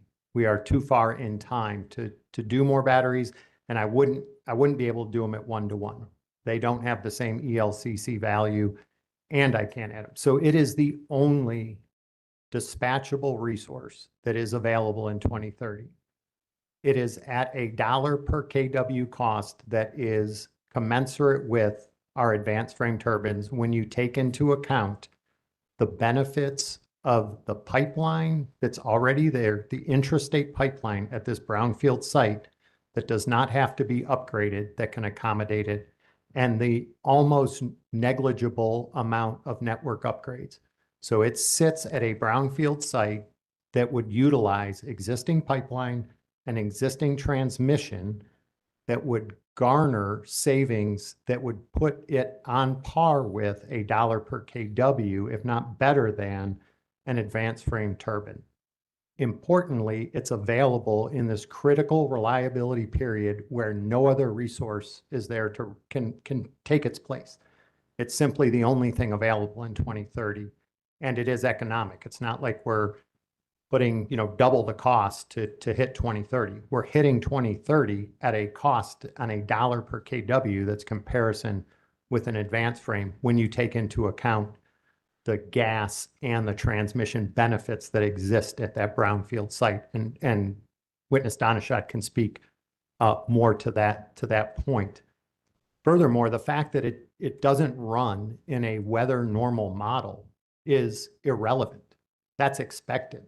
Whether it runs 0, 1%, 4% under a weather normal model is not the reliability function that peaker provides.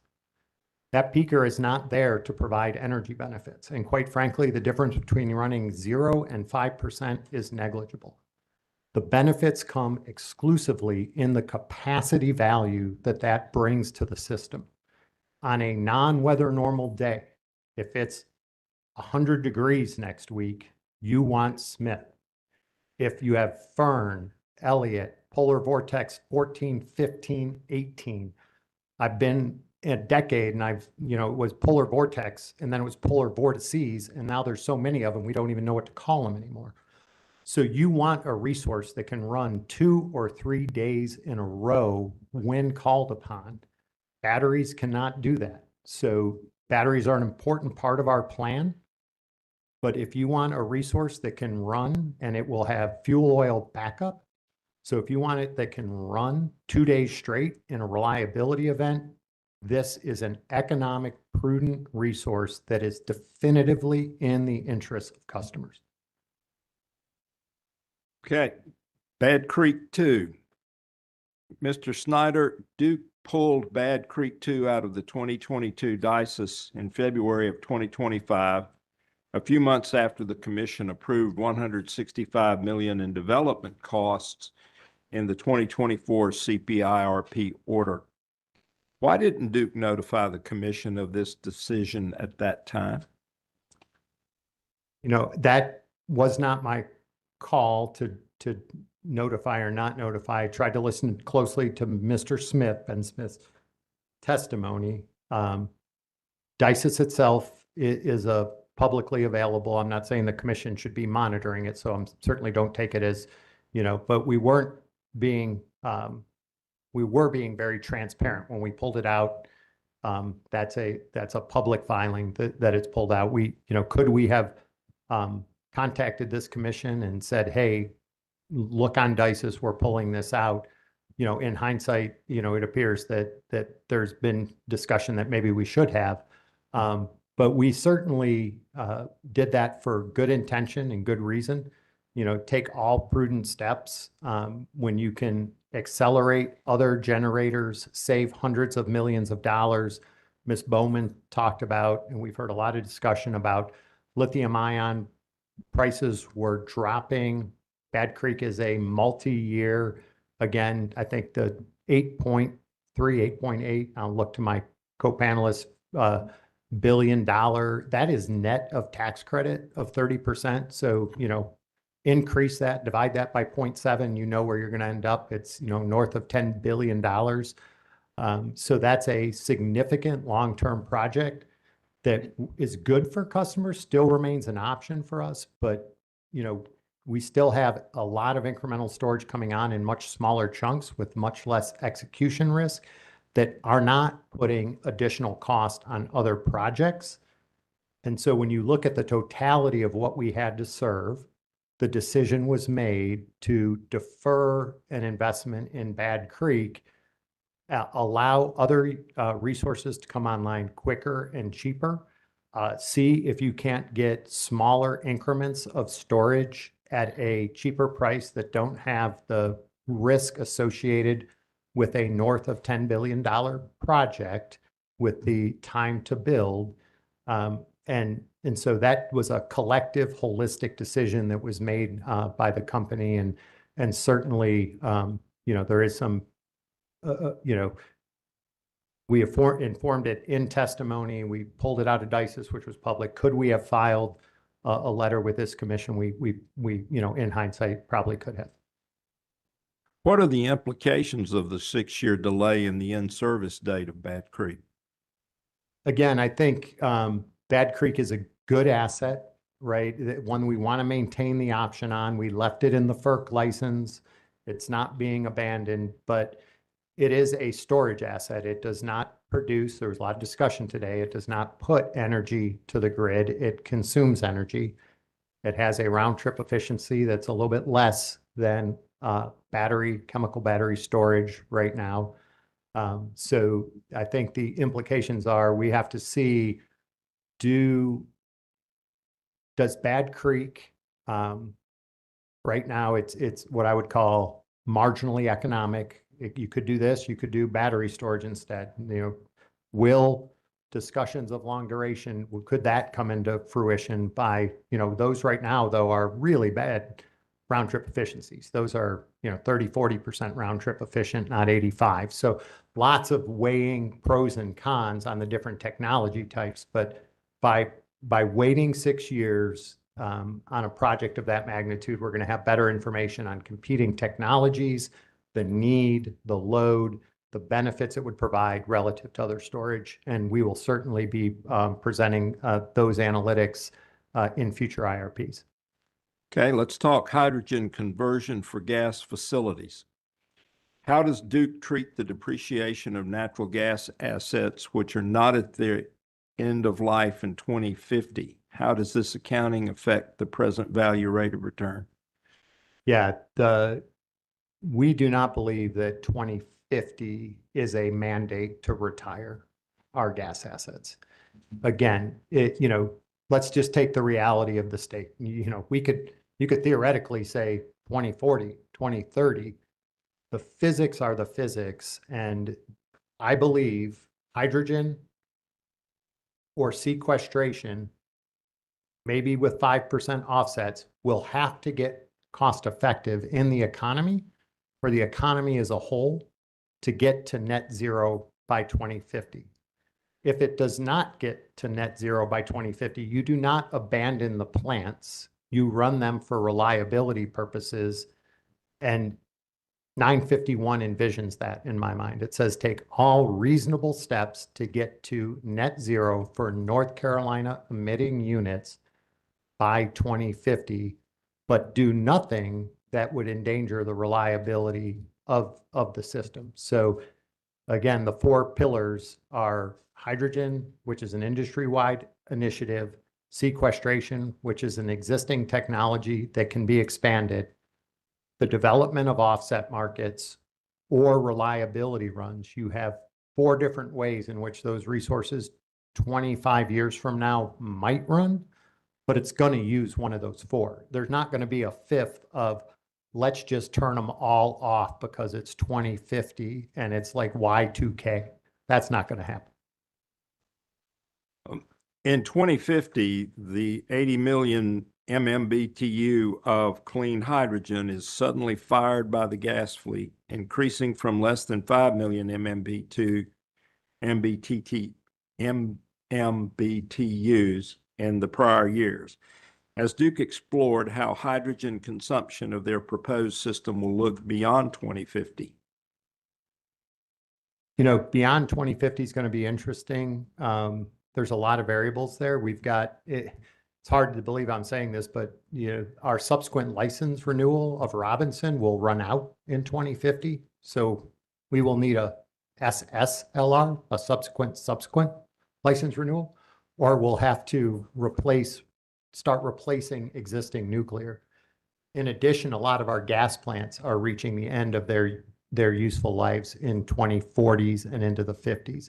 So depending on how you extend nuclear, how new nuclear plays out, changes in policy over the next 25 years, you know, what could happen post 2050 is very difficult to recognize. I will say the one thing we do want to recognize is the obsolescence of the fleet.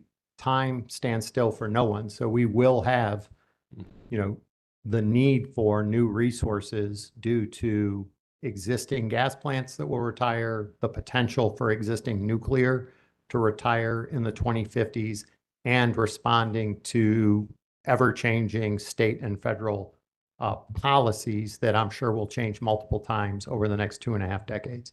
So all of that makes beyond 2050 very difficult to come up with a concise mission statement for existing or new gas units today as we sit 25 years in advance. In the prior CPIRP proceeding, the commission directed Duke to provide a firm fuel supply arrangement or other fuel security strategy for the new CCs. As new gas is selected, modeling now identifies a definitive need for clean hydrogen, which interveners have stated is limited relative to other hydrogen fuel types. When should the commission request a fuel security analysis for hydrogen to prevent North Carolina from going down a path in which carbon neutrality is infeasible or too expensive? Like I said, I believe hydrogen is not a Duke issue. It's an industry issue, right? It's going to be solved by the industry as a whole. And I think the same for sequestration. And we need to be responsible partners in that industry and help advance and push those technologies forward. I'm looking forward to hearing the testimony of Witness Hufflich. He's a hydrogen expert, recognized nationally for his experience in hydrogen. And he can tell you a little more about what we're doing to move the industry forward. But I think it would be remiss to think that this is something that Duke alone is going to bring to fruition. This has to be a industry-wide evolution of those technologies, and Duke is working on both of those fronts. What sensitivities could be conducted by the companies to test the robustness of their hydrogen fuel supply strategy and assumptions? For example, sensitivities relating to hydrogen pricing, capital retrofit costs, and clean fuel supply. Yeah, whether it's hydrogen pricing or, hydrogen's a fuel. We've done high and low gas prices that are extremely high. The high gas price could be a proxy for hydrogen. It's really you're stressing the capital cost and the variable cost of operating a facility in a resource plan to see what, how the plan responds to changes to that capital cost or that variable cost. And so, to the extent we wanted more sensitivities, we could balance that with the computational ask of that every, adds to the resource plan.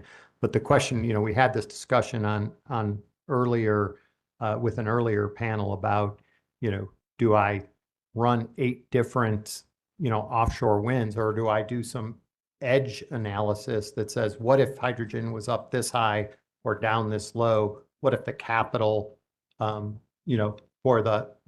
creating the hydrogen, transporting it, were high or low?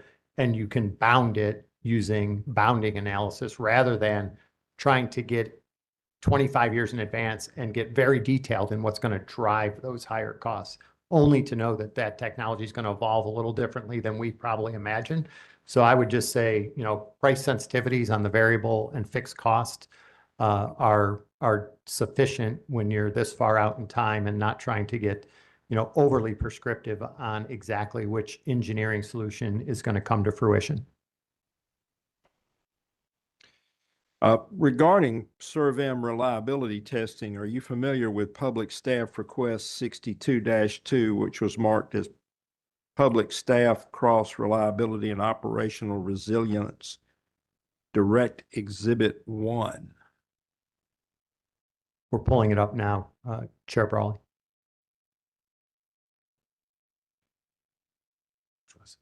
Which one was that again? 62. 62-2. It was Public Staff Cross Reliability Operations Resilience Direct Exhibit 1.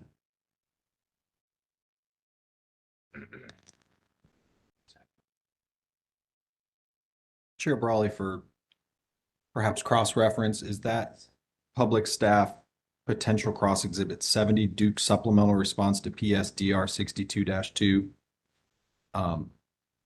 Perhaps by referencing the potential cross number of the public staff and cross exhibit. Yeah, that would actually. We have it. Thank you for Okay. that. Which one did you say it was? Potential cross? I believe that's potential cross 70. We have it now. Thank you. All right.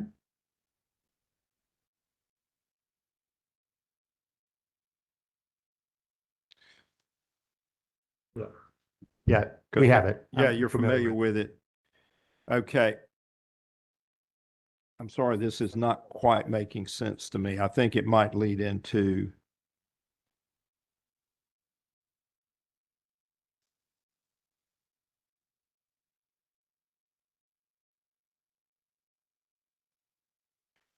I need one of my technical people to come up here. Come here, Audie.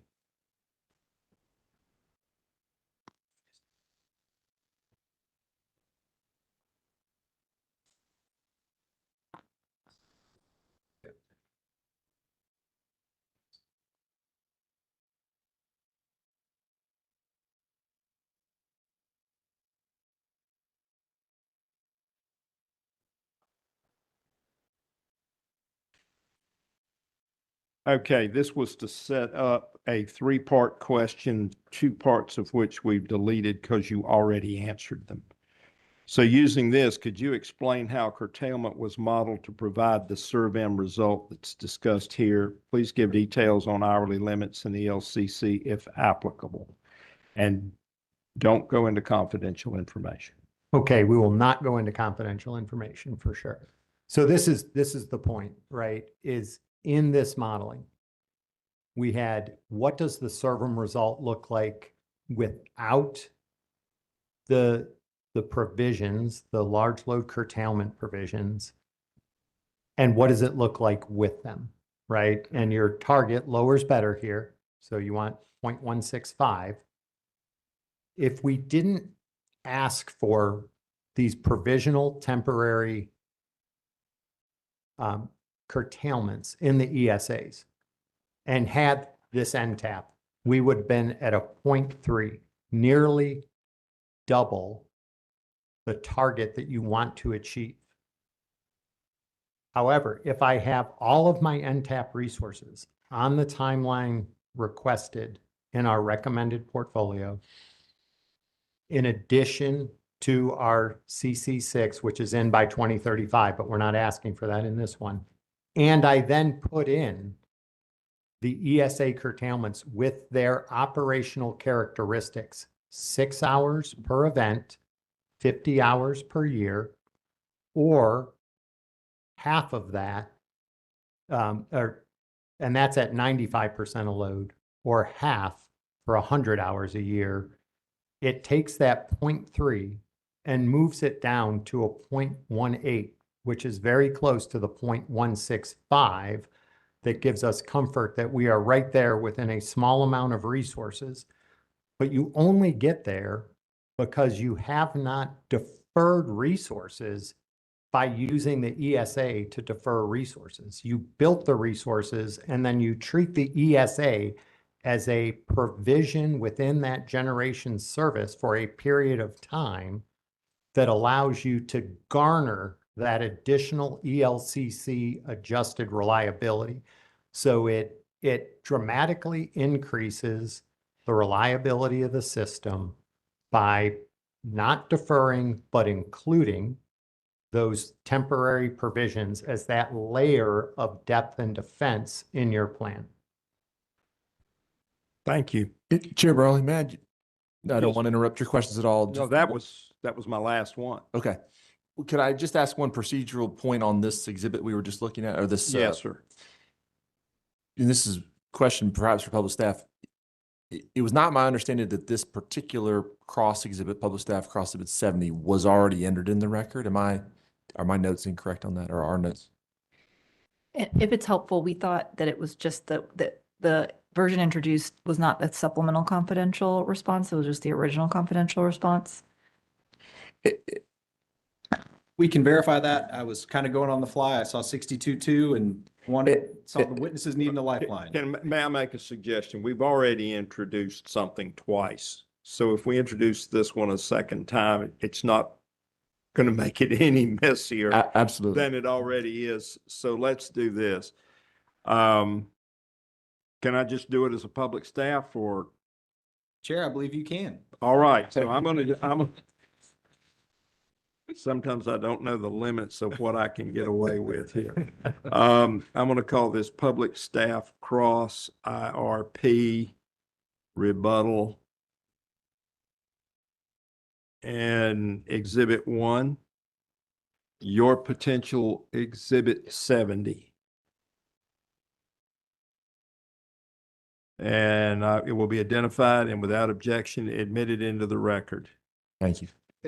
Chairman, if I might, is there another supplement to this? Was that your question? No, I think this is the version that we believe, by entering this into the record, this is the most up-to-date, thorough version of this discovery response. And I think this is an appropriate and reasonable outcome that you've arrived at here. I appreciate the help of all the attorneys present to get to where we need to be. Commissioner McKissick? Just one or two things. Chair Brawley, I think with the interveners' questions as well as yours, Chair Brawley, coming from commission staff, so many of the issues that were in the back of my mind have been addressed. But there's one or two things which I just want to clarify. And that's simply dealing with the model's recommendation as it relates to onshore wind. And when it came to onshore wind, I guess it recommended, going ahead and proceeding with measures that would ensure, 300 megawatts or so by 2034. I guess that was the recommendation from the model, but it was not included in Duke's recommendations in a near-term action plan. That is correct. So could you address that a little bit as to why that was the case? Because, it seems to be something that was just ignored. But, particularly in light of where we ended up at the end of the last CPIRP. Certainly. And I'll let Mr. Quinto jump in if there's anything. I think, listening very carefully and speaking with Witness LaRoche on a regular basis, there really does become a question of the executability Well, the model was given 300 megawatts. We continue to be challenged in North Carolina for a variety of reasons. You know, we wind this far south, other than that northeast corner, and I know there was lots of debate on that, has simply not come this far south for a lot of reasons that the model doesn't know about. You know, parcel segmentation, local permittability. Encompass just says, can you or can't you build, you know, X? And we believed in good faith that, you know, a few hundred megawatts might be viable. We wanted to see if the model wanted it. Now, I do think coming into the next IRP, we have to say, does that make sense? Can we actually execute on that? I don't want to put it in the model and recommend it today if there's still such uncertainty on your ability to execute. One of the things, you know, we heard a lot of the reasons, right? We just don't have the vast open fields that are single landowner that Texas, Oklahoma, Southern Illinois, Iowa, you know, where you have these vast farms that maybe this is a good alternative for them, and their wind speeds are substantially higher. So the economics are better, the siting, the development is better. It's certainly a viable technology if we thought we had an implementation path here in North Carolina. And before we put it in the plan, we'd like to know if there's an implementation path. And you know, I'm going to go a little bit out on a ledge because I didn't discuss this with Witness LaRoche. But then the other question we have to ask is, does it make sense for Duke to develop 300 of wind if we can't develop 2,000? Do I want entire departments and, you know, everything that comes with managing a technology? Does it make sense to do it with 200 or 300? Maybe it does. I'm not saying it doesn't, but you need a certain level of economy of scale of a resource to make it a part of a company's resource portfolio, where the overhead in running that, you know, all the compliance activities and integrating it. Mr. Holman talked about the training that's required at the ECC and all the billing systems, you know, or monitoring systems and everything that goes with managing a new technology type. You know, if I'm only going to get 300 megawatts on a 40,000 megawatt system, and it's going to be extraordinarily difficult just to get that 300, and it's going to perform at a fraction of what other wind farms do around the country, is that a prudent execution plan? I think we'll continue to ask those questions. I certainly don't want to give the impression that we're abandoning onshore wind. I think it's just premature to say, let's put it in the plan, only to then potentially have to back it out in 27 and then fill that back in with something else. Yeah, and I can understand kind of that critical mass that you're discussing in the infrastructure that would be involved, and whether, you know, 300 megawatts would justify it. Because at the same time, one thing you speak of so frequently is optionality and getting the experience. Yep. And learning what's necessary. That when I observed that discrepancy, it was just one of those things that stood out in my mind. And of course, I believe it was a public staff witness, Dr. Weaver, who spoke about at least proceeding to do the analysis with tracks that do appear to be viable, to go out and do some testing or whatever's necessary. I take it that Duke would not have objections to that kind of approach that Dr. Weaver explained. Yeah, I think, you know, the only thing to be careful of, and I'm not saying we would have objections, it's just the time and resources, and not just financial dollars, but the amount of engineering hours. And as public staff pointed out, we all have extraordinarily limited staffs and long days. Is that the best deployment of our intellectual capital and financial capital? And certainly open to discussing with public staff what that right balance is, and, you know, to further that investigation. And I think Mr. Quinto was wanting to add Sure, go right ahead, sir. Yeah, and I think Mr. LaRoche provided some testimony with respect to the recommendation from the public staff itself. So, you know, continue to review that as well. But we do provide some testimony in our rebuttal that gets to the same discussion of the selection of the resource, the need in the portfolio. We don't see it as a robustly selected resource, to Mr. Snyder's point of, we don't see it consistently selected because of pure economics, it may be a small capacity need right there in 2034, where we do have a lot of coal units retiring, where we do have a capacity need, and it may be a model nuance of model artifact selection. We've demonstrated in our original recommended portfolio that the portfolio doesn't necessarily need it. And we can continue to provide reliability without onshore wind. And so this leaves the optionality to continue to evaluate, is it executable within the resource portfolio for future resource plans, but not necessarily including it in the portfolio and relying on it today. Sure. Thank you for sharing those observations. I guess the other issue, which I think Mr. Neal brought up just in the last half hour or so, is Dr. Romani's testimony dealing with Form and their iron air battery, which has been discussed now for years. And of course, Xcel Energy does have that project, which they've moved forward with. I would hope, and I gather from your testimony, that once it's operational and you can see results, that you would be inclined to include it in the next time the CPIRP comes before us as something that would be, the model has the potential to select. We are certainly following that technology. It's on our emerging technologies radar. They are tracking those developments closely. And when it comes to the point of commercial viability, and you have the round trip efficiencies known and the costs are a little better known, it's certainly very possible that that becomes into the mature technology for selection. I will, just as a high level, and I'm hopeful that Form is successful, but it's a whole different type of storage. It is sort of a very different, not only engineering, but it's a pure capacity. It's not a daily arbitrage because of its very low round trip efficiency. You're not like putting in low cost hours, taking out in high cost.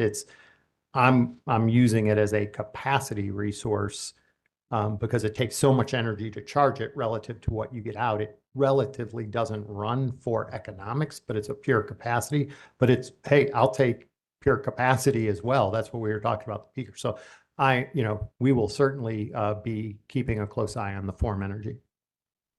And the other issue of concern, I think I'll just wait till next week to discuss the Smith CT, because there'll be plenty of opportunity to do so. Mr. Quinto is looking forward to it. Get some rest, sir. Yes. Commissioner Thank Tucker. you, Mr. Chair. Thank you, Chair Brawley. Just got a couple of questions here. I sit here after 2.5 years and realize a lot of the decisions I make, I'll be somewhere in a nursing home by the time some of this stuff gets built. Of course, probably when the nurse comes in to bring me my tray, I'll ask her how her CTs is doing. But just a couple of questions here. Bringing it back into reality and today for me, what is the total spend for this NTAP? Ms. Kress might have gotten to it in her questions. I just, I heard 3 or 4 numbers. Total capital Yeah, spend capital spend. What is it? in there. I want to make sure that's not a confidential. If it's not confidential, if it is, we'll not respond. Mr. Snyder earlier characterized the entirety of the NTAP as a lower cost than the 2 nuclear units that we're planning for 37 and 38. So while significant cost for those resources, it's less than that for the 5 combined cycles, the multiple CTs, all the batteries and the solar included in there. Okay, if it's confidential, which I understand, I'm really asking, how do we pay for it all? And that's a concern that I have, knowing it's going to be a big number. And then most of the projects I've seen always come in above what they were projected. So let me move forward. Let me ask you this, Mr. Quinto. If you put a CC in at 800 megawatts and a 80 megawatt solar installation, does that stay the same in your modeling from now on, or is there, over time, degradation between the gas system, and a solar system independent of each other? And does that change your modeling? I mean, I'm just asking that. I would like to address briefly the how do you pay for all of this stuff that's in the NTAP. One of the keys is Witness Bateman and Witness Beverages, large load benefits, right? The ability to bring on large load customers helps spread out the cost of this as we're building up reliability for the rest of the system. So I really want to emphasize that's one of our keys to affordability of this plan is being able to integrate and grow the system as we're planning on. The addition is, or for your question, how do these resources reflect out into the future, right? So if we're building a combined cycle, what we're essentially including in there is some average level of degradation that gets maintained throughout the life by the cost that we are assuming it incurs. So our fixed operating and our variable operating costs will cover the maintenance to maintain a consistent level of output for those resources out into the future. Similarly, for something like a battery resource, we assume a 30-year life. Battery cells, as we know, degrade over time. So we specifically factor in both on the initial capital costs that we assume and those ongoing operating costs, the cost to replenish those cells throughout the life and then do a full rebuild at a certain point in time. So we're considering those lifetime costs of maintaining these assets and identifying what the output from a solar perspective. Actually, recently, I think maybe even just in this plan, we've continued to look at the performance of our solar resources on the system and reflected that in the solar projections that we have. So we saw in our previous plan, we were projecting a higher output of solar that when we go to implementation that, over time, the solar just was degrading faster than we had expected. So we've reflected that in our assumptions in terms of the output of that resource over the time. So we are considering not only how does it perform at the start when we put it into service, but over the life of the asset. Yeah. I can tell you how to make it affordable is no rate increases, but I don't think that's a way we can go here. I had some questions on LOLE, but I think like Commissioner McKissick, I'll just wait till next week. Thank you, Mr. Chair. That's all the questions I have. Commissioner Guida? Thank you, Chair. When we were discussing earlier EE programs, in Appendix D of the resource plan, there's a table in there if you want to go look at table D9. Give you a second if you want to pull that up or. No. Okay, great. So before there was some discussion about, I think, Mr. Snyder, you were talking about the compounding effects of EE programs. And if we look at this table, the UEE impact at the end of the period looks to be about 2.8% for DEC, but you had mentioned a type of compounding that comes out to 30%, if I recall you saying. And can you clarify that kind of a little bit in relation to this table? Yeah, I think, what's conflated in that is this table has what's called roll-off, right? And so what happens is you incent, I think Witness Duff said, going from a 15 to a 16 SEER, right? At some point in the future, 16 SEER is the standard. Those savings that we exogenously reduce the load forecast become part of the embedded load forecast, right? So once that 16 SEER is in that, it rolls out of UEE and goes into the lower forecast. So all I was referring to, and the difference there is I wasn't accounting for roll-off. This table accounts for roll-off. I was saying pre-roll-off, as the load grows, every year I'm looking for a new 1%. Each one of those 1% will experience roll-off into the future. And so I think that's the difference there, Commissioner. Okay. Just one more question. Chairman Brawley had asked about Duke's representation of ESA curtailments during the high load reliability verification. For clarity, was an ELCC applied to those curtailments? And if one was, can you clarify what it was? Yeah, no, in Servum, when you're running a stochastic, an ELCC is a shortcut to say, if I'm not going to do a stochastic analysis, I'm just going to give solar or a battery an ELCC. I'm going to put it in a weather normal model. What is its capacity equivalence?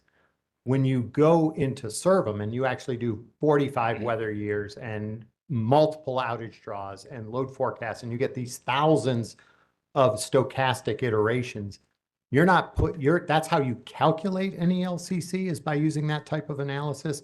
What you put in is those characteristics, 6 hours per event, 50 hours per year. And then as it's running through those, it computes how much value do you have. So the whole point of Servum is to either check an ELCC to see if it was accurate, or to calculate an ELCC under a new set of circumstances. So you don't put an ELCC into Servum, it's an output of Servum. But when you're doing reliability verification, what you're putting in is the physical constraints. You know, a 4-hour battery has this round trip efficiency. It takes this long to charge. It can discharge for this long. You put in those constraints, and then the reliability metrics come out.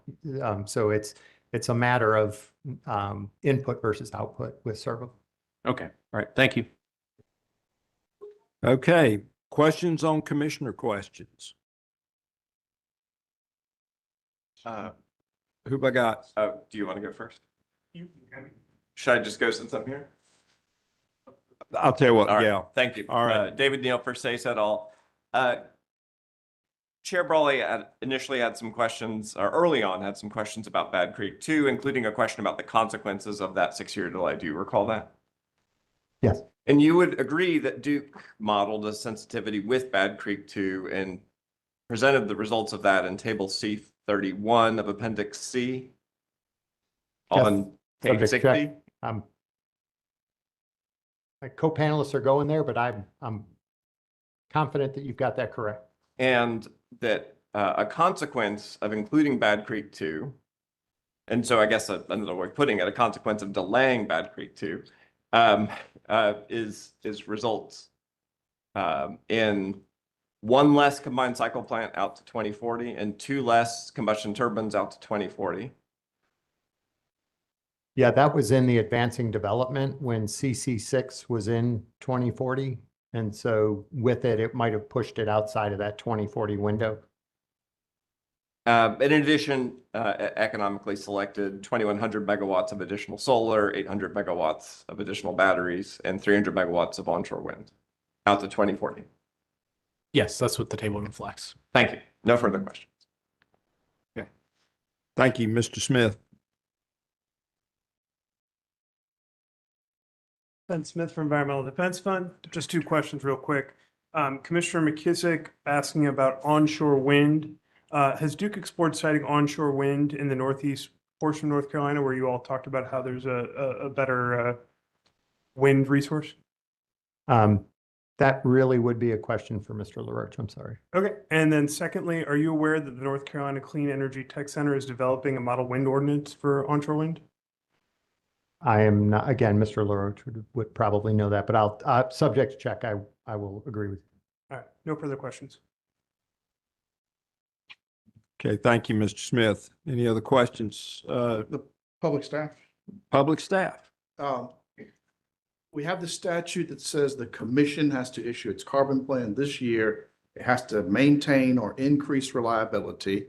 We just looked at the exhibit that said reliability has gone from 0.165 to 0.182. And that's with the curtailment. It's 0.304 without it. What's this commission supposed to do? How are they supposed to issue a plan? We haven't given them the tools to issue a plan that is as reliable as 0.165. I disagree. I think, that's 2035. What we've told this commission is 2035 is 9 years from now. These resources in the NTAP provide the strong, firm base to get you very close to 0.165. And that before 2035. That's the reason we didn't add, we could have came in and said, you know what? CC6 for sure we want, and we want this much more batteries or one more CT.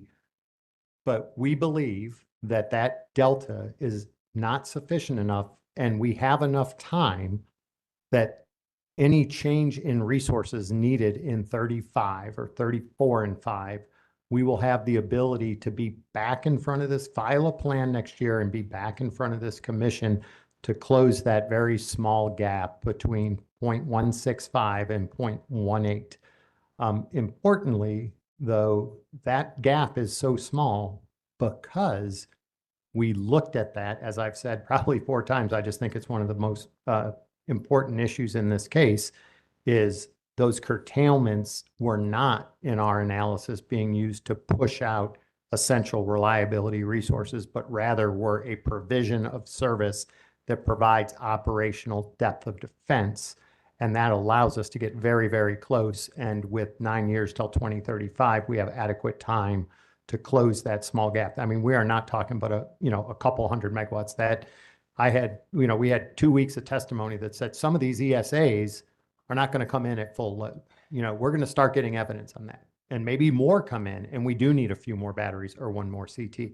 All of those changes and listening to the load panel, we're going to have time to adapt to, and so I believe we're in good shape for 2035. I think it does improve reliability as we grow from 17 to 22. We're not at 0.165 today. We're on our trajectory to get there. This keeps us on that trajectory within a very small order of magnitude. Thank you. I don't have any more questions. Thank you, Chairman. Okay, Duke? No redirect. All right. Do you want to swear your next panel in and then let's adjourn at that point? Yes. Yes, sir. Okay, We'd be let's glad to go do ahead that. and bring them up. Mr. Beatty, Mr. Snyder, and Mr. Quinto, you are excused. Thank you, Chair Brawley. Appreciate that. Thank you.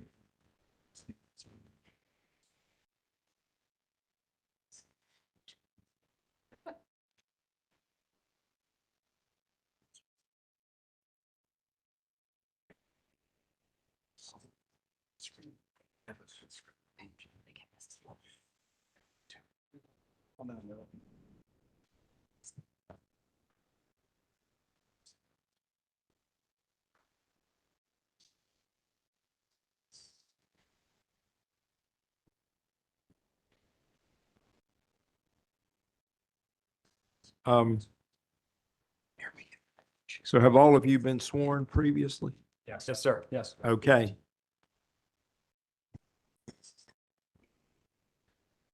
Good afternoon, Commissioners. Brian Heslin on behalf of the company. Duke Energy calls the natural gas and low carbon fuel panel to the stand.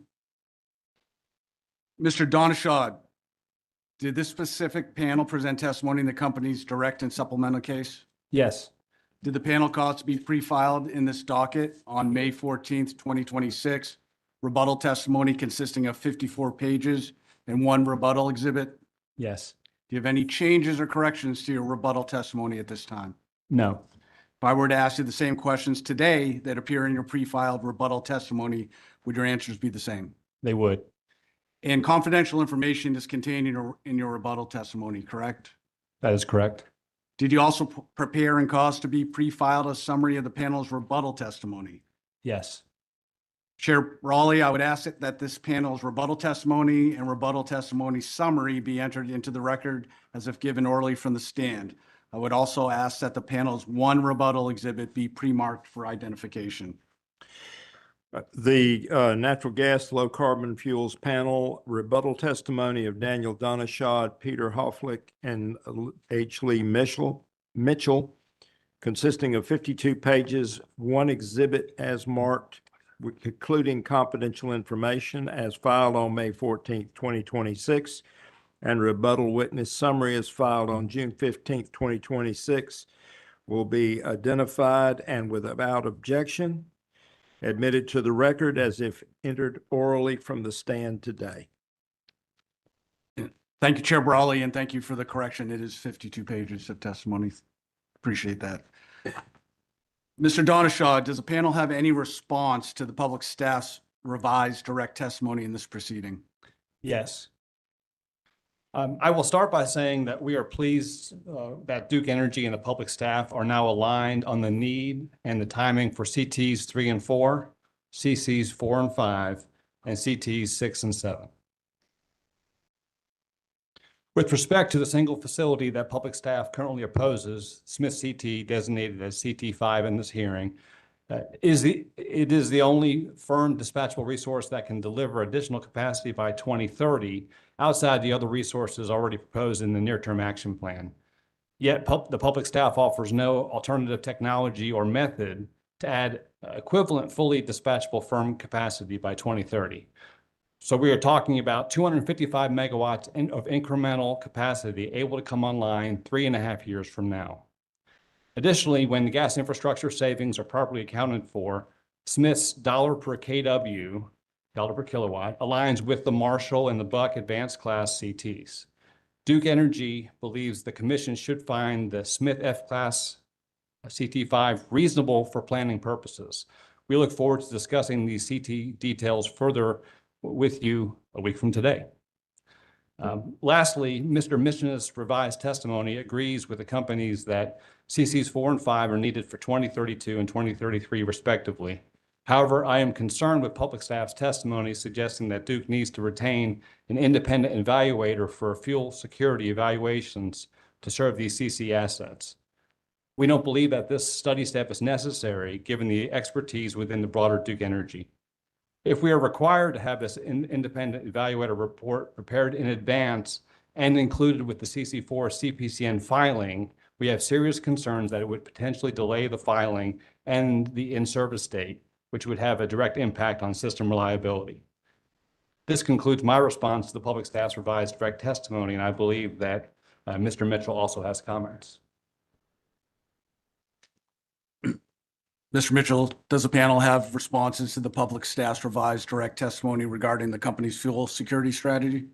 Yes, the public staff has raised several concerns regarding the company's fuel security strategy. I would like to respond to some of these concerns. First, the public staff has suggested that Duke should assess natural gas transportation through approximately 2040. Regarding this suggestion, the companies are focused on providing incremental fuel security solutions to gas generation units in the NTAP, for which we plan to seek CPCNs in the near term. We believe there is adequate time to check and adjust for additional gas supply needs for any units that are planned in the mid to late 2030s. I am concerned that trying to solve natural gas transportation plans through 2040 will delay us from taking near-term steps that are crucial for reliability. Second, public staff recommended that Duke should examine, participate, or petition for Williams Transcode to conduct an open season to determine the availability and pricing for incremental firm transportation compared to the ELNG option. Duke has already conducted the fuel security evaluation and provided indicative pricing to the public staff regarding potential gas supply options from the Gulf, which addresses this concern.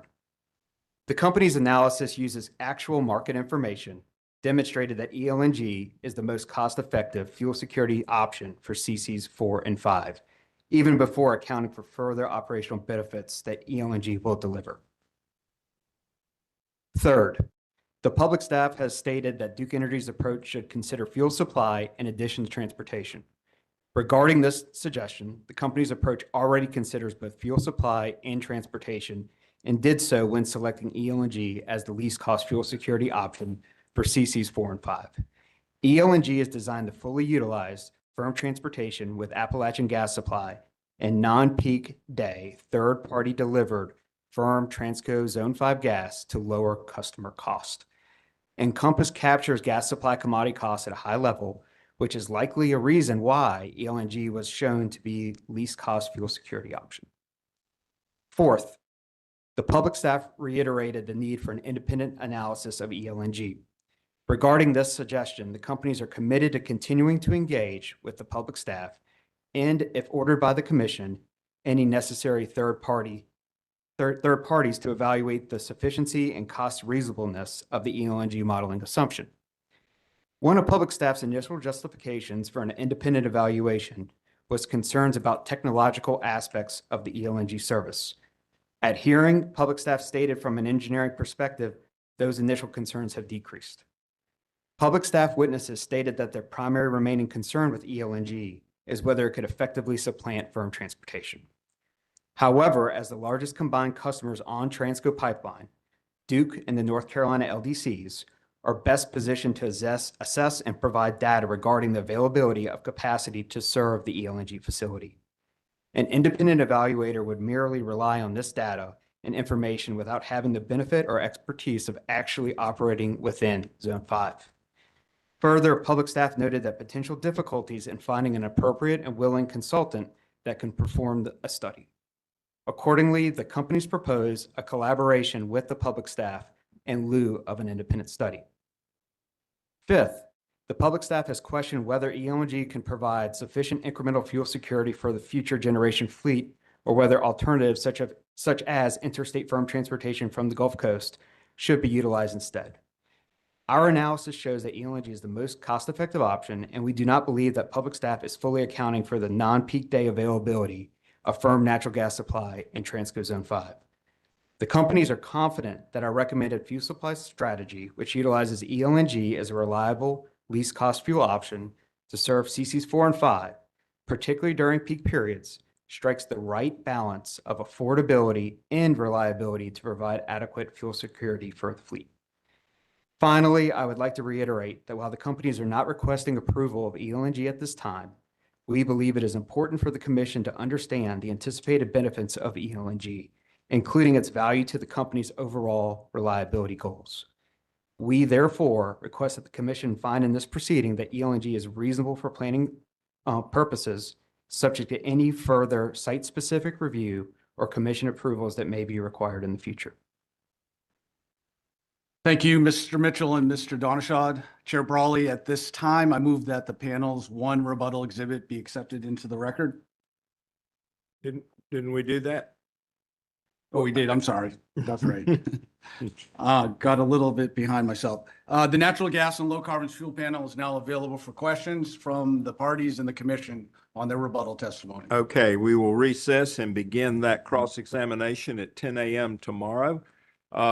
Issues we need to deal with, Mr. Somolevsky. Chair Brawley, I'm just going to make a request. If Counsel for Duke could circulate copies of the statements that witness Donashad and Mitchell just gave out so that we can review in advance of the cross tomorrow before we're back on the record. Yeah, we're willing to do that. Thank you. Anything else? Okay, we're off the record.